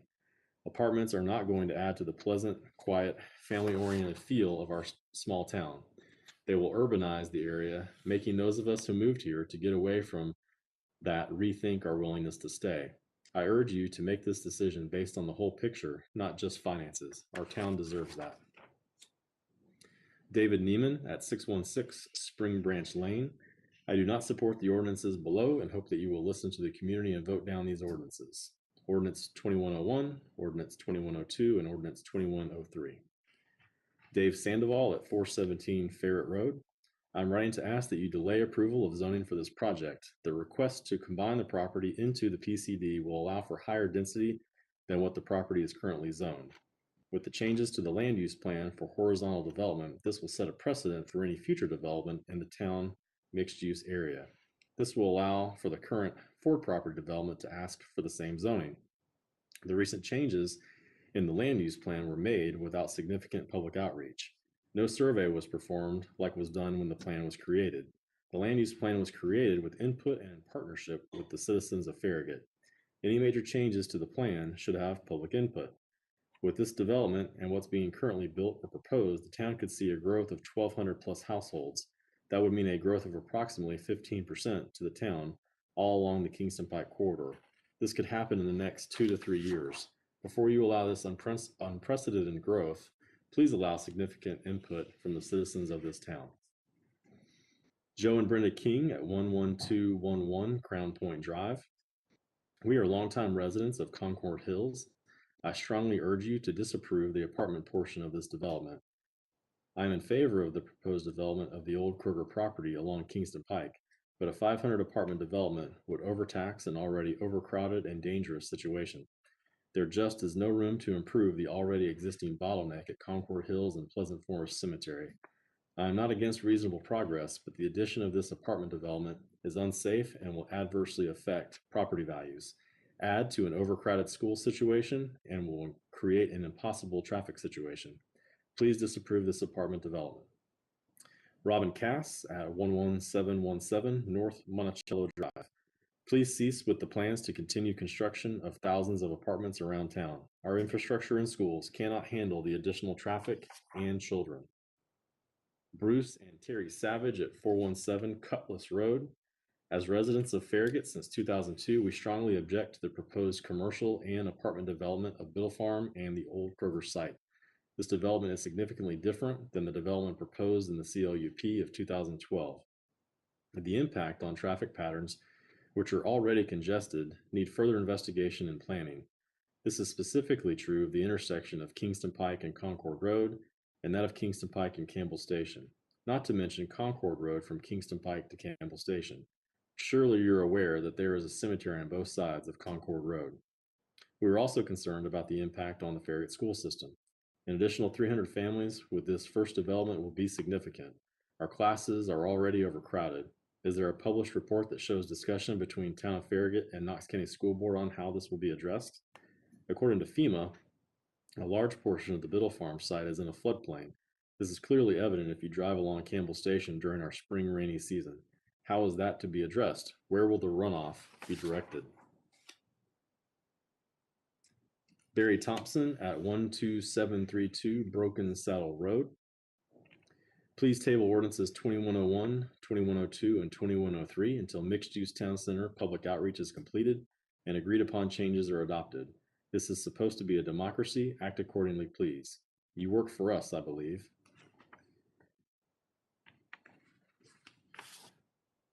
Next up is from the Concord Hills Homeowners Association.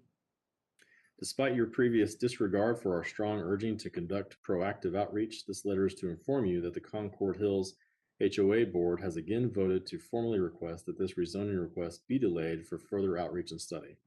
Our primary concerns are both the complete lack of proactive outreach and openness to hear the opinions of Farragut residents about this development, and also the safety traffic issues that would be worsened by the high-density housing currently proposed.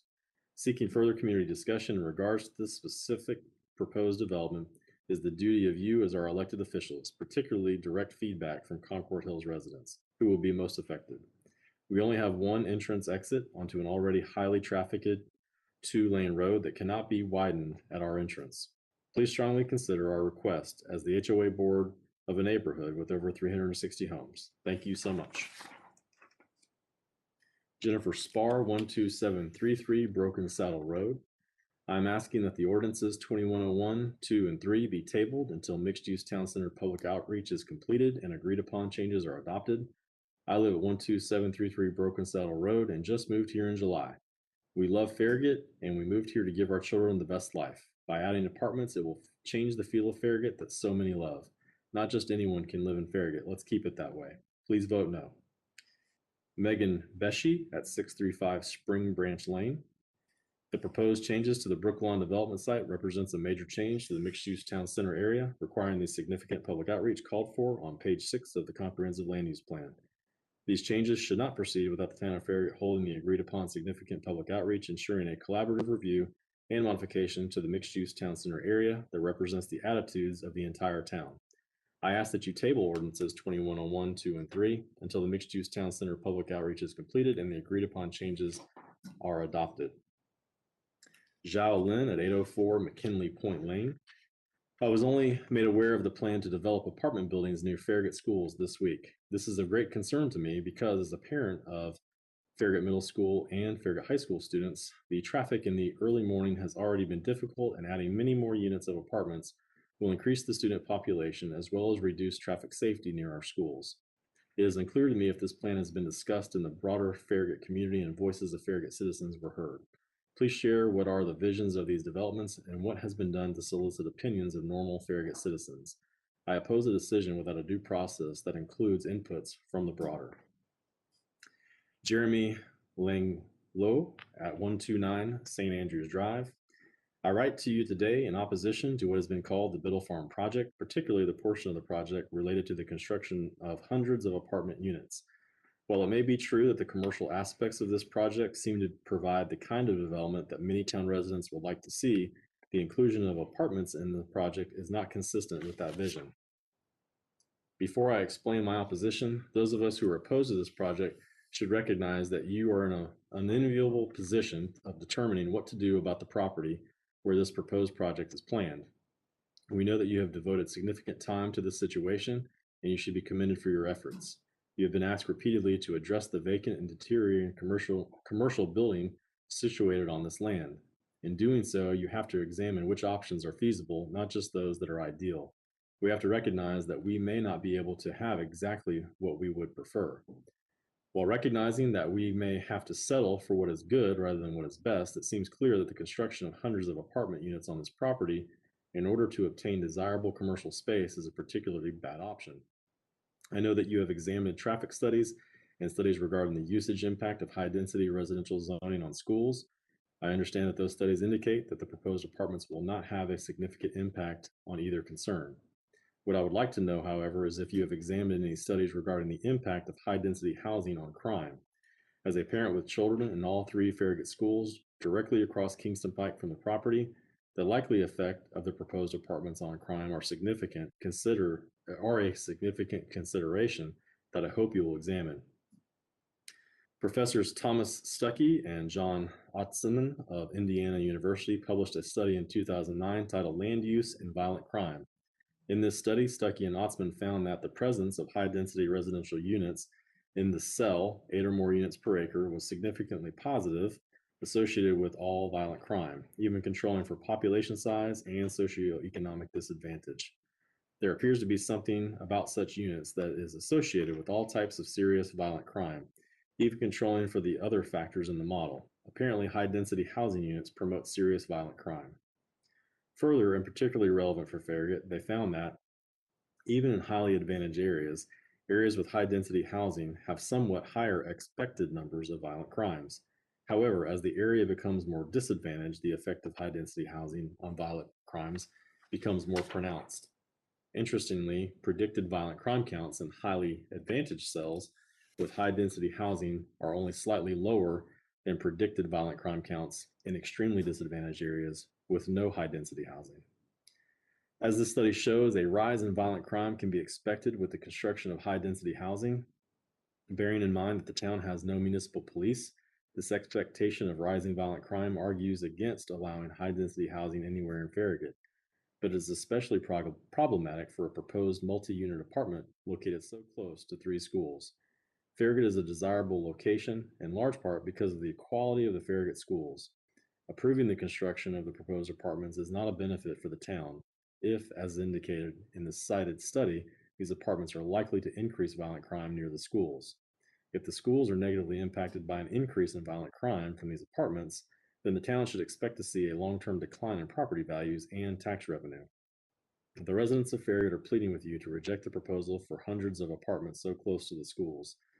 This project simply is not appropriate for this location. It is within your power to regulate land usage in Farragut, and we have placed our trust in you to make decisions that are best for the entire town. Next up is Joseph Ballant, 336 Heathermore Road. I wish to oppose the plan to build apartments at the old Kroger site and hope that the mayor and board of aldermen will also oppose such a plan. There is already way too much traffic at the intersection of Kingston Pike and Campbell Station Road, and additional apartments will just make it a nightmare scenario. I also oppose such an apartment building, which would increase class size in our schools and add to the number of school buses on our roads during rush hour. Tim and Mary Casey at 324 Bel Air Drive. My wife and I have lived in Farragut since 1997. I'm happy to see growth in our community. I'm concerned that our roadways have reached capacity. With a proposal of 280 plus apartments, I have concerns that I would like to share for your consideration. I believe that this proposal will further congest our roads. I am also concerned that children in the Farragut school system can be placed to other school systems, which has happened in the past. I believe that homeowners should have the priority. Furthermore, I've heard that possible solutions to relieve congestion is 1, use Jamestown Boulevard as a bypass, stagger schools to start times.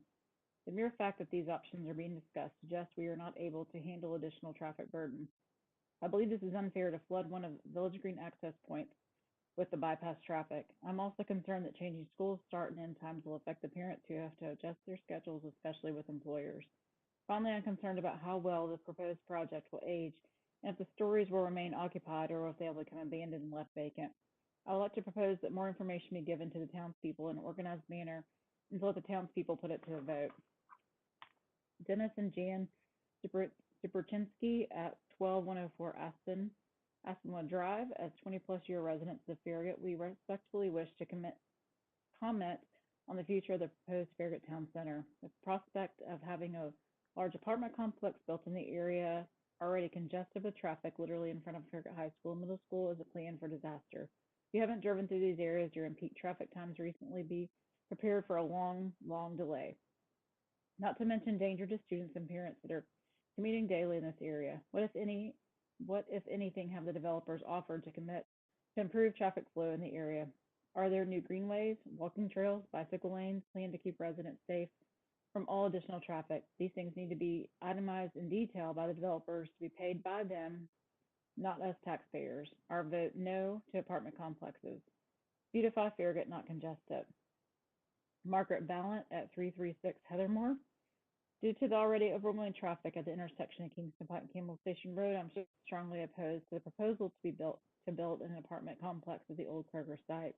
In addition to the traffic problem that such a proposal would create, it would also increase class sizes at our local community schools. And school buses will add to the growing traffic congestion in our area. Warren and Nancy Thomas at 317 Clover Fork. Be advised that the undersigned are opposed to the proposed apartment developments in the Biddle Farm and Ford properties and opposed to the additional traffic density and infrastructure burdens they represent. The lack of public input allows the regards to this proposed development has purposely been calculated to silence opposition to it. Jennifer and Matt Padut at 12710 Pepperwood. As residents of Farragut, we are opposed to the inclusion of apartment buildings in the Brookline development plan. The continuous development of Farragut land into single multifamily residential is leading to traffic issues and overcrowding of public schools. From comments published by Alderman Meyer, BOMA has not consulted Knox County Schools to develop an action plan with a potential increase in student population. Restricting Farragut homes into other schools will decrease home values. We speak from experience as our home saw significant value increase when rezoned to Farragut High School from Hardin Valley High School. Please take time to fully consider all the implications of the CLUP and the impact on current Farragut citizens before moving forward with any changes. Lori Cox at 13206 Clear Ridge.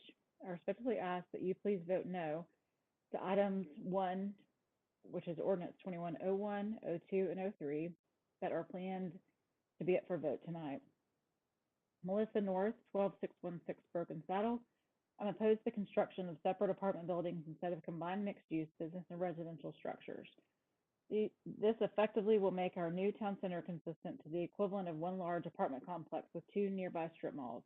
I agree this is contrary to what the residents of Farragut envisioned this development to be in the opposition to what the comprehensive land use plan proposed.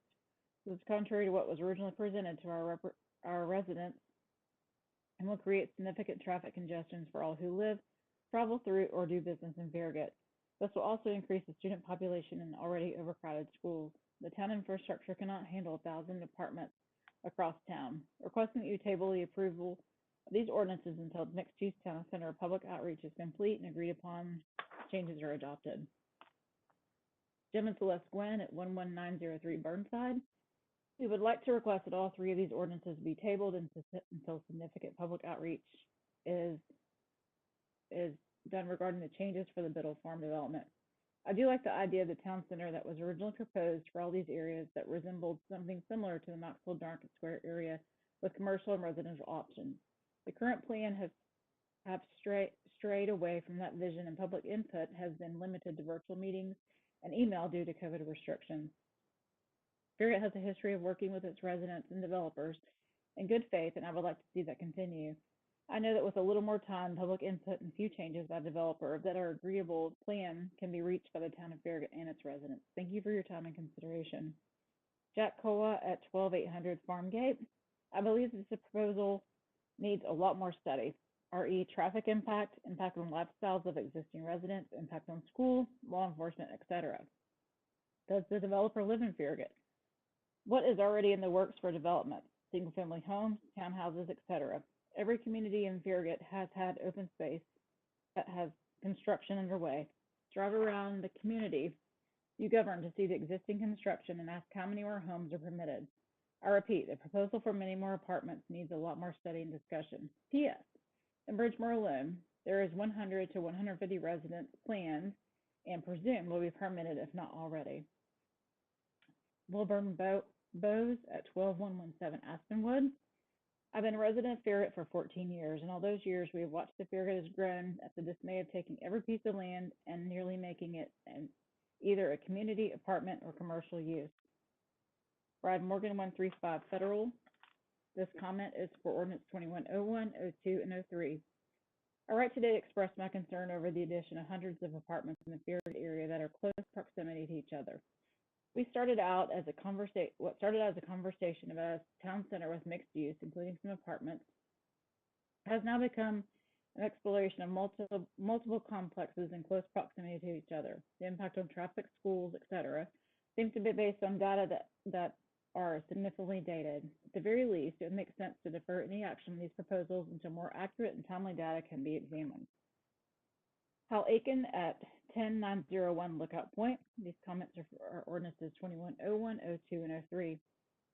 I have previously written to the Farragut Board of Mayor and Aldermen, as well as the Planning Commission on 3 occasions, September 24th, October 7th, and November 18th, expressing my opposition to the proposed development on the property occupied by the old Kroger building and the adjacent property identified as the Biddle Farm. As this is again on the BOMA agenda, I implore you to please take an opportunity to rethink the implications of this project as proposed. Hear the rational arguments that have been raised against it and do what is right to preserve Farragut. I would ask you to act now to avoid negative consequences that this project, should it proceed unamended, would bring. Change is necessary and inevitable. However, we all depend on our town leadership to champion only those changes that will make Farragut a better place to live, work, study, and raise families. A properly planned town center would do this, and I believe there would be a wide agreement in favor of a cluster of small shops and residents above a 2-story building.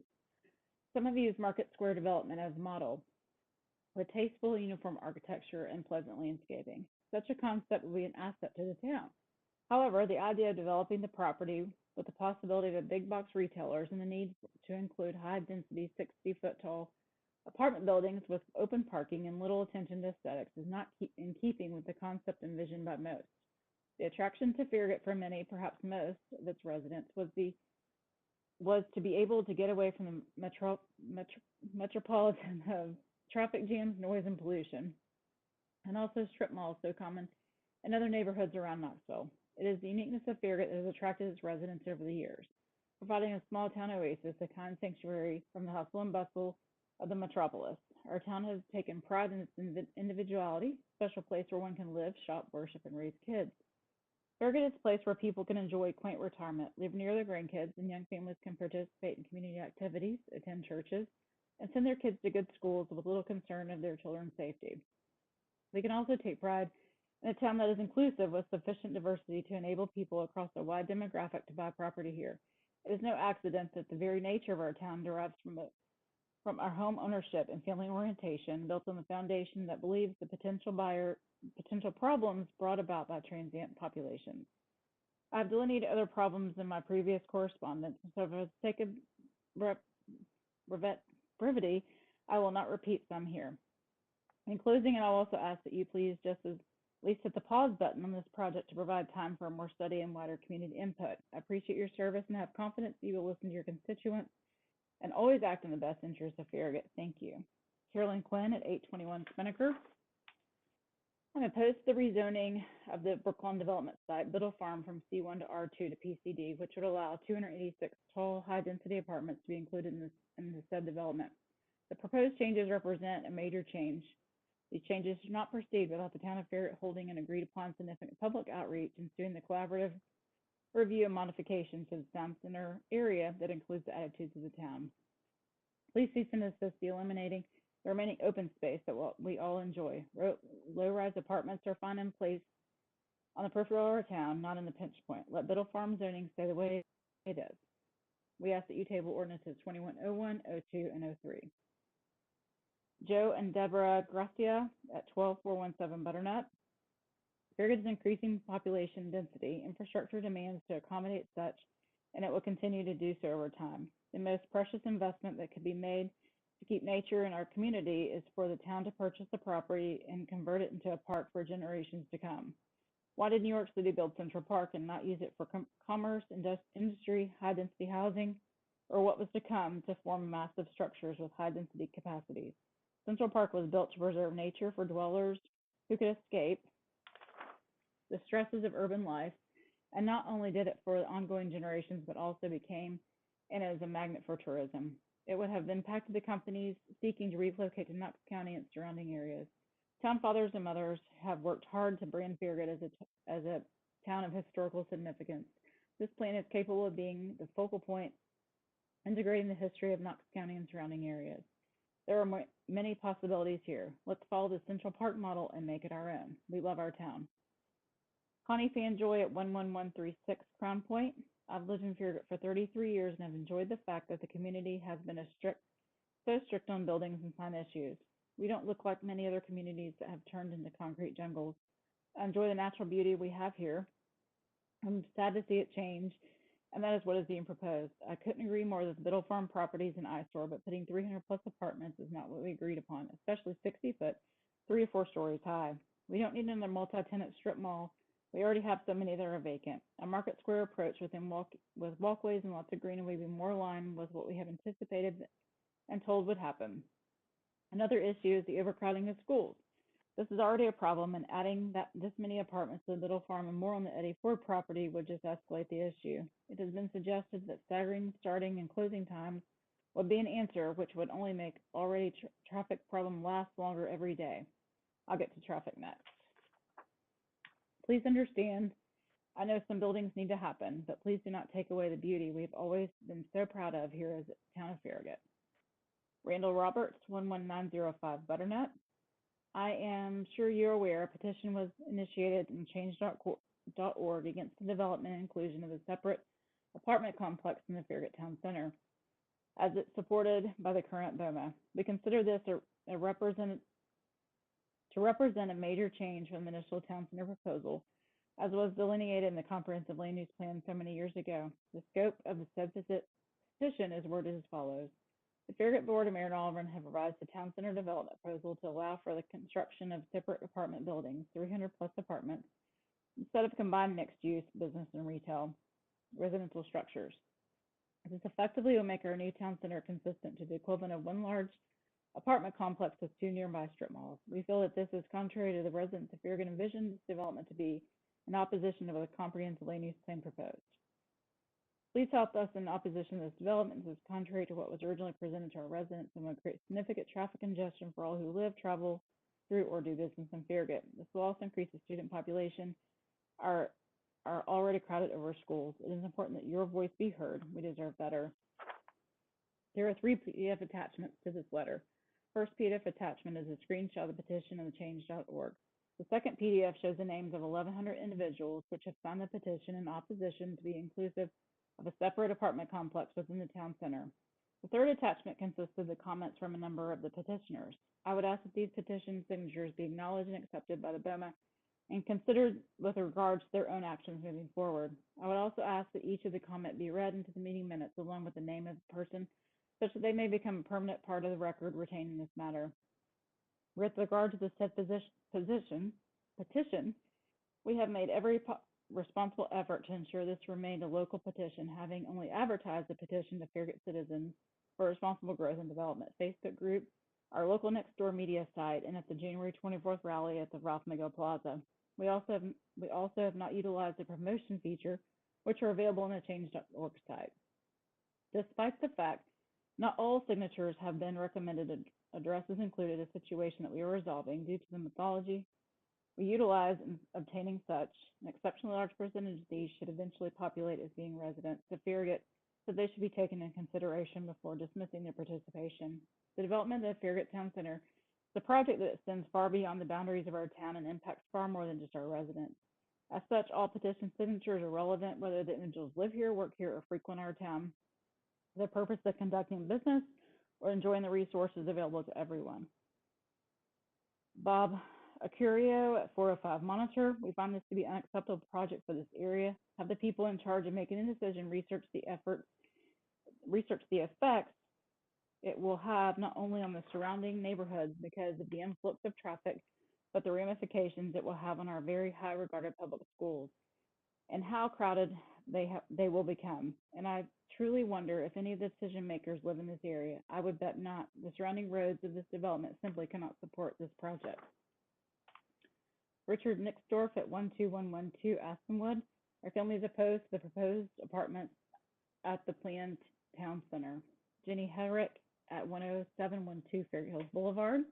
These comments are for ordinances 2101, 02, and 03. Please accept my gratitude for the service you provide to our Farragut community. I trust that you as Farragut residents yourselves have the best interests of our town at heart and would not put such great amounts of time and energy into your office if you didn't love Farragut. I'm writing because I love Farragut. 2, having spent almost my whole life in this community, I ask that you table the final vote in the ordinances until further communication with residents can and does occur. Many of us are very concerned about how the proposed amendment significantly could change the town center concept that was excitedly welcomed back in 2012. Between adding high-rise apartments to the town center or no other such tall structure as this, concerns of overexpanding the community, and questions of adequate infrastructure to address flooding, traffic, and education, our community as a whole would not be at peace with these amendments. If this is indeed the best route for Farragut to develop a town center and get rid of the empty eyesore that the old Kroger shopping center has become, as it is clear you all believe, this should be possible convenient to the majority of the residents that this is the case. Tabling the vote until we can have an in-person town hall meeting to learn and share information easily is the best approach to keeping these new developments cleared of controversy. If the residents cannot be persuaded by the facts they have convinced each of you, then the residents deserve to be represented that way. I do believe you've made every effort to make all the information available to our community, but that is not the same as truly inviting and welcoming the community into the decision process that way it might have happened if COVID were not a factor. These decisions are significant enough to warrant a pause so the community can make the decision as a whole. Silence on the issue should not imply acceptance or support of the changes. When I constantly hear new people expressing that they didn't know what was going on until recently, we, the residents of Farragut, clearly want to maintain our small town suburban feel with high standards of our amenities. Please allow us the chance to work together to find a solution that better meets the desires of the community. Rebecca Mills, 500 Smith Road, please table the vote for the proposed apartment project for more discussion. Dustin Mills at 500 Smith Road, please table the vote on the proposed apartment until further discussions can be held in public. Diane Langford, 740 Brixworth Boulevard. Dear QF officials, I ask you please consider buying the low part of the Biddle Farm and make it into a town park. This will keep the neighborhood feel of Farragut much better than a high-rise apartments would do. Cecile Skeens at 12121 Aspenwood. As we love to see new and Farragut and exciting shopping activities for our family, and the amount of growth, specifically apartment buildings, is very concerning. The apartment buildings are going to not only be an eyesore, but will bring so many changes to our community. Our schools are overpopulated as it is. Adding this amount of apartments is only going to make it worse. The proposed changes to Brooklawn Development Site represents a major change. I ask you to table ordinances 2101, 02, and 03 until the mixed-use town center public outreach is complete and agreed upon. We hope you will respect the opinions and concerns of citizens of Farragut. Jane Hall at 11017 Flotilla. My husband and I are opposed to the apartment complex going into the Biddle Farm area in the ordinances. We live in Concord Hills, and already the area southbound on Concord Road in front of our entrance in the AM and PM rush hours is the bottleneck during these times. The traffic study showed that Campbell Station Kingston Pike intersection is already over capacity, and the Concord Road Kingston Pike intersection is almost at capacity. These apartments will only exacerbate these traffic issues. Mr. Myers' past comments on Nextdoor on January 24th about the future traffic control stoplights is not correct, as he cannot guarantee any solutions to these traffic problems. Stoplights do not diminish the amount of traffic, just the flow of traffic, nor can he guarantee that Farragut schools will put a staggered bus schedule or that a new school in Hardin Valley will ease Farragut school overcrowding. These two issues are a Knox County school decision, and wishing or hoping for that does not make it true. Biddle Farms is also partly in a floodplain. It does not make sense to build in a floodplain nor the increased traffic or road damage for all the dump trucks to come in and fill the dirt with fill dirt for the farm. Plus, when it does flood, where will this water go? We are not opposed to the development of this area. We knew this would come eventually, but not as high-density R6 zoning for so many people in a tight space with very tight traffic patterns already exist. Concord Hills residents only have one way in and out of our subdivision. We are at the mercy of Concord Road and the surrounding area to leave our subdivision. The South Campbell Station Road connector has helped, but the apartment complex will undo any of that and make things much worse. Larry Costigan at 10912 Farragut Hills. I live in Concord Hills and do not support the proposed apartment project in the Concord Biddle Farm, or Kroger Biddle Farm. The push for the town center is something I can understand and it makes sense in a lot of ways, but building large apartment buildings on the Biddle Farm property is a mistake. Putting large 4-story apartment buildings in an already congested area of town is only going to add to the existing congestion and make the streets harder to use than they already are. Please reevaluate the plan and make the town center more of a destination. Chris Judd at 735 Bayshore. I've sent this correspondence before, but it seems to fall on deaf ears, and I want to go on record that I strongly oppose all the multi-residential complex Farragut has coming down the pipe. I believe it to be toxic for our nice little suburb, and I'm greatly concerned of our future. I am a relatively new resident here in Farragut. My family and I moved here from South California about 19 months ago. Drawn here by the excellent school system and beautiful city. There were other areas with well-rep schools also, but we were especially impressed with the feel of this community and a sense of success overall by the layout and the upkeep of our city.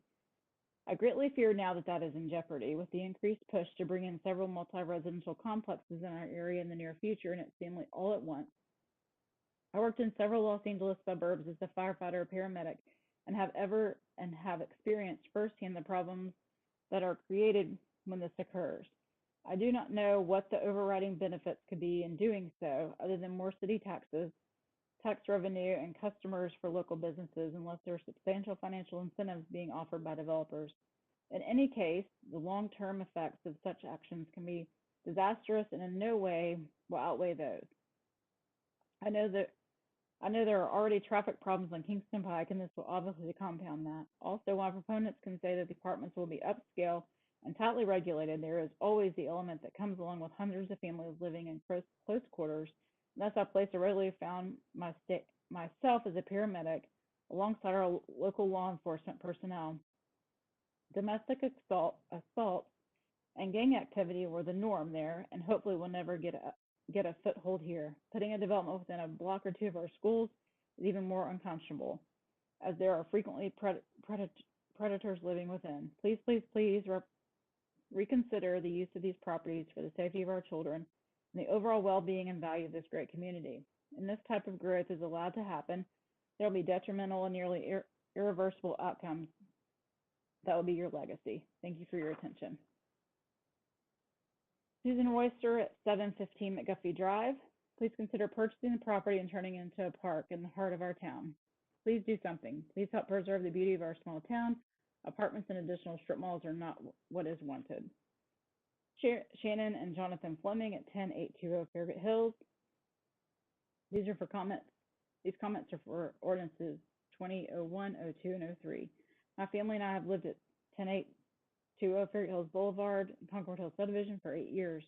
I grew up in the Cedar Bluff area and graduated from Farragut High School in 1998. I know this area well, and I'm proud of its history, legacy, and steady growth from the Farragut farmer era to the town that has the best of everything in the few square miles. The current Biddle Farm development proposal has everyone in my family very worried, scared, and stressed about how it is going to negatively impact our community, school, and subdivision. While reading some of the specifics of the development, I have to say I was shocked at how casual the mayor and aldermen seem to be regarding how serious the consequences can be if the development moves forward as planned. I would like to suggest that each of them read the book, Full Speed Ahead, about the founding of the town of Farragut. The book tells of the original vision of the town, and I believe all of these recently proposed high-density developments are not what the founders envisioned for this wonderful place. My family has many concerns with the Biddle Farm development, and I've tried to condense them into a few items below. I very much appreciate any thoughts or ideas to address or mitigate our concerns. One, the overcrowding of all 4 Farragut schools and resulting transportation problems. Well, it's well known that Farragut schools have been great and have always been big. But the explosive growth, population growth with high density residents is not a positive move for these already packed schools. Please don't give us an excuse that families don't live in apartments. If only half of these 1,500 apartments have 1 or 2 school-aged children, there will be hundreds of new kids that will be zoned for Farragut schools.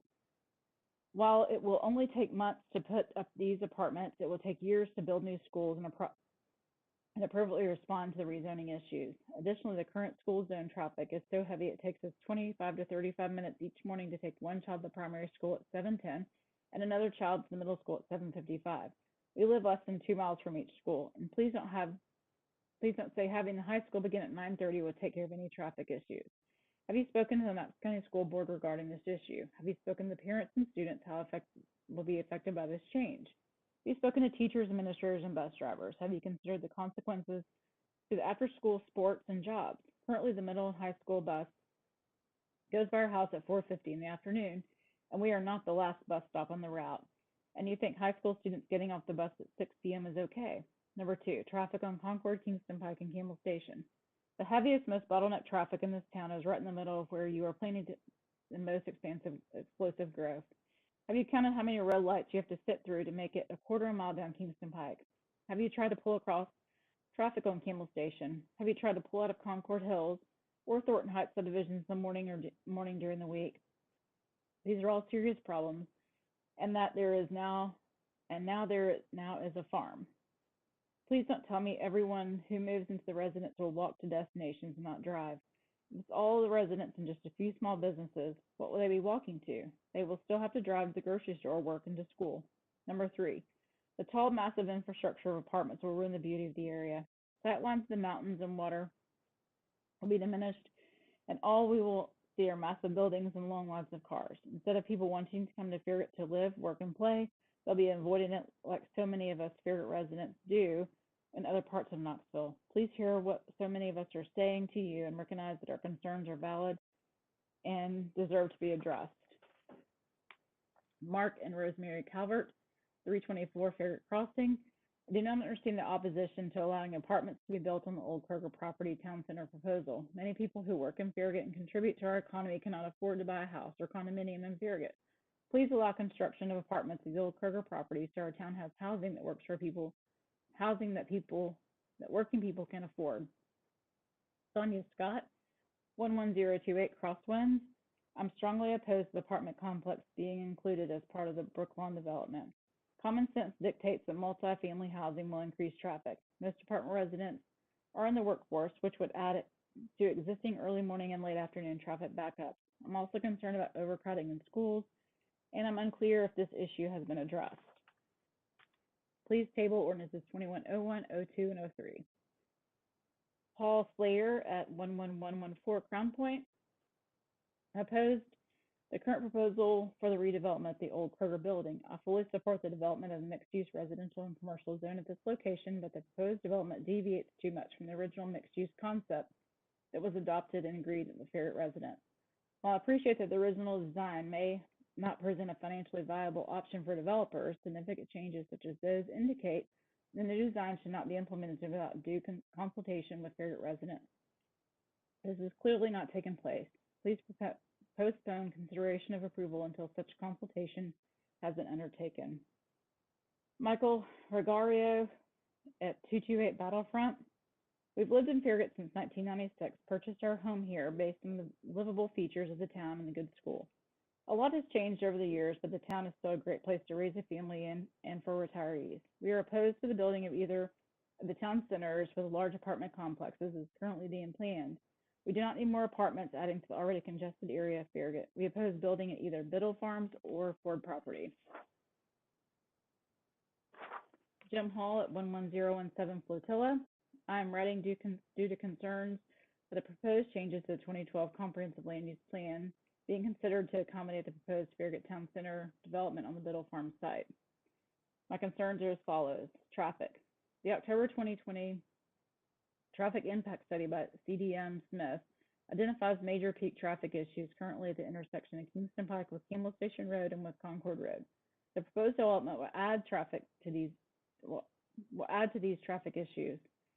It would be a great mistake on the part of the town of Farragut to allow the development of the Biddle Farm property without first planning and implementing improvements to these roads in conjunction with TDOT.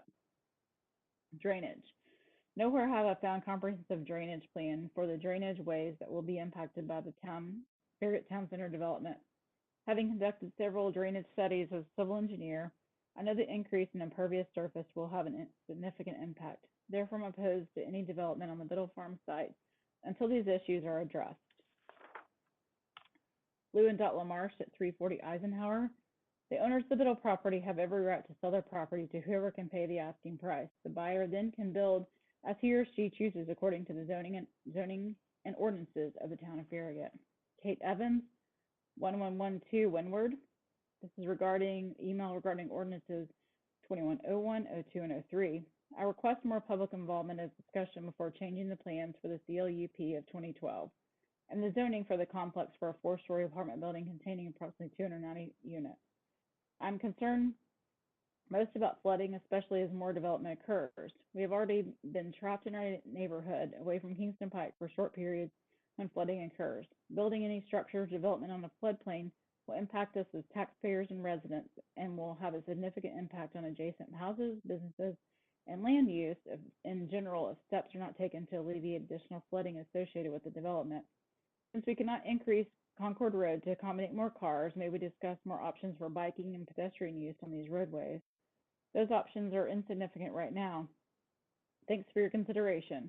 For the record, I would definitely like more dense and affordable living options in Farragut, and I think it would benefit the community to enable more young adults and families to live here, but not in a floodplain, nor in a way that prevents easy entry and exit into the Concord Hills neighborhood. Jeff Preston, 10617 Farragut Hills Boulevard. I've written prior about my concerns over the rezoning of the Biddle Farms property and the mixed use, and I've been following the progress of the rezoning efforts. This time, I'm still firmly against the rezoning to allow for high-density residential in that area. I understand that a list of potential developers of the land is not particularly long, and the general narrative is that high-density residential is absolutely necessary to entice developers to build. However, I don't see this is the best interest of the town. Given the rate of building for high-density residential as well as standard neighborhoods in Choteau along North Shore and surrounding areas, the traffic issue through the areas, the intersections of Kingston Pike and Kimball Station and Concord Road are already difficult, as this will only worsen the effort. It is not apparent that the existing infrastructure could absorb that magnitude of additional traffic, and the mitigations to bypass these areas are not necessarily in the hands of the town, but rather the discretion of Knox County. I greatly support the concept of mixed-use area, the residential or upscale townhomes that would have a fraction of the traffic addition. Thank you. Evangelist Stavros at 120 Cheho. My family and I have been residents for 16 years. In addition, we worked in real estate as an agent, broker, and investors. We have done a lot of businesses, buying and selling homes in Farragut over the years. I feel the decision to allow multiple apartment complexes to be built in our community will have a negative impact on the Farragut, both short and long term. Not only will it affect the Kingston Pike traffic and many other things in the near future, but the long effects I foresee it having on the property values in Farragut is also a great concern. Real estate values have been consistently higher over the years in the 37934 zip code compared to surrounding zips. I think that by drawing in less committed residents through lower cost multi-unit apartments and short-term rental agreements versus single-family homes and the pride of responsibility one takes with that, it will negatively impact the overall higher-end vibe that Farragut is known for. Eventually, that will decrease property values in comparison to surrounding areas. Melody Gill at 12113 Brookstone. I want to add that we are trying to get through the pandemic safely, but citizens' right to be heard are being adversely affected. Virtual meetings and the reading of email comments is not an effective substitute for in-person meetings and in-personal comments. The citizens are frustrated at this point and need to have a voice in this development. Many would like to have the following concerns addressed. 1, school overcrowding, which is a current problem and could get worse with the increase in apartments. Do we have a plan from Knox County to address this issue? A written plan, not a discussion about possibilities. Traffic. Does the town of Farragut have a written plan to resolve the traffic issues on Kingston Pike, the Campbell Station intersections, and Concord Road intersections? More retail. So many empty storefronts already seen around Farragut. Even prior to the pandemic, brick and mortar retail was suffering from online shopping. That only got worse as many people are not out shopping and risking exposure to the virus. Do we need more new retail buildings? This project needs to stop until the BOMA can do required public outreach and the citizens offer their input. And that concludes our comments for ordinance 2101. Okay, thank you, Allison and David, for a very good job. Also, I want to thank all of our citizens with the fortitude to send in their thoughts, even though they have their fear of retribution due to the fact that their name and address is read into the record. I spent the better part of this month patiently replying to emails and voicemails, and for some reason, what I've seen is there's people who fear the people who disagree with them and will not comment, and that's really a shame. I would like for everybody to be able to comment, and we're very patient on reading these in, just like we would be if it was in person. And I guess really one of the things that kind of is stuck out with me is I really disagree with the statement that the virtual meetings has changed how folks can voice their concerns. It's actually better because people now do not even have to come down to town hall to do that. They just do an email and click a button and voice their opinion. Before, they'd have to come down to the town hall and sit through, how long it took for them to get up and voice their opinion. And what's better is that they can watch it live on TV just like before, and don't have to sit down to town hall. The only downside that I can see on this is they can no longer be on TV, on TBS Channel 3 or Charter 193. But for sure, their comments are getting read in. Everybody that meets the protocol, their comments are being read in, and I think our group has done a good job doing that. And at this point, I think we're ready for some questions by our board, probably to the applicant and to maybe our town administrator, or maybe even our attorney. So if there's anyone that wants to start out, we can, I guess we start out with Vice Mayor Pablo.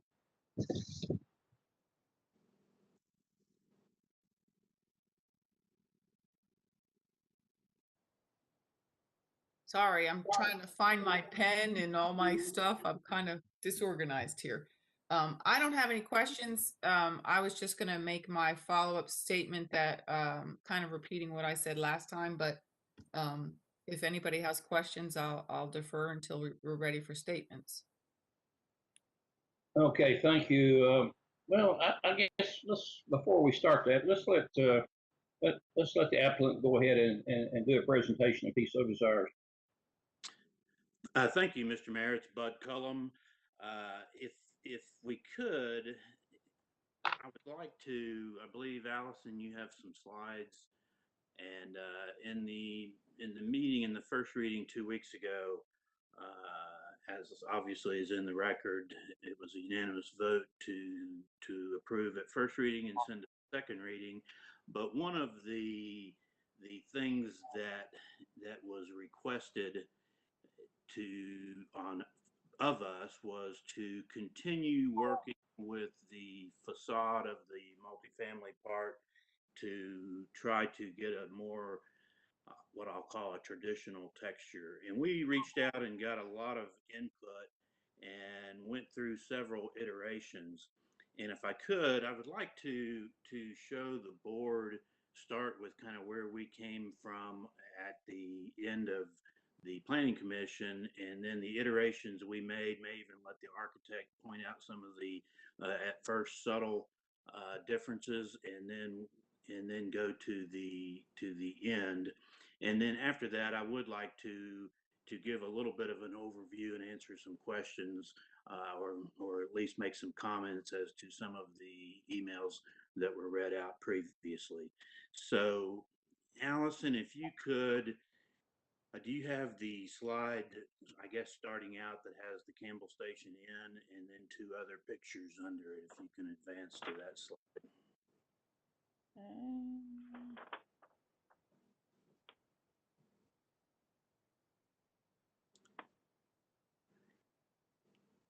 Okay. I don't think I have the one with the Campbell Station Inn on it. Okay. Do you have the one that Don had sent you, one that was kind of a series of changes to the architecture, and then he sent you a final one to add to it today? Do you have that? Did you have that? Yes. Is that it? That's the final picture. I'm needing to go back to the first picture, the one that would have started out from the architecture where it was 2 weeks ago.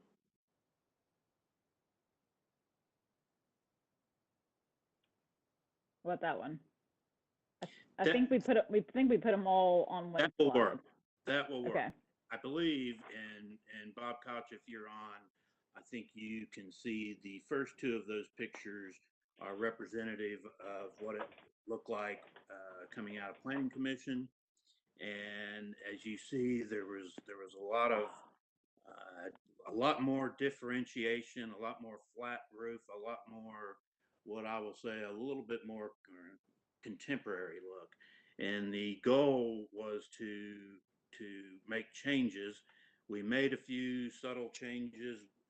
Allison, we may not have the actual slides I'm thinking of, but suffice it to say, we went through about 5, if not 6 different changes, and we got those back to David and Mark, and comments were elicited, and more changes were made. I guess what I'm trying to say, and I think Mark and David would back me up on this, is we have studied this pretty hard over the last 2 weeks and have worked hard in making a series of changes to get it to what you were showing then as the final product that we just delivered today. And that would be, if you can go back to the slide that showed the last full size picture.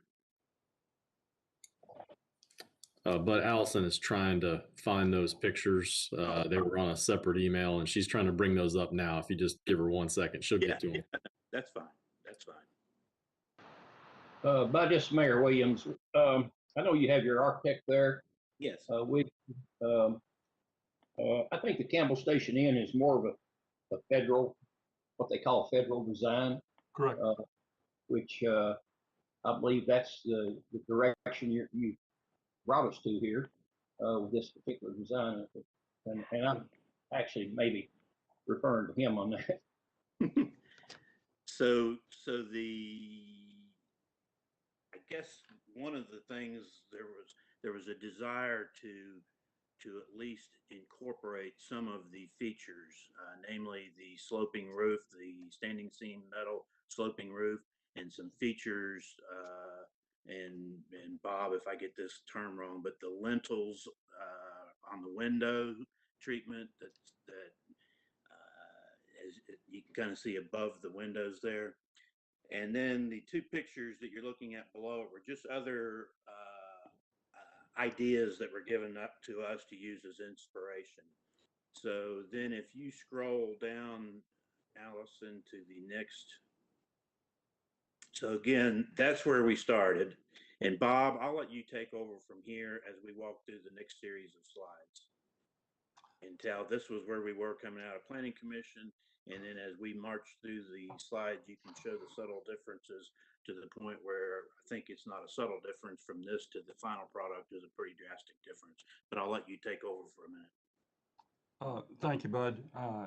Mr. Mayor and Madam Alderman and gentlemen, we were charged with trying to move the elevation that you saw first, which is the elevation on the screen, to something that was more responsive to traditional values. The elevation evolution, therefore, caused us to go back to the study that we had produced and try to look at what things are characterized by traditional values. And we were candidly inspired by a number of images that were brought forward by some of the aldermen who provided them for reference tools. There are substantial differences internally to the houses that would have been built and the building flats that would have been built in previous eras. So obviously some of the big considerations were the fact that we had balconies that were quite substantial, which would have never been found in apartments or row homes built in another era. So this was the elevation we started with, and the reflection that we had was that while the building sought to accomplish a number of things, number one, it sought to create the sense that the building was a composition of 5 different buildings built in different times in different places that were just shoulder to shoulder, so that it wouldn't appear as one large monolithic structure.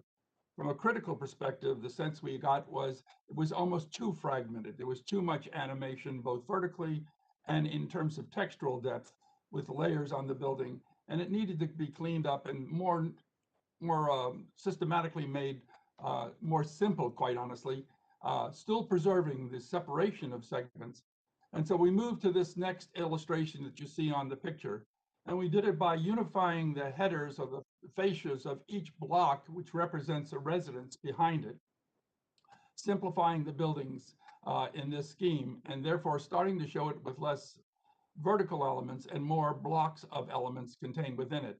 The critique on this ranged from still too much articulation in and out, like the balconies that are at the lower levels extending beyond the building, and then some concerns about adding fragments of features from the inn, from federalism, such as sloped metal roofs. And then there was a concern about understanding the pergola that you see in the center, the arbor, if you will, that lives over the roof garden terrace as well. One of the features that we did get good feedback was the expression of the ground floor of the center section as sitting on a podium, a plinth that was done in the white materials, more like a stone material that you would find very traditionally associated with classical architecture. Next slide.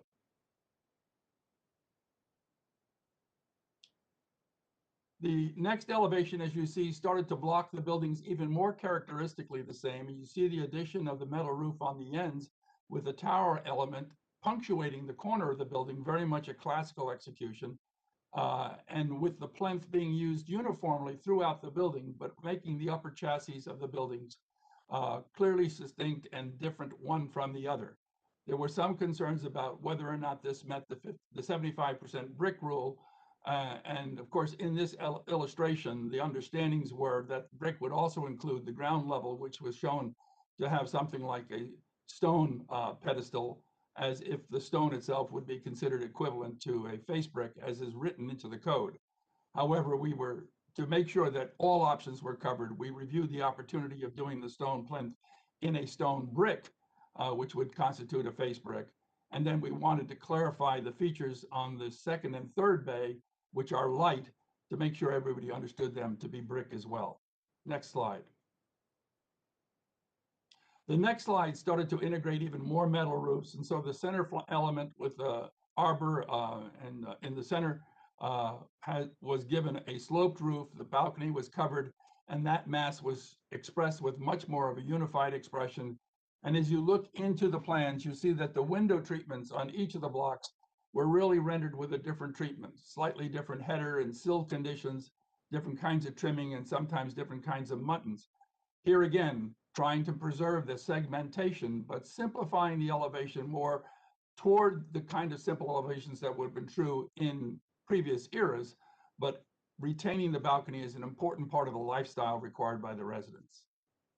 Next, the largest issue on this particular elevation that gained any feedback of a constructive nature was the one arched pediment you see on the second and fourth bays, the gray building segment, and the fact that it's still the coloration didn't necessarily distinguish brick from non-brick materials.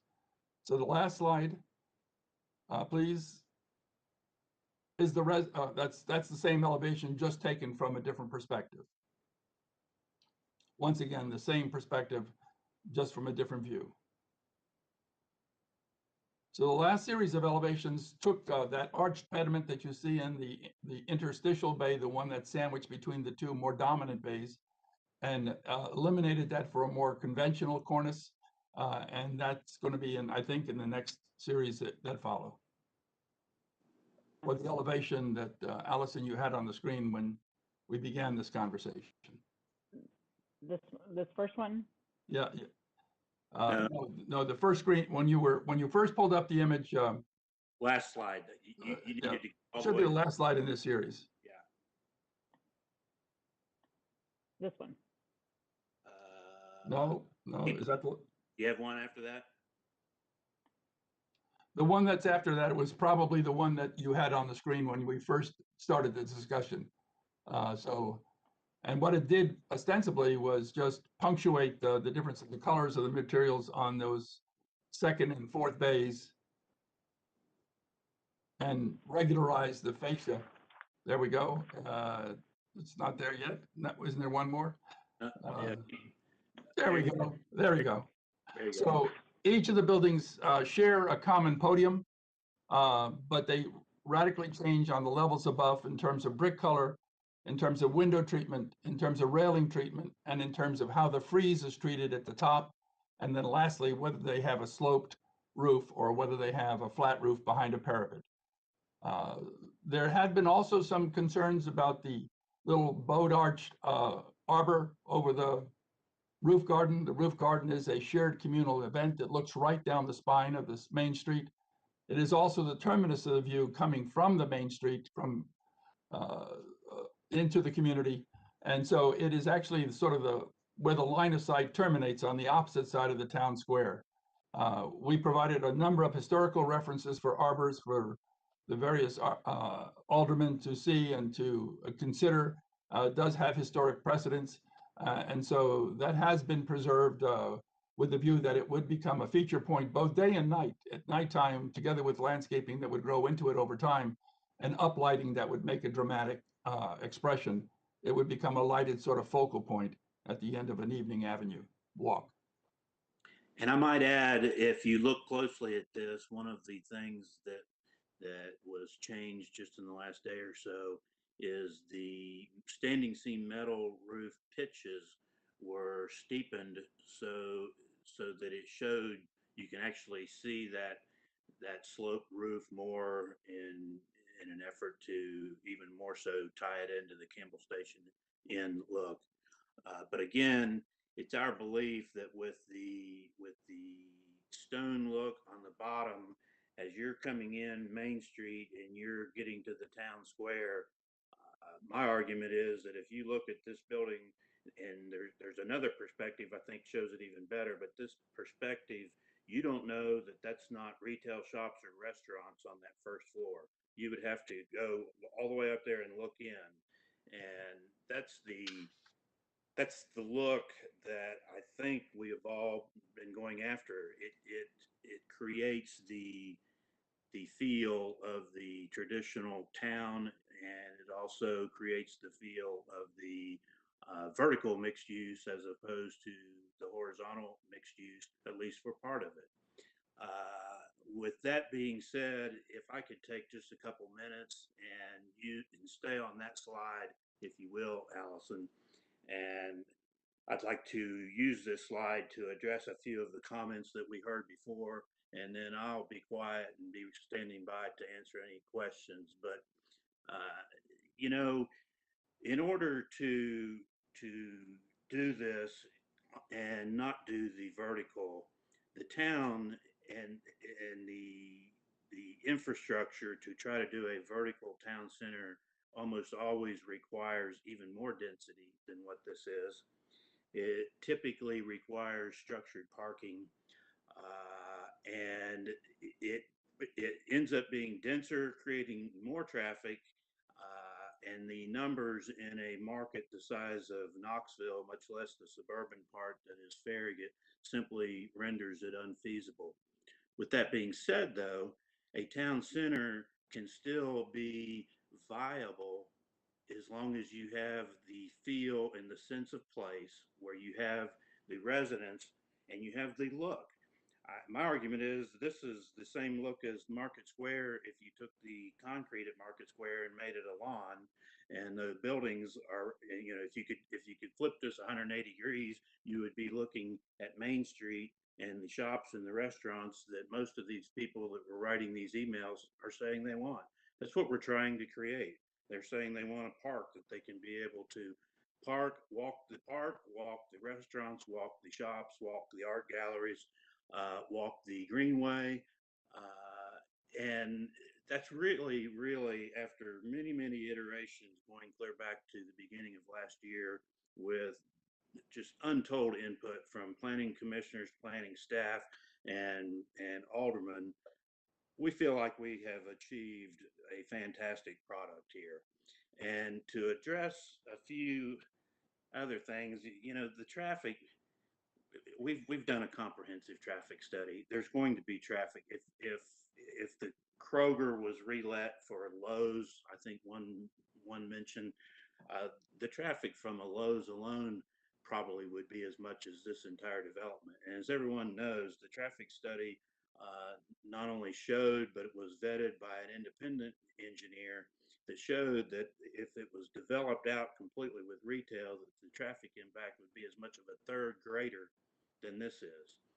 I'd like to address the issue of the hydrology and just say, I pulled the records to date. We have spent right at $62,000 just on hydraulic studies. The completed hydraulic study of the proposed project has been performed per the town of Farragut ordinances and FEMA requirements. I'm going to read some bullet points that basically what came out of that. Notable drainage improvements that are planned include: 1, replacing the existing corrugated metal culverts at the old Kroger driveway with a new bridge to provide a wider hydraulic opening that will help mitigate flooding. 2, site grading that includes some berms to help control flood elevations. 3, no work or grading within the floodway, and the development will not make any changes to the floodway width. 4, no fill within the halfway point between the floodway line and the 500-year floodplain line per Farragut ordinance. Next, on-site detention per town of Farragut ordinance for water quality treatment. Next, updating the outdated FEMA mapping for the property where Turkey Creek and North Fork Turkey Creek converge, which helps the town to have more accurate flood mapping of the area.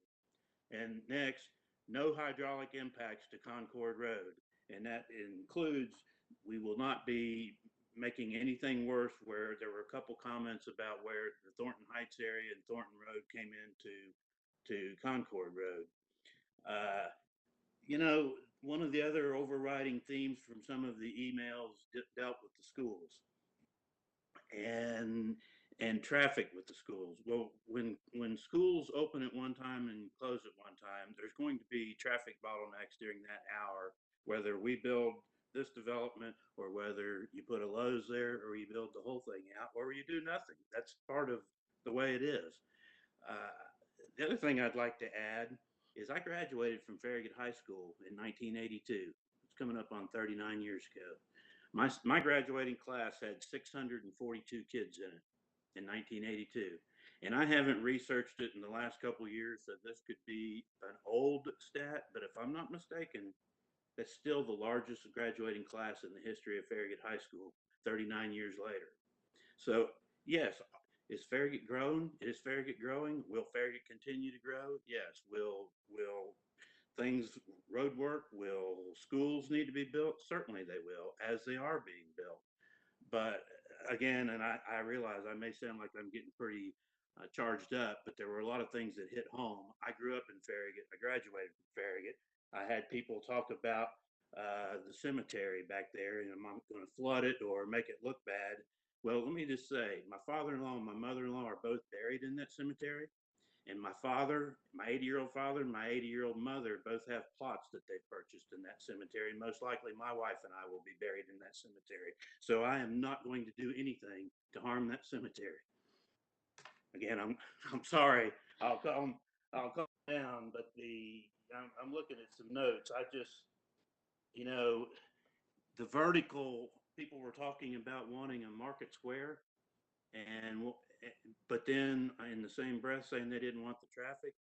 Well, Market Square has way more density around it that makes it work now than this development will have. And in fact, if I'm not mistaken, and David or Mark might need to jump in and correct me, but if I'm not mistaken, the vertical MUTC zone allowed as much as 15 units per acre.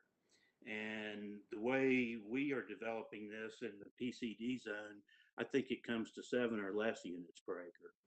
So again, I'm throwing a lot of things out. We listened for 3.5 hours to these comments.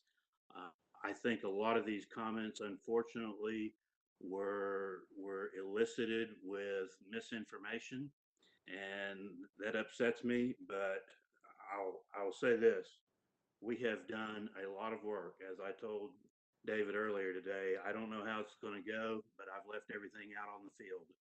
And we're very proud of what we're offering Farragut. And I think it's going to be the greatest thing that's ever happened to it if we can make it happen. So I'll shut up and be standing by to answer questions.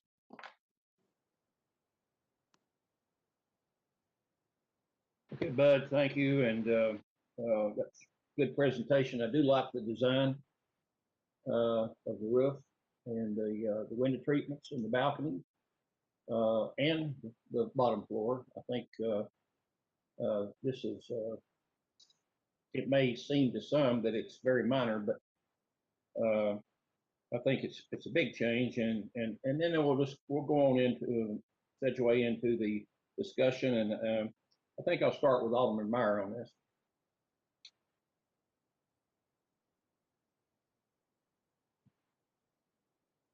Okay, here we go.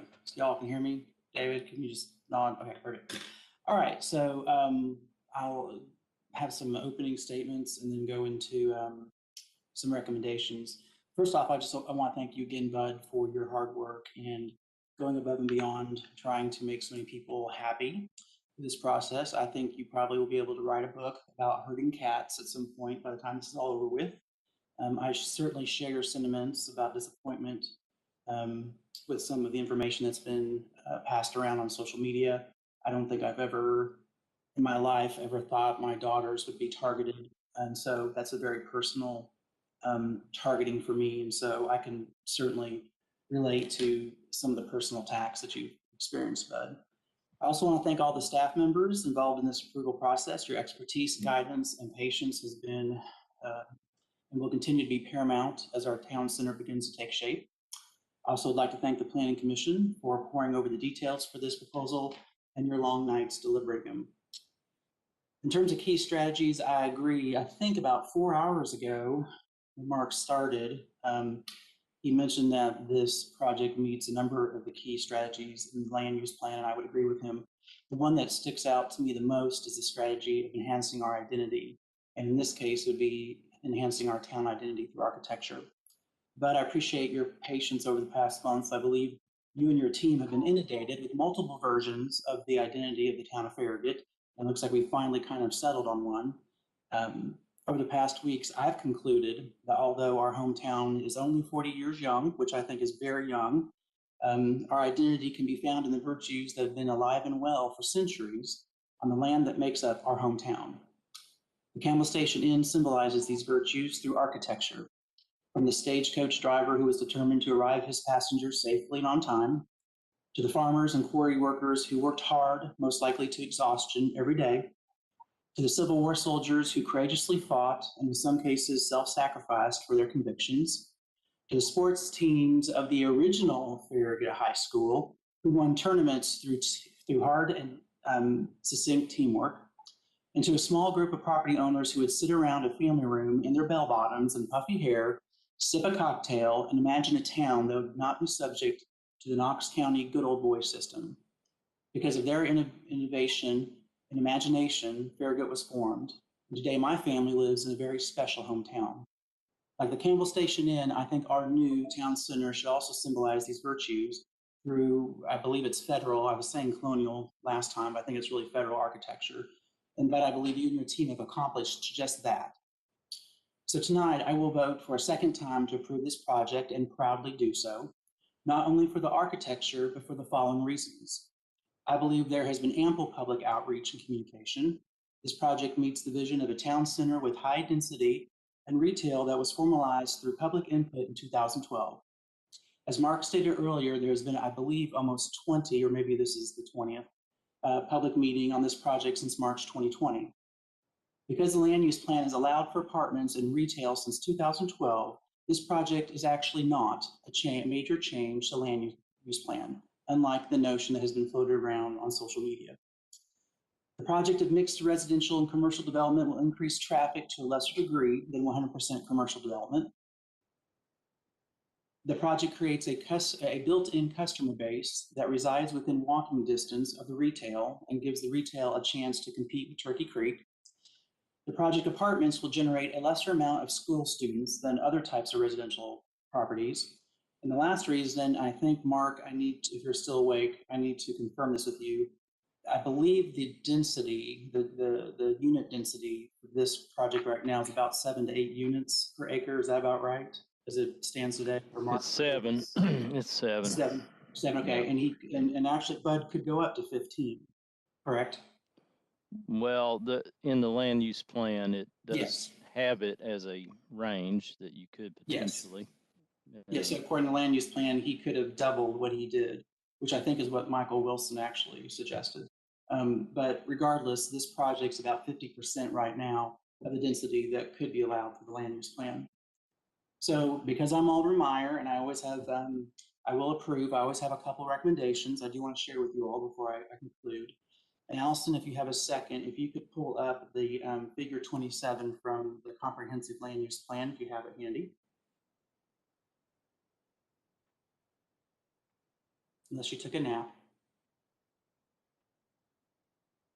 I'm here. I'm teasing you. If I were you, I would have been gurgling with, whatever, I guess scope or Listerine or something. Your voice is probably going to be worn out. So what I'm looking for, Allison, is the figure 27 from the, yes, there we go. So I wanted to start off, actually, you just had it. Yeah, there we go, perfect. All right, so this figure comes from the land use plan. It's on page 27, figure 27.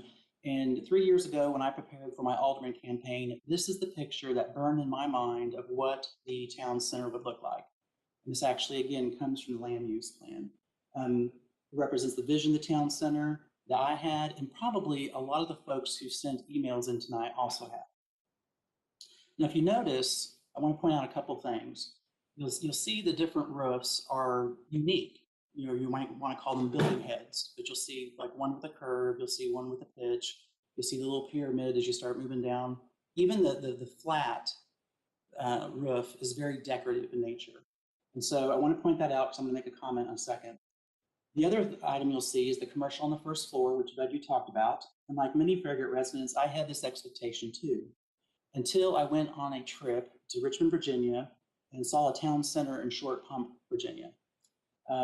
That particular town center is set in a more urban area. It's probably, the urban area is actually larger than Knoxville.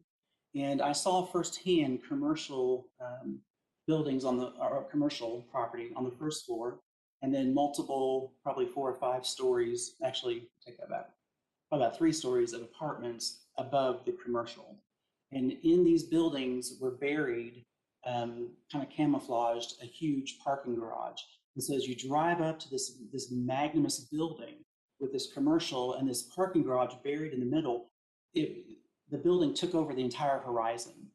And so after looking at that, I realized that although I appreciate the vision that came from this picture, I realized that this might not work, won't work, I guess I should say, in the town of Farragut because we don't have the space that Short Pump, Virginia has. And so those buildings were monstrosities. They took up the entire horizon as I drove up to them. And as I mentioned, I don't see this kind of development working in our downtown. So if you'll go on, Allison, back to the picture that the architect ended the discussion on, for the final project, if you will. Keep in mind these roof lines, because I'm going to show you contrast. So as I look at these pictures, I see the arbor and I see the roof. One recommendation I'm going to make is if you see the building 2 and 4, it looks like their heads were chopped off. And I'm going to suggest to the Planning Commission that I saw some version of this with rounded roofs. I don't know why they're not included tonight. But I would recommend that we bring the curve back at the top. I think that that is more distinct. One, we have more distinct roofs, but two, it matches the picture that we saw in the land use plan. And I think it just looks too flat. And so I'm going to recommend you all either do that, or I believe I saw some pictures with a pitch roof, and that would have looked nice as well. But this looks like, again, the building's heads have been chopped off. And I'm going to ask you, Bud, to put the heads back on. Another recommendation I have is, I'm just about done, I promise. On the first floor, I think I saw some picture that it looked like kind of limestone. And so I'm going to recommend to the Planning Commission that they consider approving this with limestone if it matches the ordinances. Being from Indiana, I'm a big fan of limestone. I've seen buildings in the old town that I grew up in with limestone. Out in Newport, Rhode Island, some of the mansions have limestone, and even just down the street from us, I think it's East Bank, has limestone. And so having a limestone texture, I think, would give it more of an older feel versus a flat brick, if that's possible. And again, these are just recommendations. Finally, and I'm sure Sue's not here tonight, but I'm so confident of this development. I'm so excited about it. I want to go on record, and I want to make a request to Sue Stowe that the first official Town of Farragut event after the ribbon cutting that takes place in this green will be the Symphony on the Green, in which the Knoxville Symphony plays a selection of music from different American periods, starting with the late 1700s, going all the way to the 1980s, which I'm not sure how they're going to do disco, but we'll let them figure that out, as a celebration of the virtues symbolized in our new center architecture. Assuming we get to keep the rounded heads, Bud, David, and Mark. That's all I have. So noted.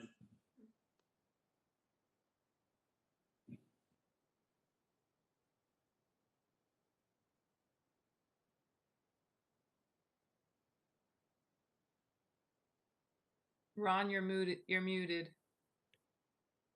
Okay, I'm sorry. Thank you, Scott. There seems to be a misunderstanding on density in this area. Mark, I think you touched on that the MUTC, it's up to 15. Is that correct? Yeah, I mean, I'm talking that's about the range that is referenced in the plan. I mean, it would be assessed on a site-by-site basis, but it does have that as a cap, yeah. That would be what purple would be? Yeah, yes, sir. Okay, on medium density, I think is what the bottom section is. What we're looking at here is to amending the future land use map in the comprehensive land use plan. What's the number on the medium density? It's 6 to 8 dwelling units. So 6 to 8. Mm-hmm. So, and what is he proposing again, the number as far as the density? It's 7 with the planned commercial development project. Okay, so we're actually, in my mind, we're even with this particular change in the comprehensive land use plan, we're actually less dense than we would be in medium density. Well, it's right in the range. It's 6 to 8. Okay. 7 is what he is, so he's right in the middle of it. Yep. Okay, that's all I had on that, and I'll now I guess go to about Alderman Pinchot.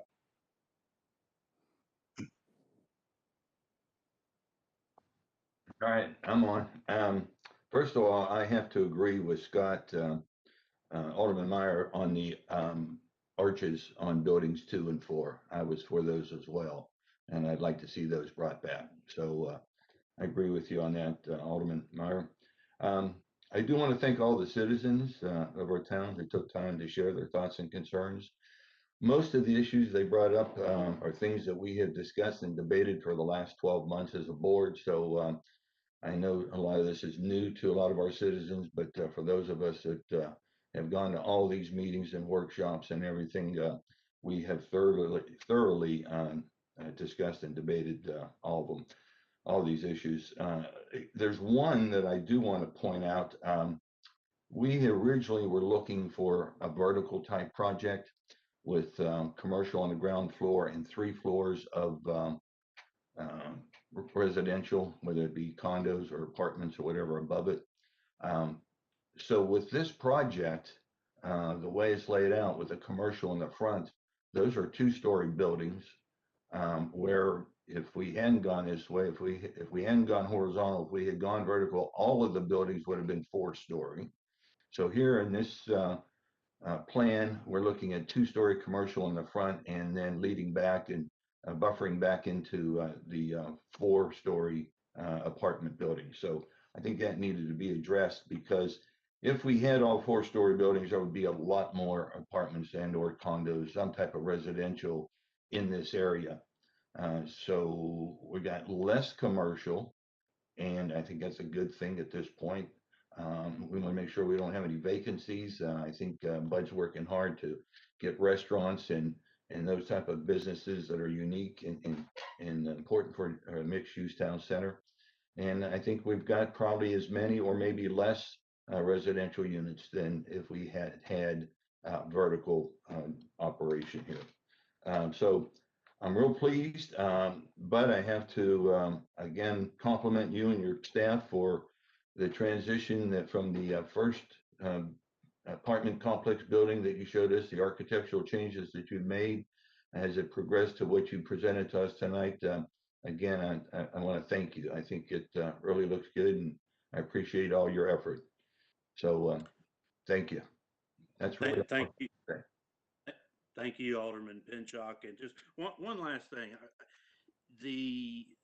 I think this is the best of both worlds, because a lot of the comments you heard were keeping Farragut a more suburban, having a small town feel, a small town downtown, but not a true urban environment. And I think what we have created conveys that way better than if you went down the street and you had parking garages and 4-story buildings everywhere. One thing you might want to point out also is that only 2 of these buildings are 4-story, and the rest of them are only 3-story. And I heard certain references to towers and to multiple high-rise and several things mentioned 5-story, and that's not the case. I think this is going to be a town center that is very reminiscent of coming into a small downtown and having a little bit of mass with the 4-story buildings along the park that pulls you in. But anyway, again, thank you, Alderman Pinchuk. Yeah, one thing I wanted to add to that was I think we had somebody that was concerned about the number of stories. We have quite a few 4-story buildings in the town of Farragut already. I mean, if you look at Southeast Bank and you look at the overlook over on the north side of the freeway, and I think we've got 9 hotels, and 7 of those are 4 stories. So I think our rural metro is fully equipped to handle 4-story complexes with their ladder trucks and all. So I don't think that should be a real concern. But with that, I'll move on to Alderman Burnett. Thank you, Mayor. First off, I wanted to say, I'm thankful to live in a town that has the burden and the privilege of discussing opportunities related to growth of this type, growth and development during, such a tough previous 12 months during the midst of a pandemic. I think it speaks to the qualities that make our town and its residents great. So kicking off my discussion, as I discussed last week, kind of in my opening comments, I feel like I've got a really good grasp of what our community was, being born and raised in this town. I understand what it is, raising a family in this community, as well as having kids in the Farragut schools. And I'm very excited about the future of our town. So as I mentioned previously, my personal opinion is I would rather the Biddle farm stay a farm. You know, like I said, I've got great memories of driving by this beautiful farmland on the way to school every morning, attending the annual rodeo that was held on the property for many years. And for me personally, open farmland just brings a sense of peace and calm. With that being said, and this is, I want to be heard very clear, the options in front of us tonight, as well as last week, are not allow a town center or leave it farmland. What we're faced with is to allow the Biddle property to develop as it's currently zoned, which is mostly commercial with some single family residential, which under its current zoning would generate up to 10,000 trips per day and attract multiple big box stores in an area that would not be pedestrian friendly at all. Or we can change the zoning to a PCD, planned commercial development, where there's a mix of uses that will provide cohesive development that meets, as Mark stated and some of the aldermen did, so many of the goals established in our land use plan. So based on this traffic study, this change in the zoning to PCD would reduce the daily trips by over 3,300 trips per day. That's what it's being changed to. That's over a 30% reduction in trips per day of traffic by changing to this zoning. You know, as I get to 2101 and the land use map amendment, you know, 80% of this area is currently mixed use town center. I'm in favor of the remaining property being the same land use designation as the rest of it.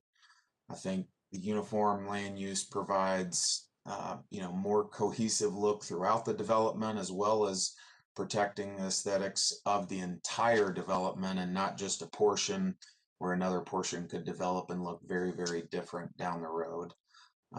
Again, these changes being proposed meet 6 of the 8 land use plan goals, which is very strong. Not many projects at all meet 6 out of 8 land use plan goals. In fact, when we look at past projects, even more recently, Top Golf, for instance, met, I believe, just 1 of the land use plan goals. And still, most all believe that that Top Golf land use change will be an amazing addition to our town. So I think meeting 6 out of 8 of those land use goals is very, very powerful. And then lastly, you know, the area we're discussing is buffered by arterial streets, creeks, and undeveloped land around it. And the other land around is MUTCD as well, which I believe makes it an appropriate land use. So that's what I've got, Mayor. Okay, sir. Thank you. All good points. Next will be Vice Mayor Hovland, who deferred previously. Thank you. And I'm going to just read my statement. I apologize. It's long, but I think tonight we need to be thorough. I appreciate the input of my fellow elected officials. You guys are all looking at this, and I appreciate the input that you've put in. So I'm going to start off with the Biddle's entitlement to a fair and equitable, timely process through which their rezoning request for their property is considered and decided. This project has been through an extensive planning process. There were several months of planning with town staff before it was presented to the Planning Commission. There have been extensive discussions during both the staff developer meetings and the Planning Commission meetings over the course of several months. There has been an extensive amount of public input as well. Certainly, we've received hundreds, if not over 1,000 emails regarding this project. The staff and the elected officials have worked to address many of the concerns expressed by the public. Governor Lee has provided guidance through his executive orders on how local governments can continue to conduct government business in a pandemic. The ability for the public to be informed and to provide input and comments has not been inhibited. In fact, due to COVID, many of the staff developer meetings were recorded, which provide additional information regarding the planning process with regard to this proposed development, as well as many residents who would not ordinarily be able to be physically present at public meetings to comment have been able to provide their comments via email to be read into the record. This project has been through a thorough planning process, and the Municipal Planning Commission has recommended approval of this land use map amendment, text amendment to the PCD zoning district, and rezoning request. The Board of Mayor and Aldermen have a duty to complete this process in a timely manner. The current project proposed for the Biddle property meets many of the goals expressed in our comprehensive land use plan as stated in the staff write-up. The CLUP is the community's long-range overarching plan that steers the town into the future and provides specific policies and actions that can help achieve the plan. The CLUP was developed over the course of several months in 2012 with extensive public engagement and public input. The Planning Commission adopted the plan in December 2012. I highly encourage citizens to familiarize themselves with this plan. The Planning Commission and the BMA rely on it when making land use decisions. Town of Farragut has planned for a mixed-use town center for some time. In the early 2000s, the town began exploring the idea of a downtown. In 2007, the Town Center District zoning ordinance was created for the mixed-use town center project proposed for the Ford property. The project included 250 multifamily units, 184,000 square feet of retail space, and 140,000 square feet of office space in up to 4-story buildings on 27 acres. It should be noted that general commercial currently allows for 4-story buildings as well in the area designated MUTC on the land use map. There are inherent challenges when building a walkable mixed-use town center project in a suburban community. In suburban commercial development, it's all about street presence and visibility to attract people traveling in vehicles. A pedestrian-oriented town center in the suburbs needs to be located away from the main arterials, which tend to carry high volumes of fast-moving vehicles. For a development like this to succeed in the suburbs, it needs a substantial built-in residential component to provide the pedestrian and consumer base needed for the commercial component to thrive. That is why apartments have always been a part of an overall mixed-use town center plan.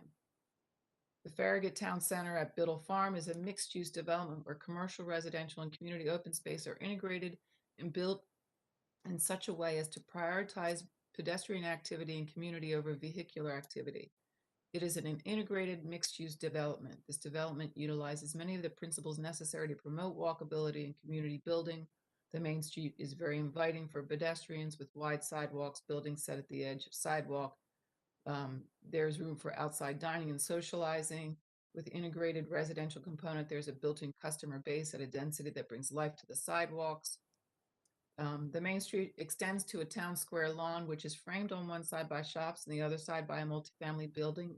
This gives walls to the space for a sense of definition for people.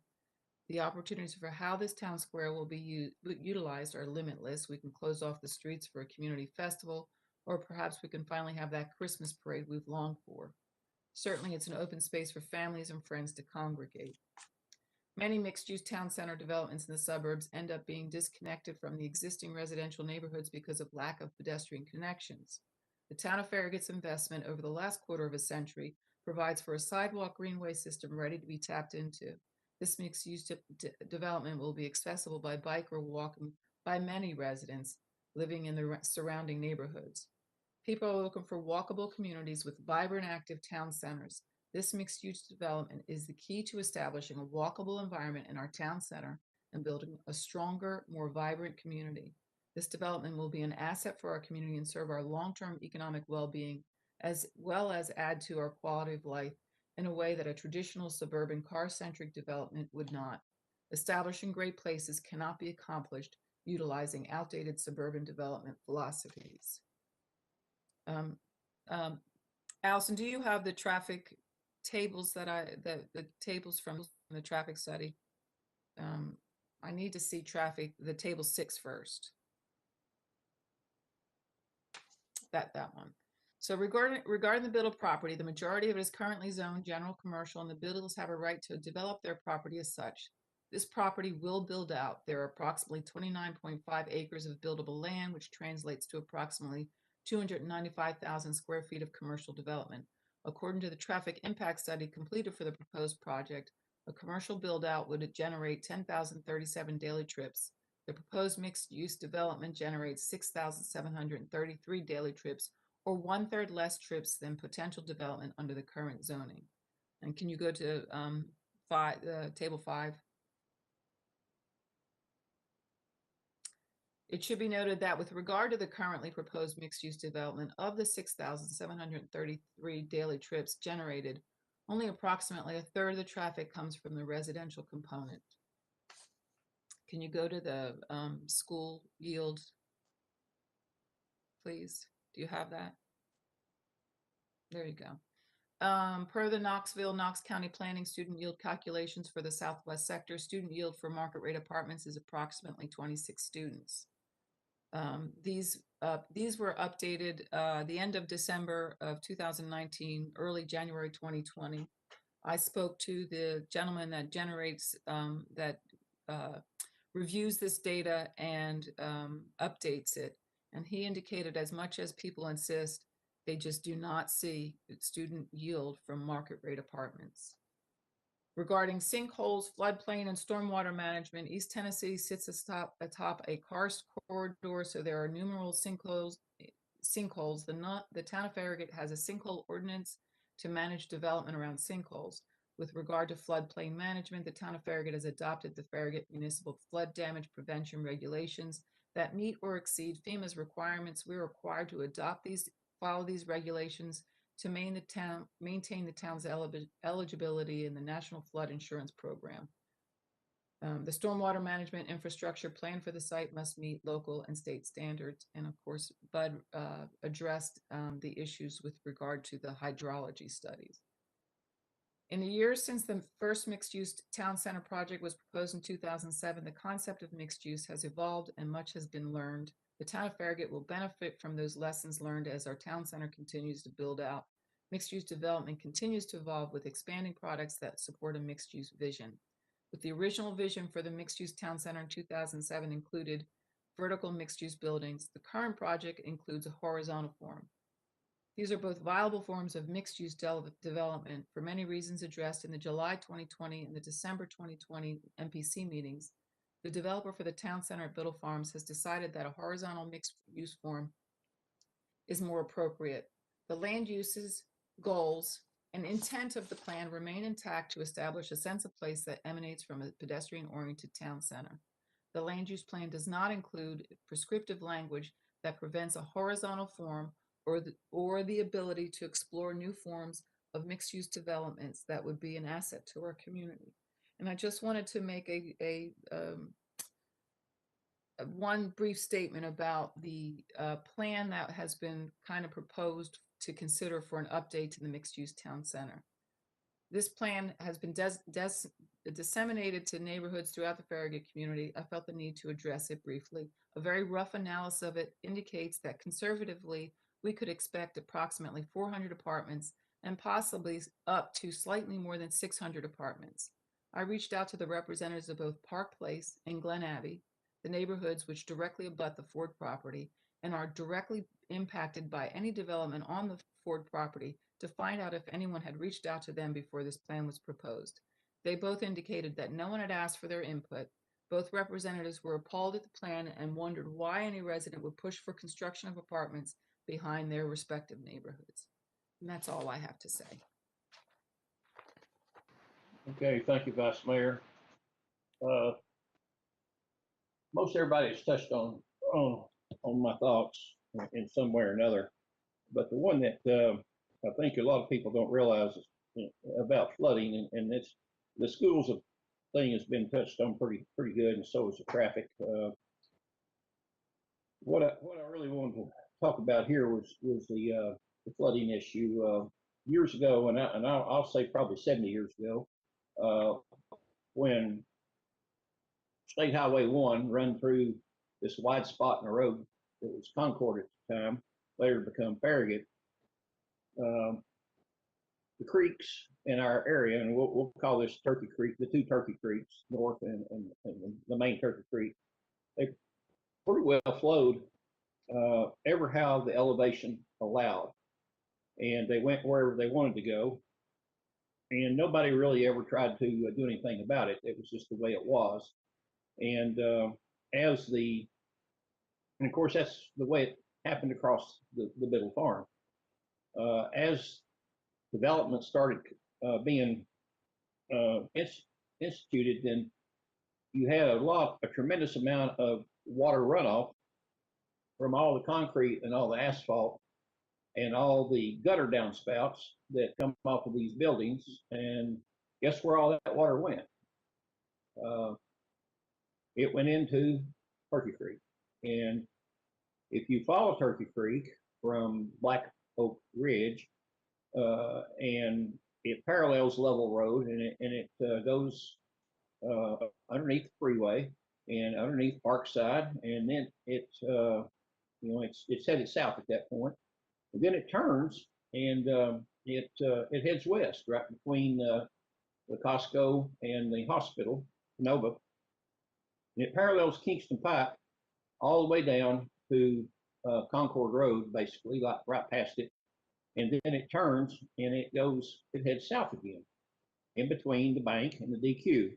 And at that point, it hits the Biddle Farm, and which is actually a big dam.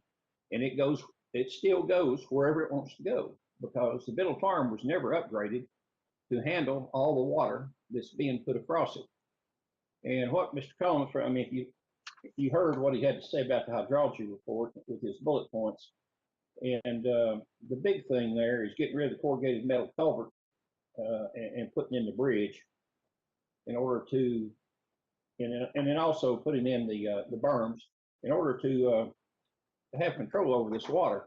And really that was always a sticking point with me, was the Biddle Farm had never had anything done to it to control the water, and this will control the water, and it'll run down that creek beside that large stand of trees, which will have a walking trail that goes down by that over on the west side. And I think it's a really nice amenity to this piece of property. And so at that point, I have to contend that we do need to go ahead and look at ordinance 2101 on the second reading to amend the future land use map in the comprehensive land use plan update for this particular portion of property. And we have a motion on the floor and a second. I'll ask the town recorder to go ahead and do a roll call vote, please. Alderman Burnett, Alderman Burnett, yes. Alderman Meyer, Alderman Meyer, absolutely 100% yes. Alderman Pinchuk, Alderman Pinchuk, yes. Alderman Pavlin, Alderman Poplin, yes. Mayor Williams. Mayor Williams, yes. And let the record show that ordinance 2101 has been approved on the second reading by unanimous vote. Okay, next will be ordinance 2102. It's an ordinance to amend the Farragut zoning map in association with the Farragut Town Center at Biddle Farms project. 11230, 11240 Kingston Pike, and 133 Concord Road. Partials 3.02, 3.03, 3.10, and a portion of 3.19 located on tax map 143. And this will be from general commercial, which is C1, and general single family residential, which is R2, to planned commercial development, which we call PCD. This is 43.63 acres, but on the applicant. Okay, this is Mark Shipley again. I'll present this. Allison, if you could go to the zoning map slide, please. Yeah, this is the existing zoning out there. Most of the project is currently zoned planned commercial or C1 general commercial. There is a section that's to the south part that is zoned general single family residential. There aren't really any buildings with this project proposed in that area. It's mostly a lot of it's in the floodplain. So basically similar to the future land use map, the applicant is requesting to zone the property so that all of it is the planned commercial development.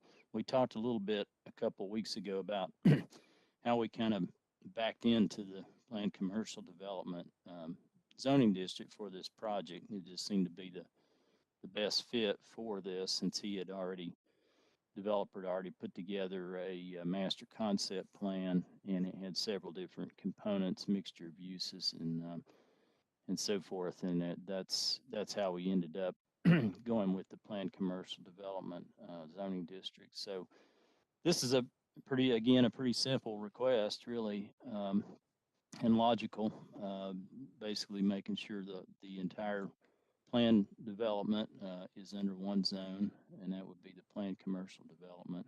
And I'll be happy to answer any questions if anybody has any.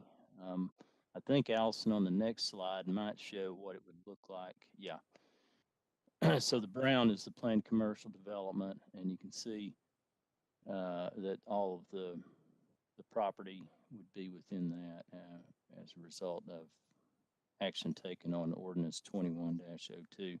This was recommended for approval by the Planning Commission back in November, and was approved on first reading 2 weeks ago, and there haven't been any changes to this ordinance since first reading. So the staff recommends approval on second reading. Gonna move to approve ordinance 21-02 on second reading. Second. Okay, was that Alderman Meyer? Yes. Okay, thank you, sir. Okay, thank you both. One thing I failed to mention about the water situation was the other thing that's very important about this is the applicant will be putting 2 detention ponds on this piece of property. So if there is such a situation to where there is flooding, then these detention ponds will be there for the overflow. So I think that's a really important thing for everybody to remember. And Bud, if you've got anything else to talk about on the portion here that's concerning the amendment to the zoning map, then you're more than welcome to start off. Thank you, Mayor. I really don't have anything. I'm standing by to answer any questions if needed. Oh, okay, sir. That sounds good. Then we'll start with discussion. And I guess we'll go backwards again, and we'll. Ron, Mayor Williams. I'm sorry. Yeah, we better. Comments. I didn't realize we did have some comments on this one. Yes. Okay, so Allison or David, whichever one wants to read here. All right, our first one is Joshua Hawkins at 12209 South Foxton Drive. So this comment pertains to ordinances 2102 and 2103. I do not want apartments or condos further crowding Kingston Pike traffic or devaluing property. Charles and Karen Tabeto at 353 Breastfield. This issue is for item 2102, the proposal to amend the Farragut zoning map and associated with the Farragut Town Center at Biddle Farm project to include changing a portion of the land zones from C1 and R2 to PCD should be rejected in the following tenets.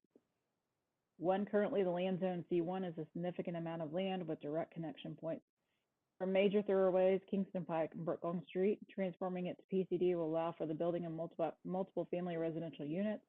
Again, this will actually dissuade foot traffic from reasons of visual appeal and the feel perception of what walking in the area would be like. Take a look at any successful area in Farragut from a commercial perspective. What people love about Turkey Creek, for example, is that there are plenty of commercial businesses to meet their needs in a single place, not the presence of apartments sprinkled amongst them. In fact, what they love is the ability to live in a single family dwelling with all the benefits of a neighborhood and still be within walking distance of such centers. But what they don't want is this mixed approach, particularly with people who are transitory and, despite how well-intentioned they are, have no incentive to care for or improve the area. 2, currently the land zone for R2 is a significant amount of land that would provide it with the construction of residential areas that would be directly support the economic objectives of the town center vision, as well as to produce a desired foot traffic effect. But the beauty of these homes and the improvements of the commercial areas in the Biddle Farms area, your dream of a town center would evolve. If, on the other hand, you rezone this area to PCD, you will strip the entire project vision of the characteristics that make it desirable to Farragut residents, its quaintness and efficiency. Quaintness equates to Farragut residents as beautiful, attractive, safe, inviting, etc. Efficiency equates to Farragut residents as easy, convenient, and comprehensive. In sum, ridding the Biddle Farms project area of the planned R2 section adjoined by a planned C1 section and transforming both into a PCD will prevent people from identifying with the area as a truly representative town center. A town center should reflect the rest of the town. Single-family residents will safe, easily accessible, traffic commercial areas. Robin and George Burkhart at 348 Bernie Circle. I write this from what's possibly a different perspective than most Farragut residents. My husband and I have lived here for 45 years, and 4 different residents during that time, but always in Farragut. Our children attended the school here, and our grandchildren. To our elected officials, please help us remain the pleasant suburban community we were meant to be. We do not need to sacrifice Farragut to the almighty dollar. We remain hopeful that our voices will be heard. Joseph Zamaro at 349 Bernie. Duraboma, I'm against the rush to change the zoning for the Biddle, Ford, and Horn at all properties without a significant public outreach to the concerned citizens of Farragut. Please table your vote this Thursday. Joe and Sue Stoll at 11318 Ford's Cove Lane. Please enter these remarks into the record regarding the Biddle Farm rezoning. We are in support of the proposed rezoning and development of this property, including the apartments. We believe that this development will enhance and define our downtown area with a walkable commercial and residential area that will bring added revenue to our town. We're especially excited about the public green space to be located within the development. Please move forward with the rezoning. B. Dwight Burleson at 11207 Crown Point says, what has the BOMA done to coordinate with the Knox County Sheriff to address the issue of increased crime, including home burglaries in adjacent neighborhoods due to the inherent decrease in the quality of apartment tenants as the structure ages and has turnover? Michael Wilson, 412 Eisenhower. Unlike other rezoning requests, the Planned Commercial District, PCD, has additional requirements laid out in Section D. The application for rezoning for a Planned Commercial District, specifically subparagraph 2, that states, quote, this statement shall indicate how the PCD district will be consistent with the Farragut Comprehensive Land Use Plan, Pedestrian Bicycle Plan, and other adopted plans and ordinances of the town of Farragut and any sequential amendments, as well as the concept master plan of subparagraph 3, list a variety of additional requirements, including things such as site location map, general location for proposed buildings, off-street parking, and a host of other subparagraph requirements. Quote, certification that all requirements of tree protection, sinkhole, aquatic buffer, and stormwater ordinances can be met. Subparagraph M requires a statement on the proposed treatment of surface water runoff flow from and through the site. For most non-PCD rezoning requests, the normal process is to submit these studies when the site is approved. This process does not make sense when evaluating the PCD rezoning request. As stated earlier, subparagraph 2A requires this application meet the requirements of all town plans and ordinances. It seems logical that the studies needed to confirm compliance with the rezoning application would be required at the time the application was submitted. Without the studies, how do you know the application complies with all town plans and ordinances? The Biddle Farm site sits on the middle of a 100-year floodplain, and the developer is requesting a significant increase in density. How does the town confirm this application complies with the aquatic buffer, stormwater ordinance, or that the proposed treatment of surface water runoff flow from and through the site is adequate without the appropriate hydrology study? Without being able to confirm compliance using the appropriate studies, voting to approve this rezoning request would violate the requirements set forth in the PCD ordinance. At a minimum, this request should be tabled until all needed studies are provided to ensure compliance of application.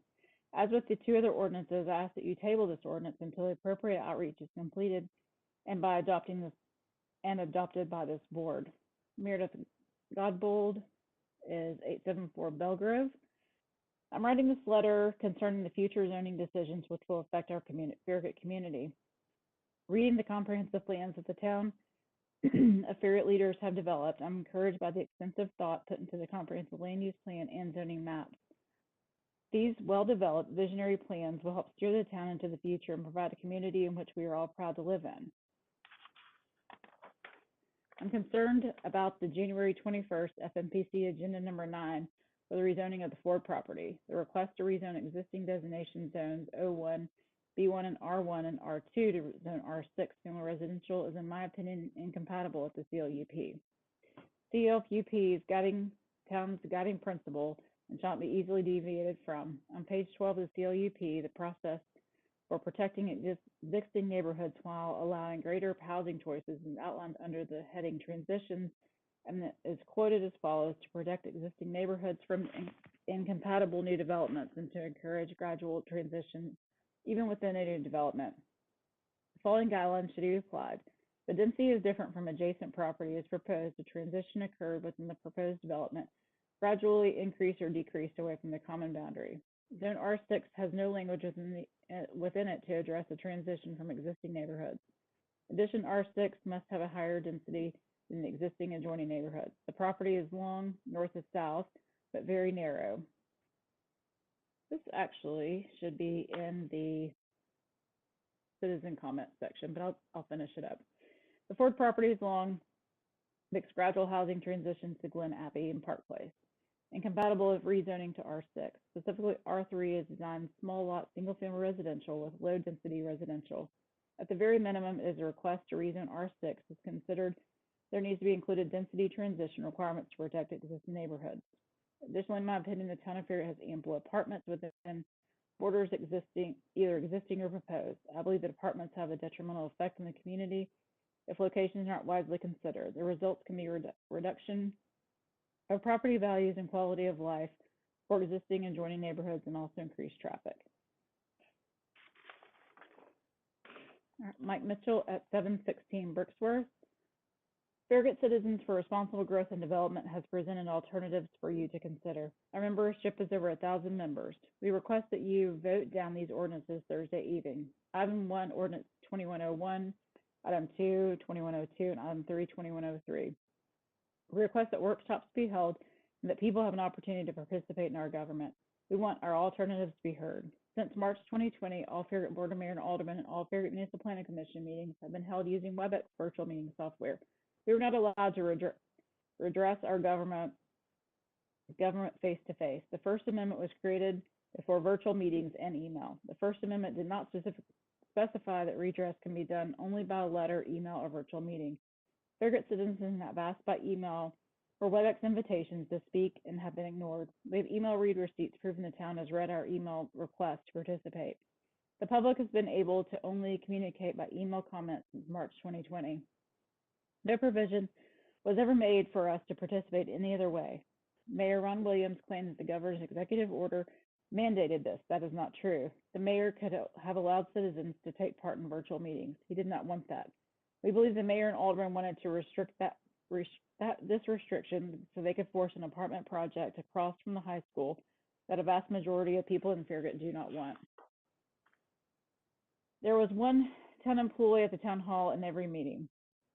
People could have participated by WebEx. They could have waited in their car and waited for a text message to enter the building one person at a time to speak with social distancing. They could have called in on the phone. None of these options were allowed by Mayor Ron Williams. The governor's executive order mandated that citizens be able to see the meeting within 2 weeks. Many town meetings went over a month before they were put into YouTube for them to be seen. That is a violation of the governor's executive order. We feel our constitutional rights have been violated. We seek redress. Ken and Michelle Bowes at 12117 Aspenwood Drive.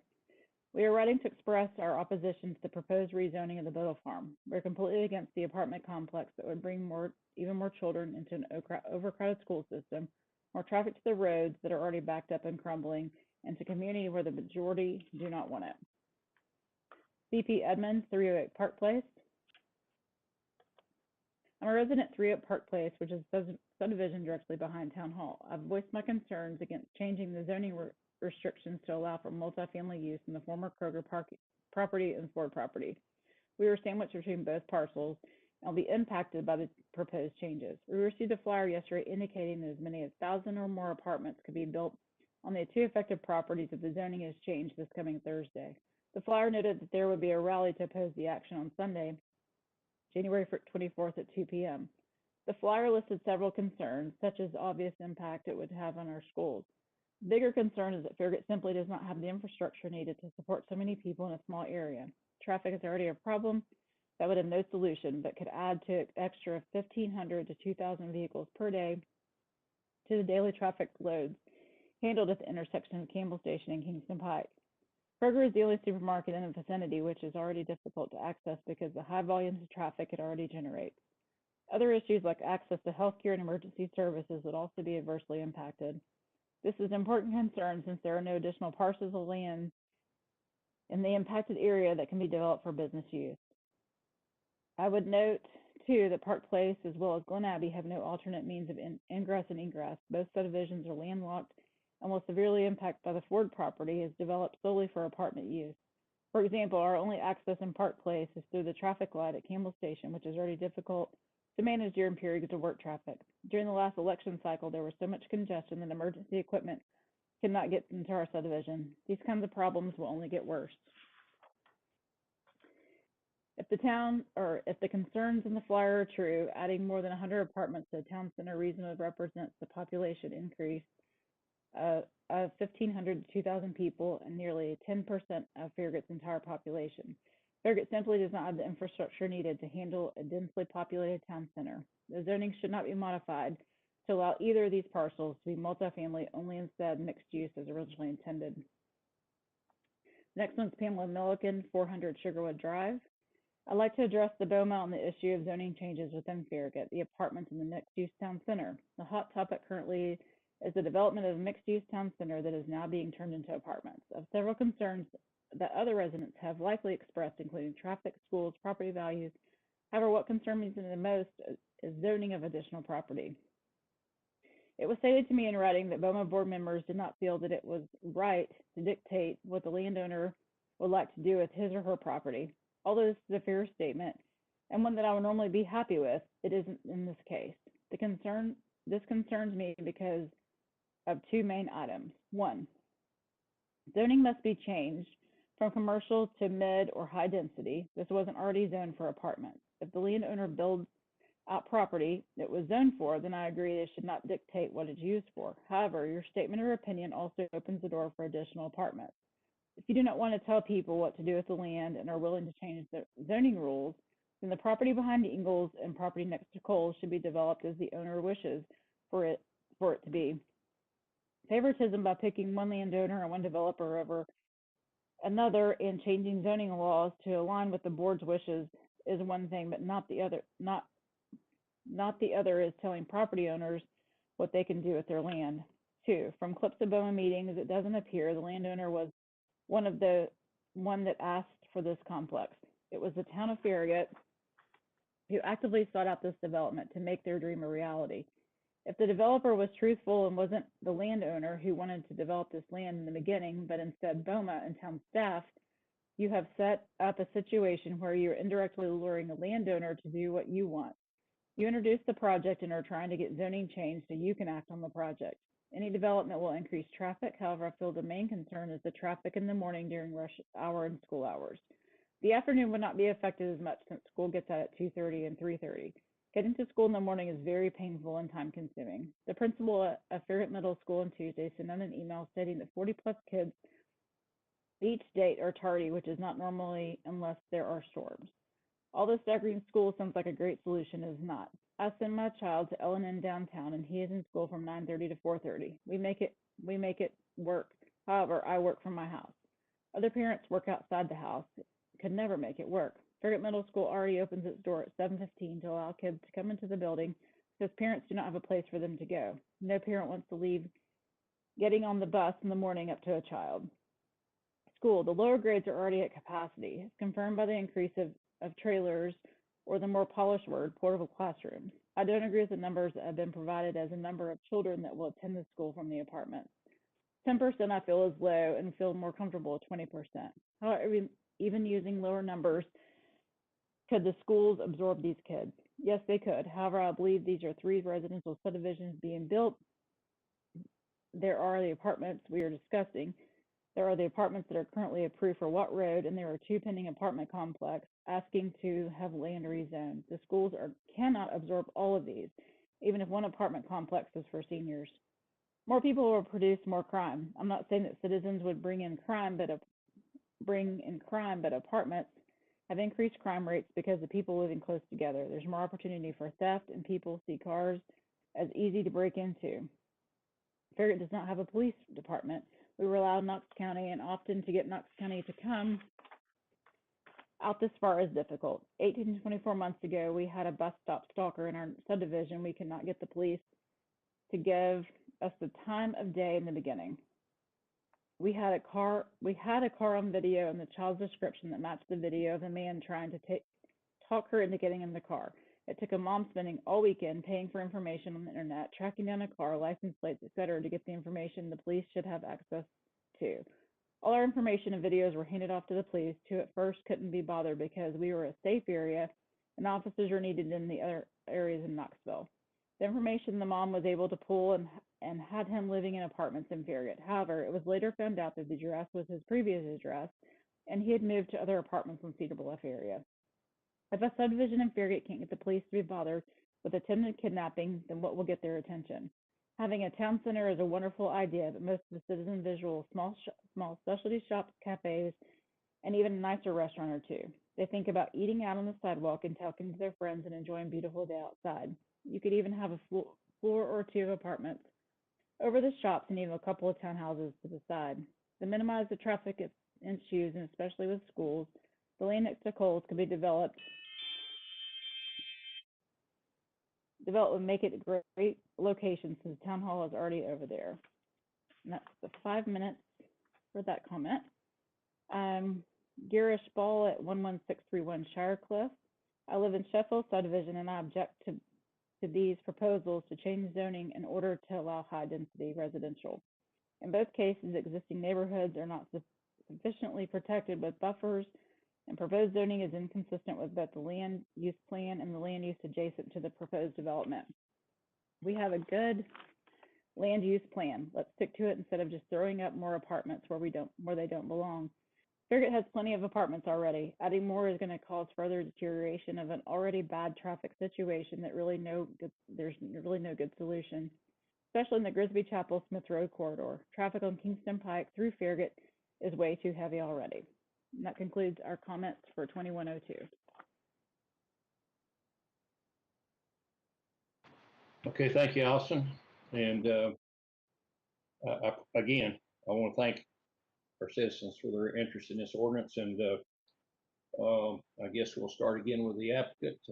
But Cullum, if you have anything on this one, it's concerning the amendment to the zoning map. Thank you, Mayor. Nothing really other than some of these comments, again, were pretty much the same as the ones we heard earlier. I do find it interesting that a lot of these people seem to think that if there's 200 or 300 residential units starting on the second floor with retail below them, that everything's fine and there won't be any traffic issues or school issues or anything else. But the way we have it designed, all of a sudden everything just craters. So I don't know how to answer that other than to say that I think they're wrong, and I think we're creating something that's a mixed-use town center that has more suburban flavor. So I'll leave it at that and be ready to answer any questions. Okay, sir. And I'll move on to Vice Mayor Powell. I don't have anything to add. I think it's smart that we extend the PCD out so that there's some consistency in how the remaining land builds out. We have a lot more control over it because he's got to come back for a amendment to the plan. So that's all I've got to add. Okay, Alderman Meyer.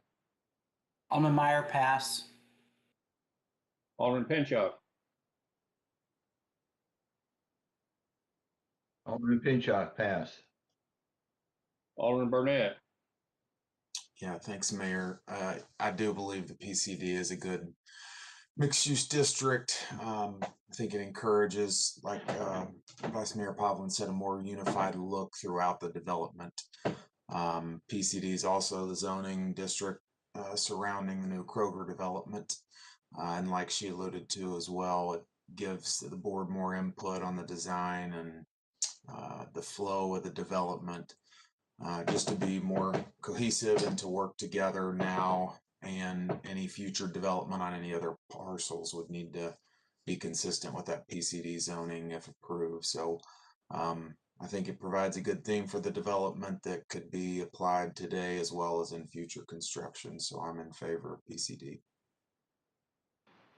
Okay, sir, thank you. My only comment, I guess, would be, we kind of went through, of course, most of us, well, all of us on here were not on the board or planning commission back when the Turkey Creek Land Partners first introduced the concept of building the Turkey Creek project all along Parkside Drive, and there was quite a bit of discussion and pushback about that. I do remember that, but and even the Costco, that was going to be the worst traffic nightmare ever in Farragut, but both of them now are pretty much a good thing for our community, and I think this will be too. So at this point, with a motion and second on the floor, I'll now ask for a roll call vote, please. Alderman Meyer, Alderman Meyer, yes. Alderman Pinchuk, Alderman Pinchuk, yes. Alderman Pavlin, Alderman Pavlin, yes. Alderman Burnett, Alderman Burnett, yes. Mayor Williams. Mayor Williams, yes. Let the record show that ordinance 21-02 has been approved on the second reading by unanimous vote. Thank you. Okay, next will be the ordinance 2103. This is an ordinance to amend the Farragut zoning ordinance, chapter 3, section 22F, mixed use town center associated with the town center at Biddle Farms project, 11230, 11240 Kingston Pike, and 133 Concord Road. Parcels 3.02, 3.03, 3.10, and a portion of 3.19 is located on tax map 143, 43.63 acres, and Bud Cullum, the applicant. Okay, this is Mark Shipley again. It's now that it's morning. Good morning. Everybody's still awake. I'll just quickly review this. In addition to the two map amendments, the project has a couple of, well, really three text amendments that have been requested. And as I mentioned a couple weeks ago, it's very common for, especially projects, larger projects that are fairly complex, to need some kind of text revisited because we can't think of every possible scenario when we're creating ordinances, or so it's a very common. They've actually narrowed it down to three requested amendments that are reflected in ordinance 2103, and the first one is a clarification of where residential may be permitted in the mixed-use town center land use, and acknowledging the fact that there's more than just a vertical mixed-use product.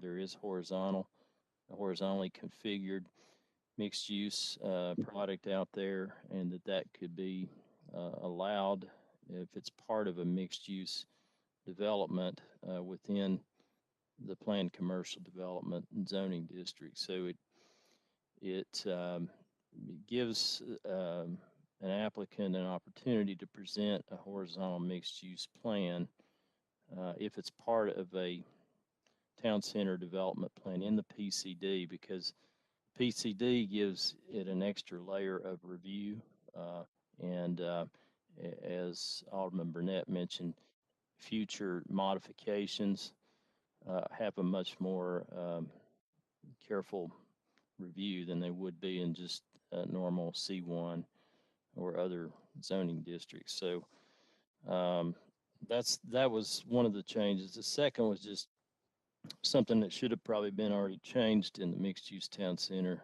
and that is that on-street parking wouldn't be held to the setback requirements for parking lots, because obviously it would be potentially in the public right-of-way and not meet any setback requirements. And then the third was just modifying the height provisions for accessory buildings from 15 feet to 25 feet. That was the only 3 that dealt with this project. And as I mentioned earlier, a couple of weeks ago, where the mixed-use town center land use exists, if the property is zoned C1 or PCD, basically the uses and the requirements fall back on the C1 mixed-use town center portion of the zoning ordinance. So that's really what's being amended. And that way, everything that develops in that mixed-use town center area has kind of a consistency to it, as they're all following essentially the same requirements.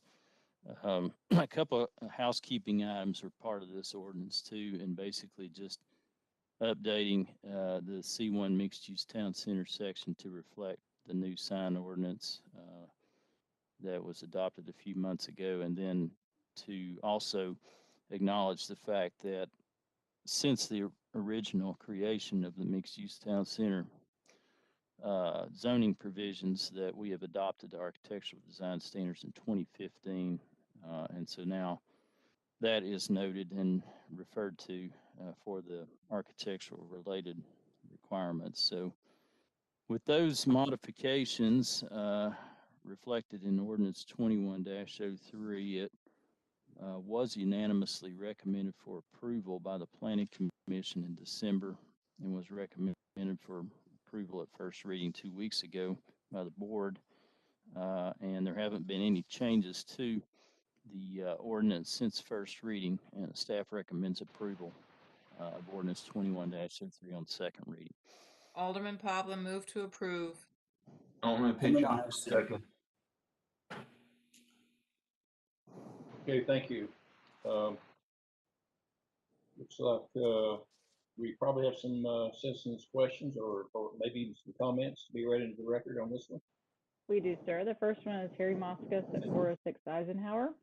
This is regarding the upcoming meeting, January 28th. There's the issue of item 2, ordinance 21-03, come up for final vote. I feel this measure was rushed through without proper procedures being followed, especially a lack of a hydrology study on the property that is very questionable. I think our elected representatives are ignoring the comments of many Farragut citizens and do not realize the problems that huge apartment developments will cause. The proposed zoning changes will cause serious problems.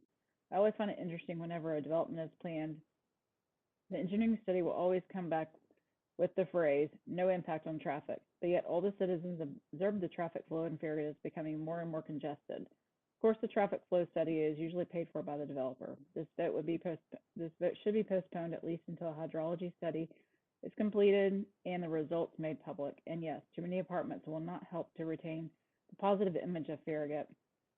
Next one's Mike Wilson at 412 Eisenhower Street. The changes to this ordinance came about when the town decided to utilize the planned commercial development district for the Biddle Farm development. The town sought to have a developer determine what language changes were needed to facilitate his project. As stated in Mr. Shipley's discussion from the September 2020 Planning Commission meeting, quote, in preparation for this month's Planning Commission meeting, the applicant was asked to review the PCD district and identify any provisions that they wish to have revised or amended.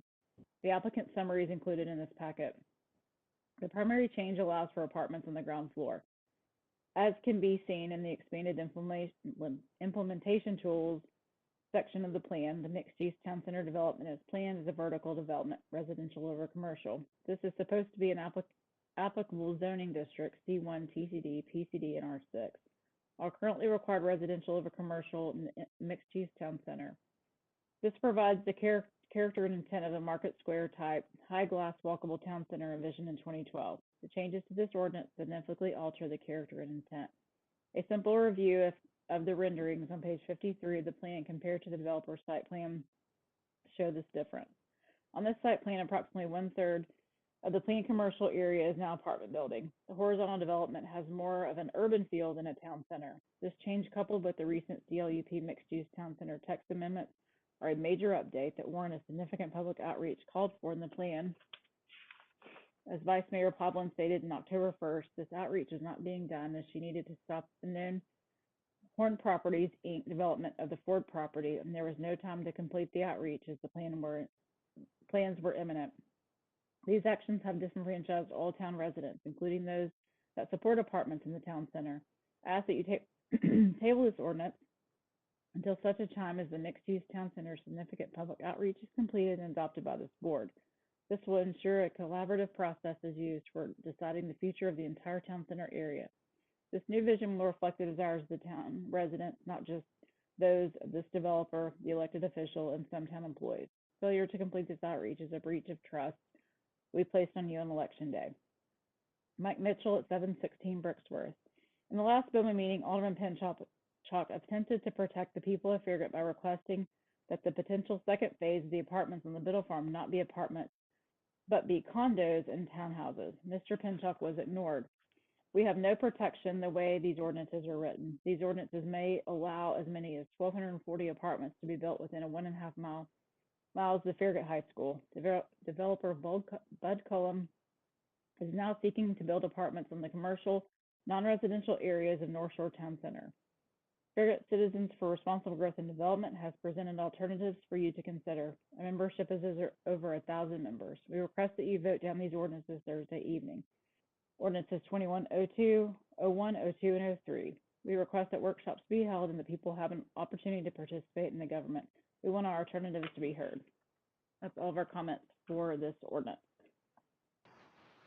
Okay, I guess one of the things that I'm going to first do is ask Attorney Tom Hale, is there any reason that they've stated there to not approve this based on the citizens' comments on this?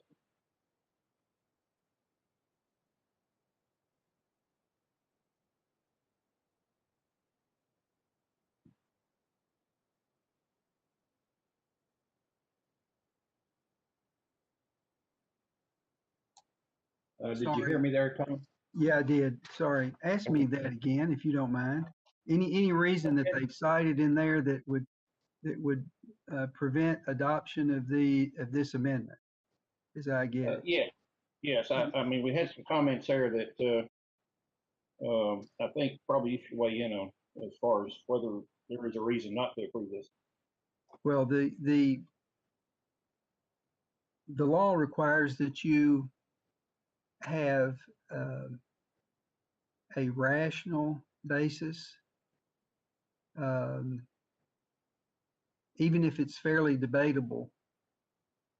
It's appropriate for you to amend zoning maps and zoning ordinances. I could talk a long time about one of the things that the group we've referred to has attempted to do is to convince people that somehow this development in and of itself is an amendment to the comprehensive land use plan, which requires the substantial public outreach. Well, what's happening is they're not, you can't understand how the comprehensive land use plan works unless you go read it. The language that we're talking about, the substantial public outreach for major changes. First of all, I think everybody agrees there's been substantial public outreach in this particular set of actions that have been taken over a period of a year. In your all's defense, you prepare every day for the meetings that you attend. You then go to the meetings and you participate and you work countless hours. And we publish when our meetings are going to be. We publish the agendas as required by the law. And if people don't come to those meetings, that's the reason we have those meetings, is for people to have public input. And we can't get on the phone and call all 23,000 residents or 24,000 residents of the town and say, hey, you might want to come to this meeting. They have to come to the meetings themselves, and they have to keep up with what's going on. And what's going on gets published in the newspaper. So I say that there's been substantial public outreach. anyway. But I don't believe the changes to the land use plan are major. I think they're minor at best. And I think one of the ways that people have been misled, and a lot of the comments, I think, misunderstand what the substantial public outreach language that is being quoted relates to. It relates to the plan. And the plan, if you go read the plan, what the plan talks about is in the mixed use town center, and you can read down through there, talks about a mix of commercial and residential, and somebody in there got it in their mind that the only way you could have a mix of commercial and residential and office and is to have mixed use buildings where you had commercial on the bottom and residential on the top. Well, that's not described anywhere in the plan.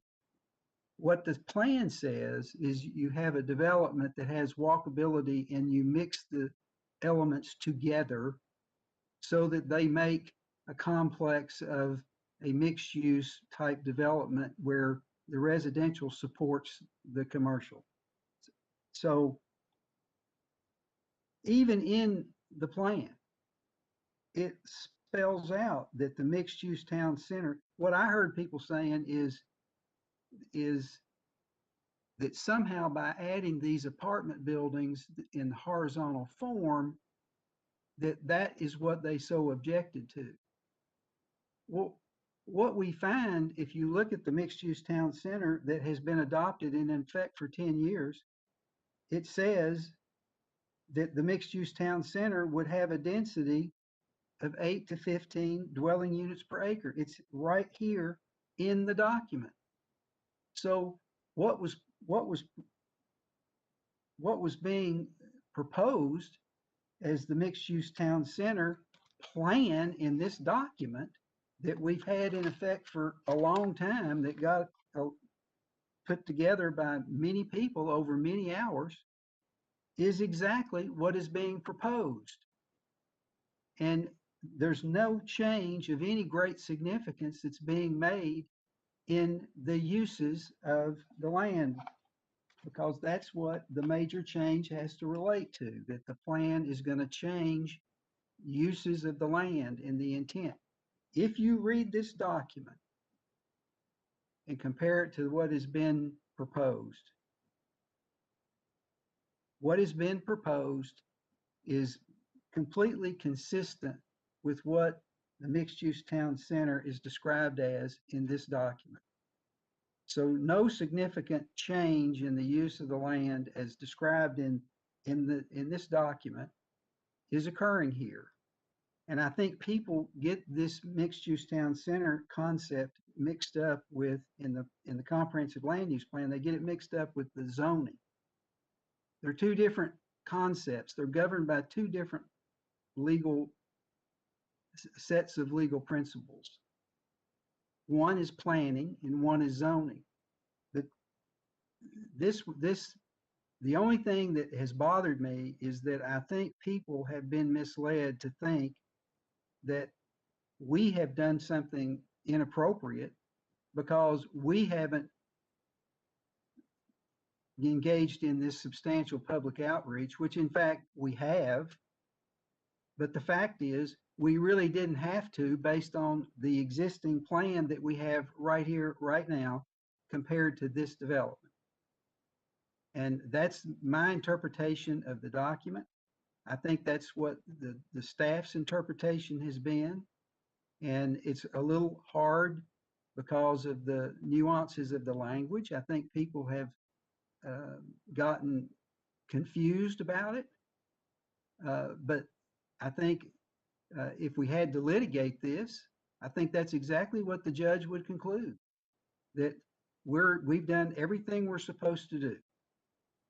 And I'm sorry that people have used this complexity to mislead people into thinking that somehow they weren't being properly, that we weren't properly handling this. But I don't know what else we could have done about it. We can't not follow our procedures when we have a legitimate proposal in front of us. We have obligations to take these matters that are presented and handle them in a way in which our regulations require us to, and that's what we're trying to do. And the fact that there's a number of people out in the town that did not understand what was going on and therefore didn't start expressing themselves until lately. I'm sorry that happened, but that I don't know what else the town can do than what it normally does to notify people what is going on. So I think we've done what we should do, and I don't see any legal problems at all with any of what has happened. Same way I felt in the beginning. Okay, sir. Thank you. You give me a very good answer to my question.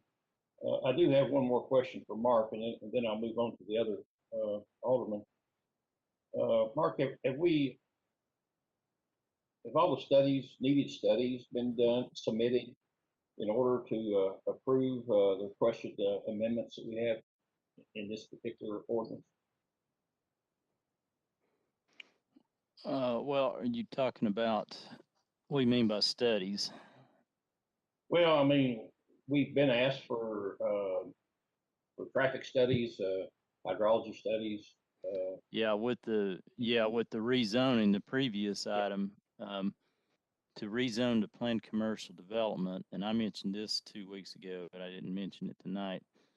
In addition to the master concept plan, which was actually approved back in July by the Planning Commission, a version of it, there's a pretty substantial amount of additional information that's required for just a rezoning to planned commercial development. Then you got to go and develop your site plan, and then that gets reviewed and assessed for compliance with the town's requirements. So whatever the applicant ends up doing, they're ultimately going to have to meet the town's requirements.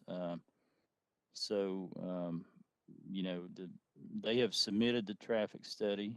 That was part of the rezoning to the PCD. A statement about the hydrology, and a statement of their phasing, and a narrative of the project describing what their objectives are. And so that they met all the requirements of what needed to be submitted for the rezoning to the PCD. And, if this passes here, then, their next step is to start working on the more detailed site plan package. And then we'll review that for compliance with the town's regulations. That'll be more detailed information, like the flood, specifics about the flood regulations and how they're going to be satisfying those, and other requirements that would apply to the project. So yeah, I mean, they've done what they need to do at this stage of the process. Yes.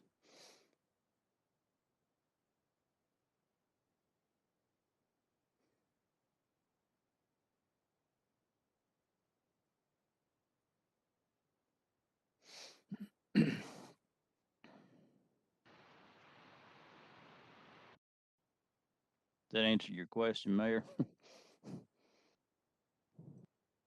Yes, sir. At this point, we can move on to Vice Mayor Coleman. Thank you, Mark. I have nothing.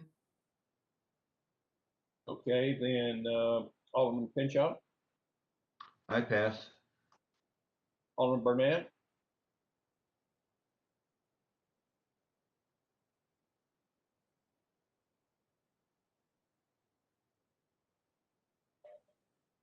I apologize. Can you hear me, Mayor? yes, sir. Go right ahead. He was snoring. Past his bedtime. It is way past my bedtime. Yeah, so I'll speed it up. Yeah, so for the text amendments, I'm I'm perfectly fine with allowing residential on the first floor of the buildings. You know, one of my concerns is if we required commercial across the first floors, I think we'd ultimately end up with a lot of empty commercial spots, and I know no one in this town wants empty commercial spots. And then secondly, one of my big concerns is I think we'd end up with multiple parking garages, and in my opinion, that's completely out of place for this site. So accessory structures, it's the same height as the PCD district, and then for the on-street parking setbacks, I think it's a standard for downtown districts. So I'm okay with the proposed text amendments. Okay, sir. Thank you. And last but not least, Alderman Meyer. Thank you, Mr. Mayor. The only comment I have is, Tom, thank you as always for your eloquent and logical and sound legal mind. The only issue I have with what you've said is that you said you were sorry that a handful of individuals have mistakenly, purposely mistakenly and misled the masses on the truth of the matter. I would say that I am outraged. I'm outraged that my family's attacked by these people. I'm outraged that these individuals will go to any length to lie, to misrepresent the truth, and to scare my friends who are working mothers, who do the best they can to get 3 babies in the car and feed them toast and jam, drop them off at school, and to hand off outrageous, delusional flyers. That scares people. It's not consistent with who we are as a town. And I have been outraged for the past week. And so I honor you, Tom. I'm glad that you have the ability to pity and say you're sorry. I am outraged and I am disappointed. We have had our vice mayor, her business has been targeted. We've had volunteers on town committees that these handful of people who think for some reason they're right.